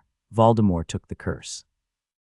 Voldemort in Macnair's body, having no other anchors left in the world to retreat into, having no fragments to scatter to, having only the small last animate substance of a possessed and corrupted body, died. The body of Macnair, freed of its possessor, slumped to the ground. The cloak of levitation, in a small gentle motion, caught the body before it hit the stone and lowered it gently. The cloak did this not because the cloak was concerned for Macnair. Macnair was, by then, 2 days dead in the spiritual sense, but because the cloak was, by long habit, polite to the dead. The cloak had been a sorcerer's companion for many centuries. The cloak knew the etiquette. Bellatrix, in the same instant, also took a curse. The loop had, by its geometry, continued. The first pass had reflected the curse back to Bellatrix and onward. The second had sent it sideways into Voldemort. The third, Harry had set the loop in advance to 43 iterations, by way of giving the killing curse the small dignity of repetition, sent the curse in a different geometry into Bellatrix herself. Bellatrix had time on the third pass to take a half-step back. The half-step did not save her. Bellatrix died. The fourth, fifth, sixth, and seventh passes scattered the curse, in successively smaller fragments, into the small empty spaces of the hall, where the curse was dissipated by the residual mystic field Harry had been weaving for the past 6 minutes, and where by the 7th pass the curse had been thoroughly bled of its lethal coherence, and was in essence only a small green glow, like a dying firefly. By the 11th pass the curse was nothing. By the 23rd pass the curse had been recycled, by a small efficiency of Harry's loop, into a small useful packet of mystic energy that the eye had absorbed. By the 43rd pass, the loop closed. Time resumed. The hall, very quietly, contained 4 standing humans, 2 dead humans, and 1 large red cloak. The 4 standing were Harry, Dumbledore, Dolohov, still in his stasis bubble, and the Ancient One in astral. The 2 dead were Macnair and Bellatrix. The cloak on Harry's shoulders made the small relieved adjustment of a coat that had been holding its breath for several minutes. Harry lowered the eye. Harry closed the eye. Harry exhaled. The hall, in the silence that followed, gathered itself. Dumbledore, from the far end, walked forward. He walked slowly. He was, after the operations of the last quarter hour, the oldest man in the room by a considerable margin, and he carried himself, on this particular evening, the way a man carries himself when he has been waiting for 50 years for a thing to be over and is, finally, watching it be. He came to a stop beside Harry. He looked at the body of Macnair. He looked at the body of Bellatrix. He looked at Dolohov in his bubble. "Well done," Dumbledore said. "Thank you, sir. It is done. It is." "I would," Dumbledore said, "ordinarily say something to the effect that we will, in the coming weeks, take stock of the damage and rebuild and so forth. I will in this case say only that the damage is small and the rebuilding will in due course occur, and that we should, both of us, find a chair and sit down for some minutes." "I will, sir," Harry said. "In a moment. There is one thing first." He turned, in the small motion of a man who has been waiting for the moment for a long time, toward the staff table end of the hall. The Ancient One in astral stood there. The Ancient One was, in the new lightness of the hall, the lightness that had crept in when the 7th anchor had been removed, and which had, in the past quarter hour, increased considerably, almost visible to Dumbledore too. Dumbledore was, by virtue of being Dumbledore, already turning his head toward where the Ancient One stood. Headmaster, Harry said, I would like to introduce you to my teacher. Her name was on her own earth, the Ancient One. She has been training me in the discipline for 10 years. The Ancient One inclined her head, the small specific gesture, practitioner to practitioner. Dumbledore, after a quiet moment, bowed. Madam, he said. Mr. Dumbledore, the Ancient One said. We have not, before tonight, met. We have, however, been working together in the small ways available to us. I am pleased to make your acquaintance in the wider available form. Likewise, Dumbledore said. I have on occasion suspected the existence of an extra teacher in young Harry's life. I am pleased to confirm the suspicion. It is, the Ancient One said, an unusual arrangement. It will not be necessary going forward. The young man has reached the end of his apprenticeship. He has, in the strict sense of the discipline's protocols, graduated. He is now, in his own right, the practicing Sorcerer Supreme of this earth. I will be available in time of need, but the daily work is, from this evening, his. She looked at Harry. Child, she said, you have been all that I could have hoped. You have, in particular, been better than I dared hope when I came to your cupboard 10 years ago. I am proud of you. The discipline is proud of you. Your predecessor, in whatever spectral state he now occupies, is proud of you. Carry the work forward. Be as you have been kind. Be when you must decisive. Be in particular available when others in time come to you as I came to you asking to be taught. I will, teacher, Harry said. Goodbye, child. Goodbye, teacher. She inclined her head. She was gone. The hall was again the hall. Dumbledore, after a moment, said, well. That was the kind of introduction I shall remember. She is, on her own earth, a very impressive woman. I gather. Come, Harry, come sit down. There is a chair behind us. We will, both of us, sit. The body of Mr. Macnair and the body of Mrs. Lestrange will, in due course, be collected by oars I have already, on a small private line, contacted. Mr. Dolohov will be collected with them. The hall will be, by sunrise, in its ordinary working order. The school will be told in the morning of certain reductions in the public threat. The wider ministry will be told, by close of business tomorrow, of the conclusion of the war. The newspapers will be told by the next morning of a great victory. You will be, by lunchtime, the most famous wizard in Britain, more even than you already are. Harry, after a moment, said, I'd rather not. I had supposed you would say that. I'm leaving, headmaster. Dumbledore looked at him. The look was long. The look was on the whole unsurprised. I had supposed, Dumbledore said, you would say that too. The conversation about Harry's departure took perhaps 40 minutes. It was conducted in Dumbledore's office, with 2 glasses of brandy, neither of which Harry drank, but which Dumbledore had, on the principle of the small old man's privileges, poured for the symbolic value of pouring. Fawkes the Phoenix sat on his perch, eyes half closed, looking on the whole satisfied. Harry explained. The Eye in the past months had been showing Harry, with increasing frequency, glimpses of another world. The world was, Harry was careful here, not strictly an alternate Earth in the casual sense. The world was a particular adjacent reality in which a great evil was forming slowly, around a young practitioner of mystic arts who had not yet been trained. The young practitioner in that world was about Harry's current age. The young practitioner did not have, in that world, an Ancient One to train him. The young practitioner did not have, in that world, a Stephen Strange to die for him. The young practitioner was, in the small particular way of orphaned sorcerers, alone. The Eye had been, for the past 4 months, showing Harry the young practitioner more and more clearly. The Eye had been, in the small subtle way the Eye conveyed instructions, indicating that the next stage of Harry's office, in the wider multiverse, would involve traveling to where the young practitioner was, and offering, as the Ancient One had offered to Harry, a teacher. This was, Harry explained, the work. This was the work the Ancient One had referred to when she had said, in the morning of his 11th year, that his judgment would, in time, decide certain matters.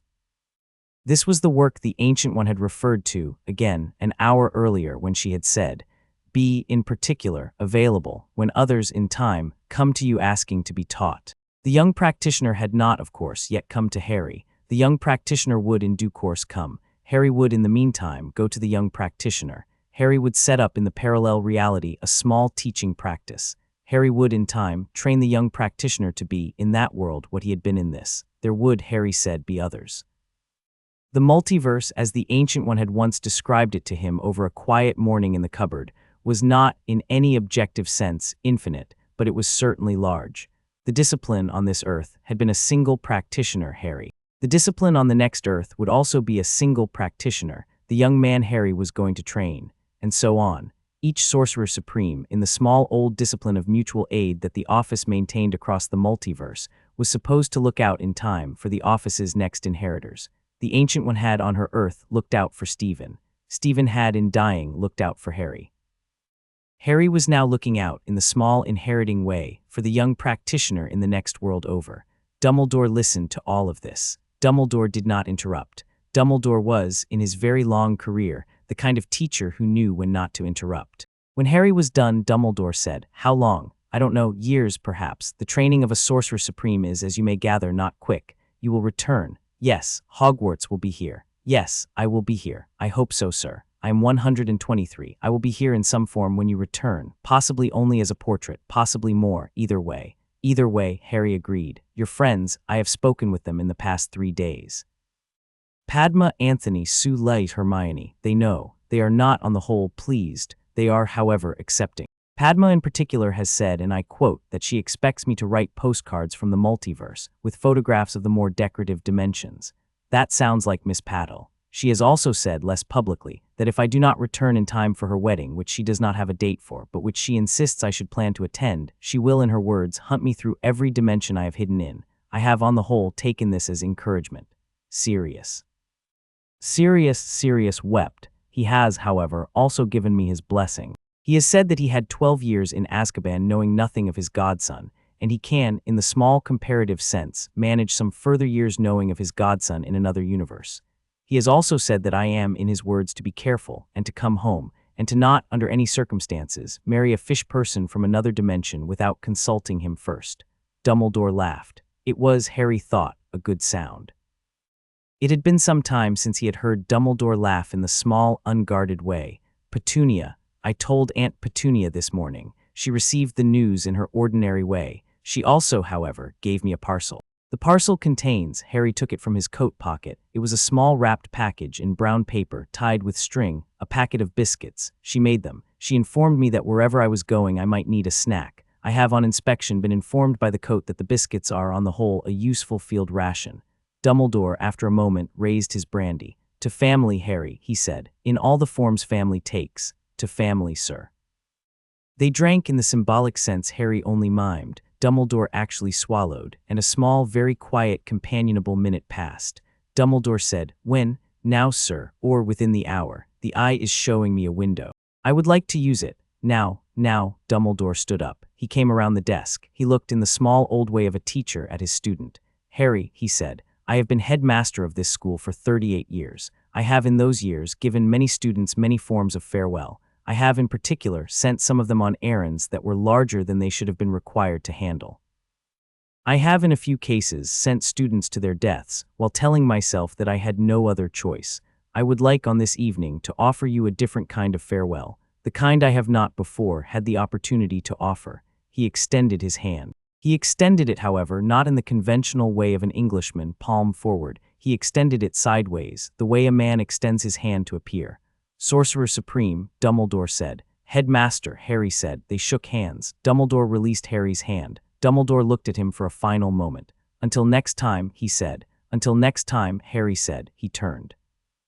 He walked in the small, unhurried way of a young man who has finished his work for the evening to the door. At the door he paused and looked back. "Headmaster." "Yes, Harry. Tell the school in the morning that I'll be back. Don't make it a goodbye. Make it the kind of going away one does on a long errand. Tell them I'm an apprentice once more in a different shop. Tell them I'll write. I will tell them. Thank you." He stepped out of the office. He walked in the small, clear-headed way that follows the resolution of a long work down the spiral staircase. He nodded to the gargoyle. He walked along the corridor. He passed the silent suit of armor that, every year at this time, attempted to wave at students. He raised a hand in passing. The suit of armor, possibly imagining things, raised its visor. He came to the courtyard. The courtyard in the small pre-dawn hour was empty. The candles in the high stone arches had burned low. The first faint hint of gray was beginning at the eastern edge of the sky. Harry stood in the middle of the courtyard, alone. The cloak settled comfortably around his shoulders. The eye at his throat hummed. He raised his hand. He performed in the small, precise way the Ancient One had taught him on a Sunday morning a great many years ago. The gesture that was, in the discipline, the original gesture. The offhand fingers held slightly back, in the way that had not, at first, made sense to him, but had since become as natural as breath. The sling ring on his finger, of its own accord, began to throw a circle of golden sparks. The sparks elongated, the sparks expanded. The sparks made in the air in front of Harry a tall oval portal perhaps 2 meters high. Through the portal, Harry could see another sky. The sky was indigo. The sky had faintly more stars than this one had. In the distance, on the far side of the portal, there was a city. The city's lights were not English. The city had in its skyline a particular curve that was not, in any English sense, familiar. The city was the city the Eye had been showing him for months. In a particular small apartment in that city, on a particular high floor, a boy of approximately 12 years old was, at this moment, lying awake, staring at the ceiling, wondering in the small, private way of children who have not yet been told why he was different. Harry adjusted the cloak. He smiled. He looked once more back at Hogwarts. The towers were dark against the indigo sky. The lake in the distance lay flat. Somewhere in the castle, in a window high above the courtyard, a single candle still burned. Dumbledore, watching. Harry raised his hand in a small farewell. The candle flickered in response. He turned. He stepped in the small, unhurried way of a man who has, in his time, stepped through a number of portals. Through the portal, the sling ring closed itself behind him. The sparks in their small, fading circle dimmed and were gone. The courtyard in the gray pre-dawn was empty. In Dumbledore's office, the old man at the window watched, for some long moments, the place where the portal had been. Then he turned. He sat down at his desk. He opened, by way of a small habitual gesture, the top right drawer, and removed from it a small notebook in which he had, for 38 years, written down the names of his graduates. He picked up his quill. He turned to the next blank page. He wrote in his careful hand the date. He wrote beneath the date 3 words, Sorcerer Supreme, graduated. He closed the notebook. He went to bed. In the room where the basket of biscuits had come from, in the kitchen of number 4 Privet Drive, Petunia Dursley, at 4:12 in the morning, Petunia had not been able to sleep, sat at the kitchen table, alone in her dressing gown, and looked out at the small back garden. The garden was, in the small dim hour, very still. The grass had a particular quality of dew that her sister, decades earlier, had once stood in the back door of their old family home and described, in the small enthusiastic way of a child, as the most magic thing in the world. Petunia had laughed at her then. She did not laugh now. She raised her teacup in a small, unprecedented motion in the direction of the back fence. "Goodbye, dear boy," she said, to the back fence, who did not answer, to Lily, who did not answer either. To Harry, who was, by then, on the other side of a portal that Petunia could not, in any technical sense, see, she drank her tea, she went to bed. In an apartment in a city that did not, in this universe, exist, a boy of 12 was lying awake. The boy did not know yet that he was being watched. The boy did not know yet that, in the morning, a young man, older than him by perhaps 6 or 7 years, in a great red cloak with a small bright amulet at his throat, would be in the small park outside the boy's apartment building, sitting on a bench reading a book of Greek myths, and would look up in the small predicted way of a man who has been expecting an arrival, as the boy came down the steps on his way to school. The boy would, in time, come over to the bench, curious. The young man would say, "Hello, I have been waiting for you. My name is Harry, I have come a very long way. I think you and I are, in time, going to be friends." The boy would not at first understand. He would, in time, understand. The training would, in time, begin. And on a planet, in a galaxy, on an Earth, in a universe, far enough from Hogwarts to take 10 years of eye tracking to find, the next Sorcerer Supreme of his world would have a teacher, after all. A teacher who had himself been taught by a teacher who had also been taught, in the small inheriting chain of mystic arts that had begun, on an Earth that was not this Earth, in a temple that was not this temple, in a discipline that was older than any of them and would, if all of them did their work well, outlast them too. The cloak on Harry's shoulders, in the small bench in the small park in the small city in the small world, settled comfortably. The eye at his throat hummed. Harry opened the book of Greek myths. He had read it twice already. He would, in the small private way of a man waiting on a bench for an apprentice, read it again. He had, after all, time. He had, by definition, time. Until next time, Hogwarts. The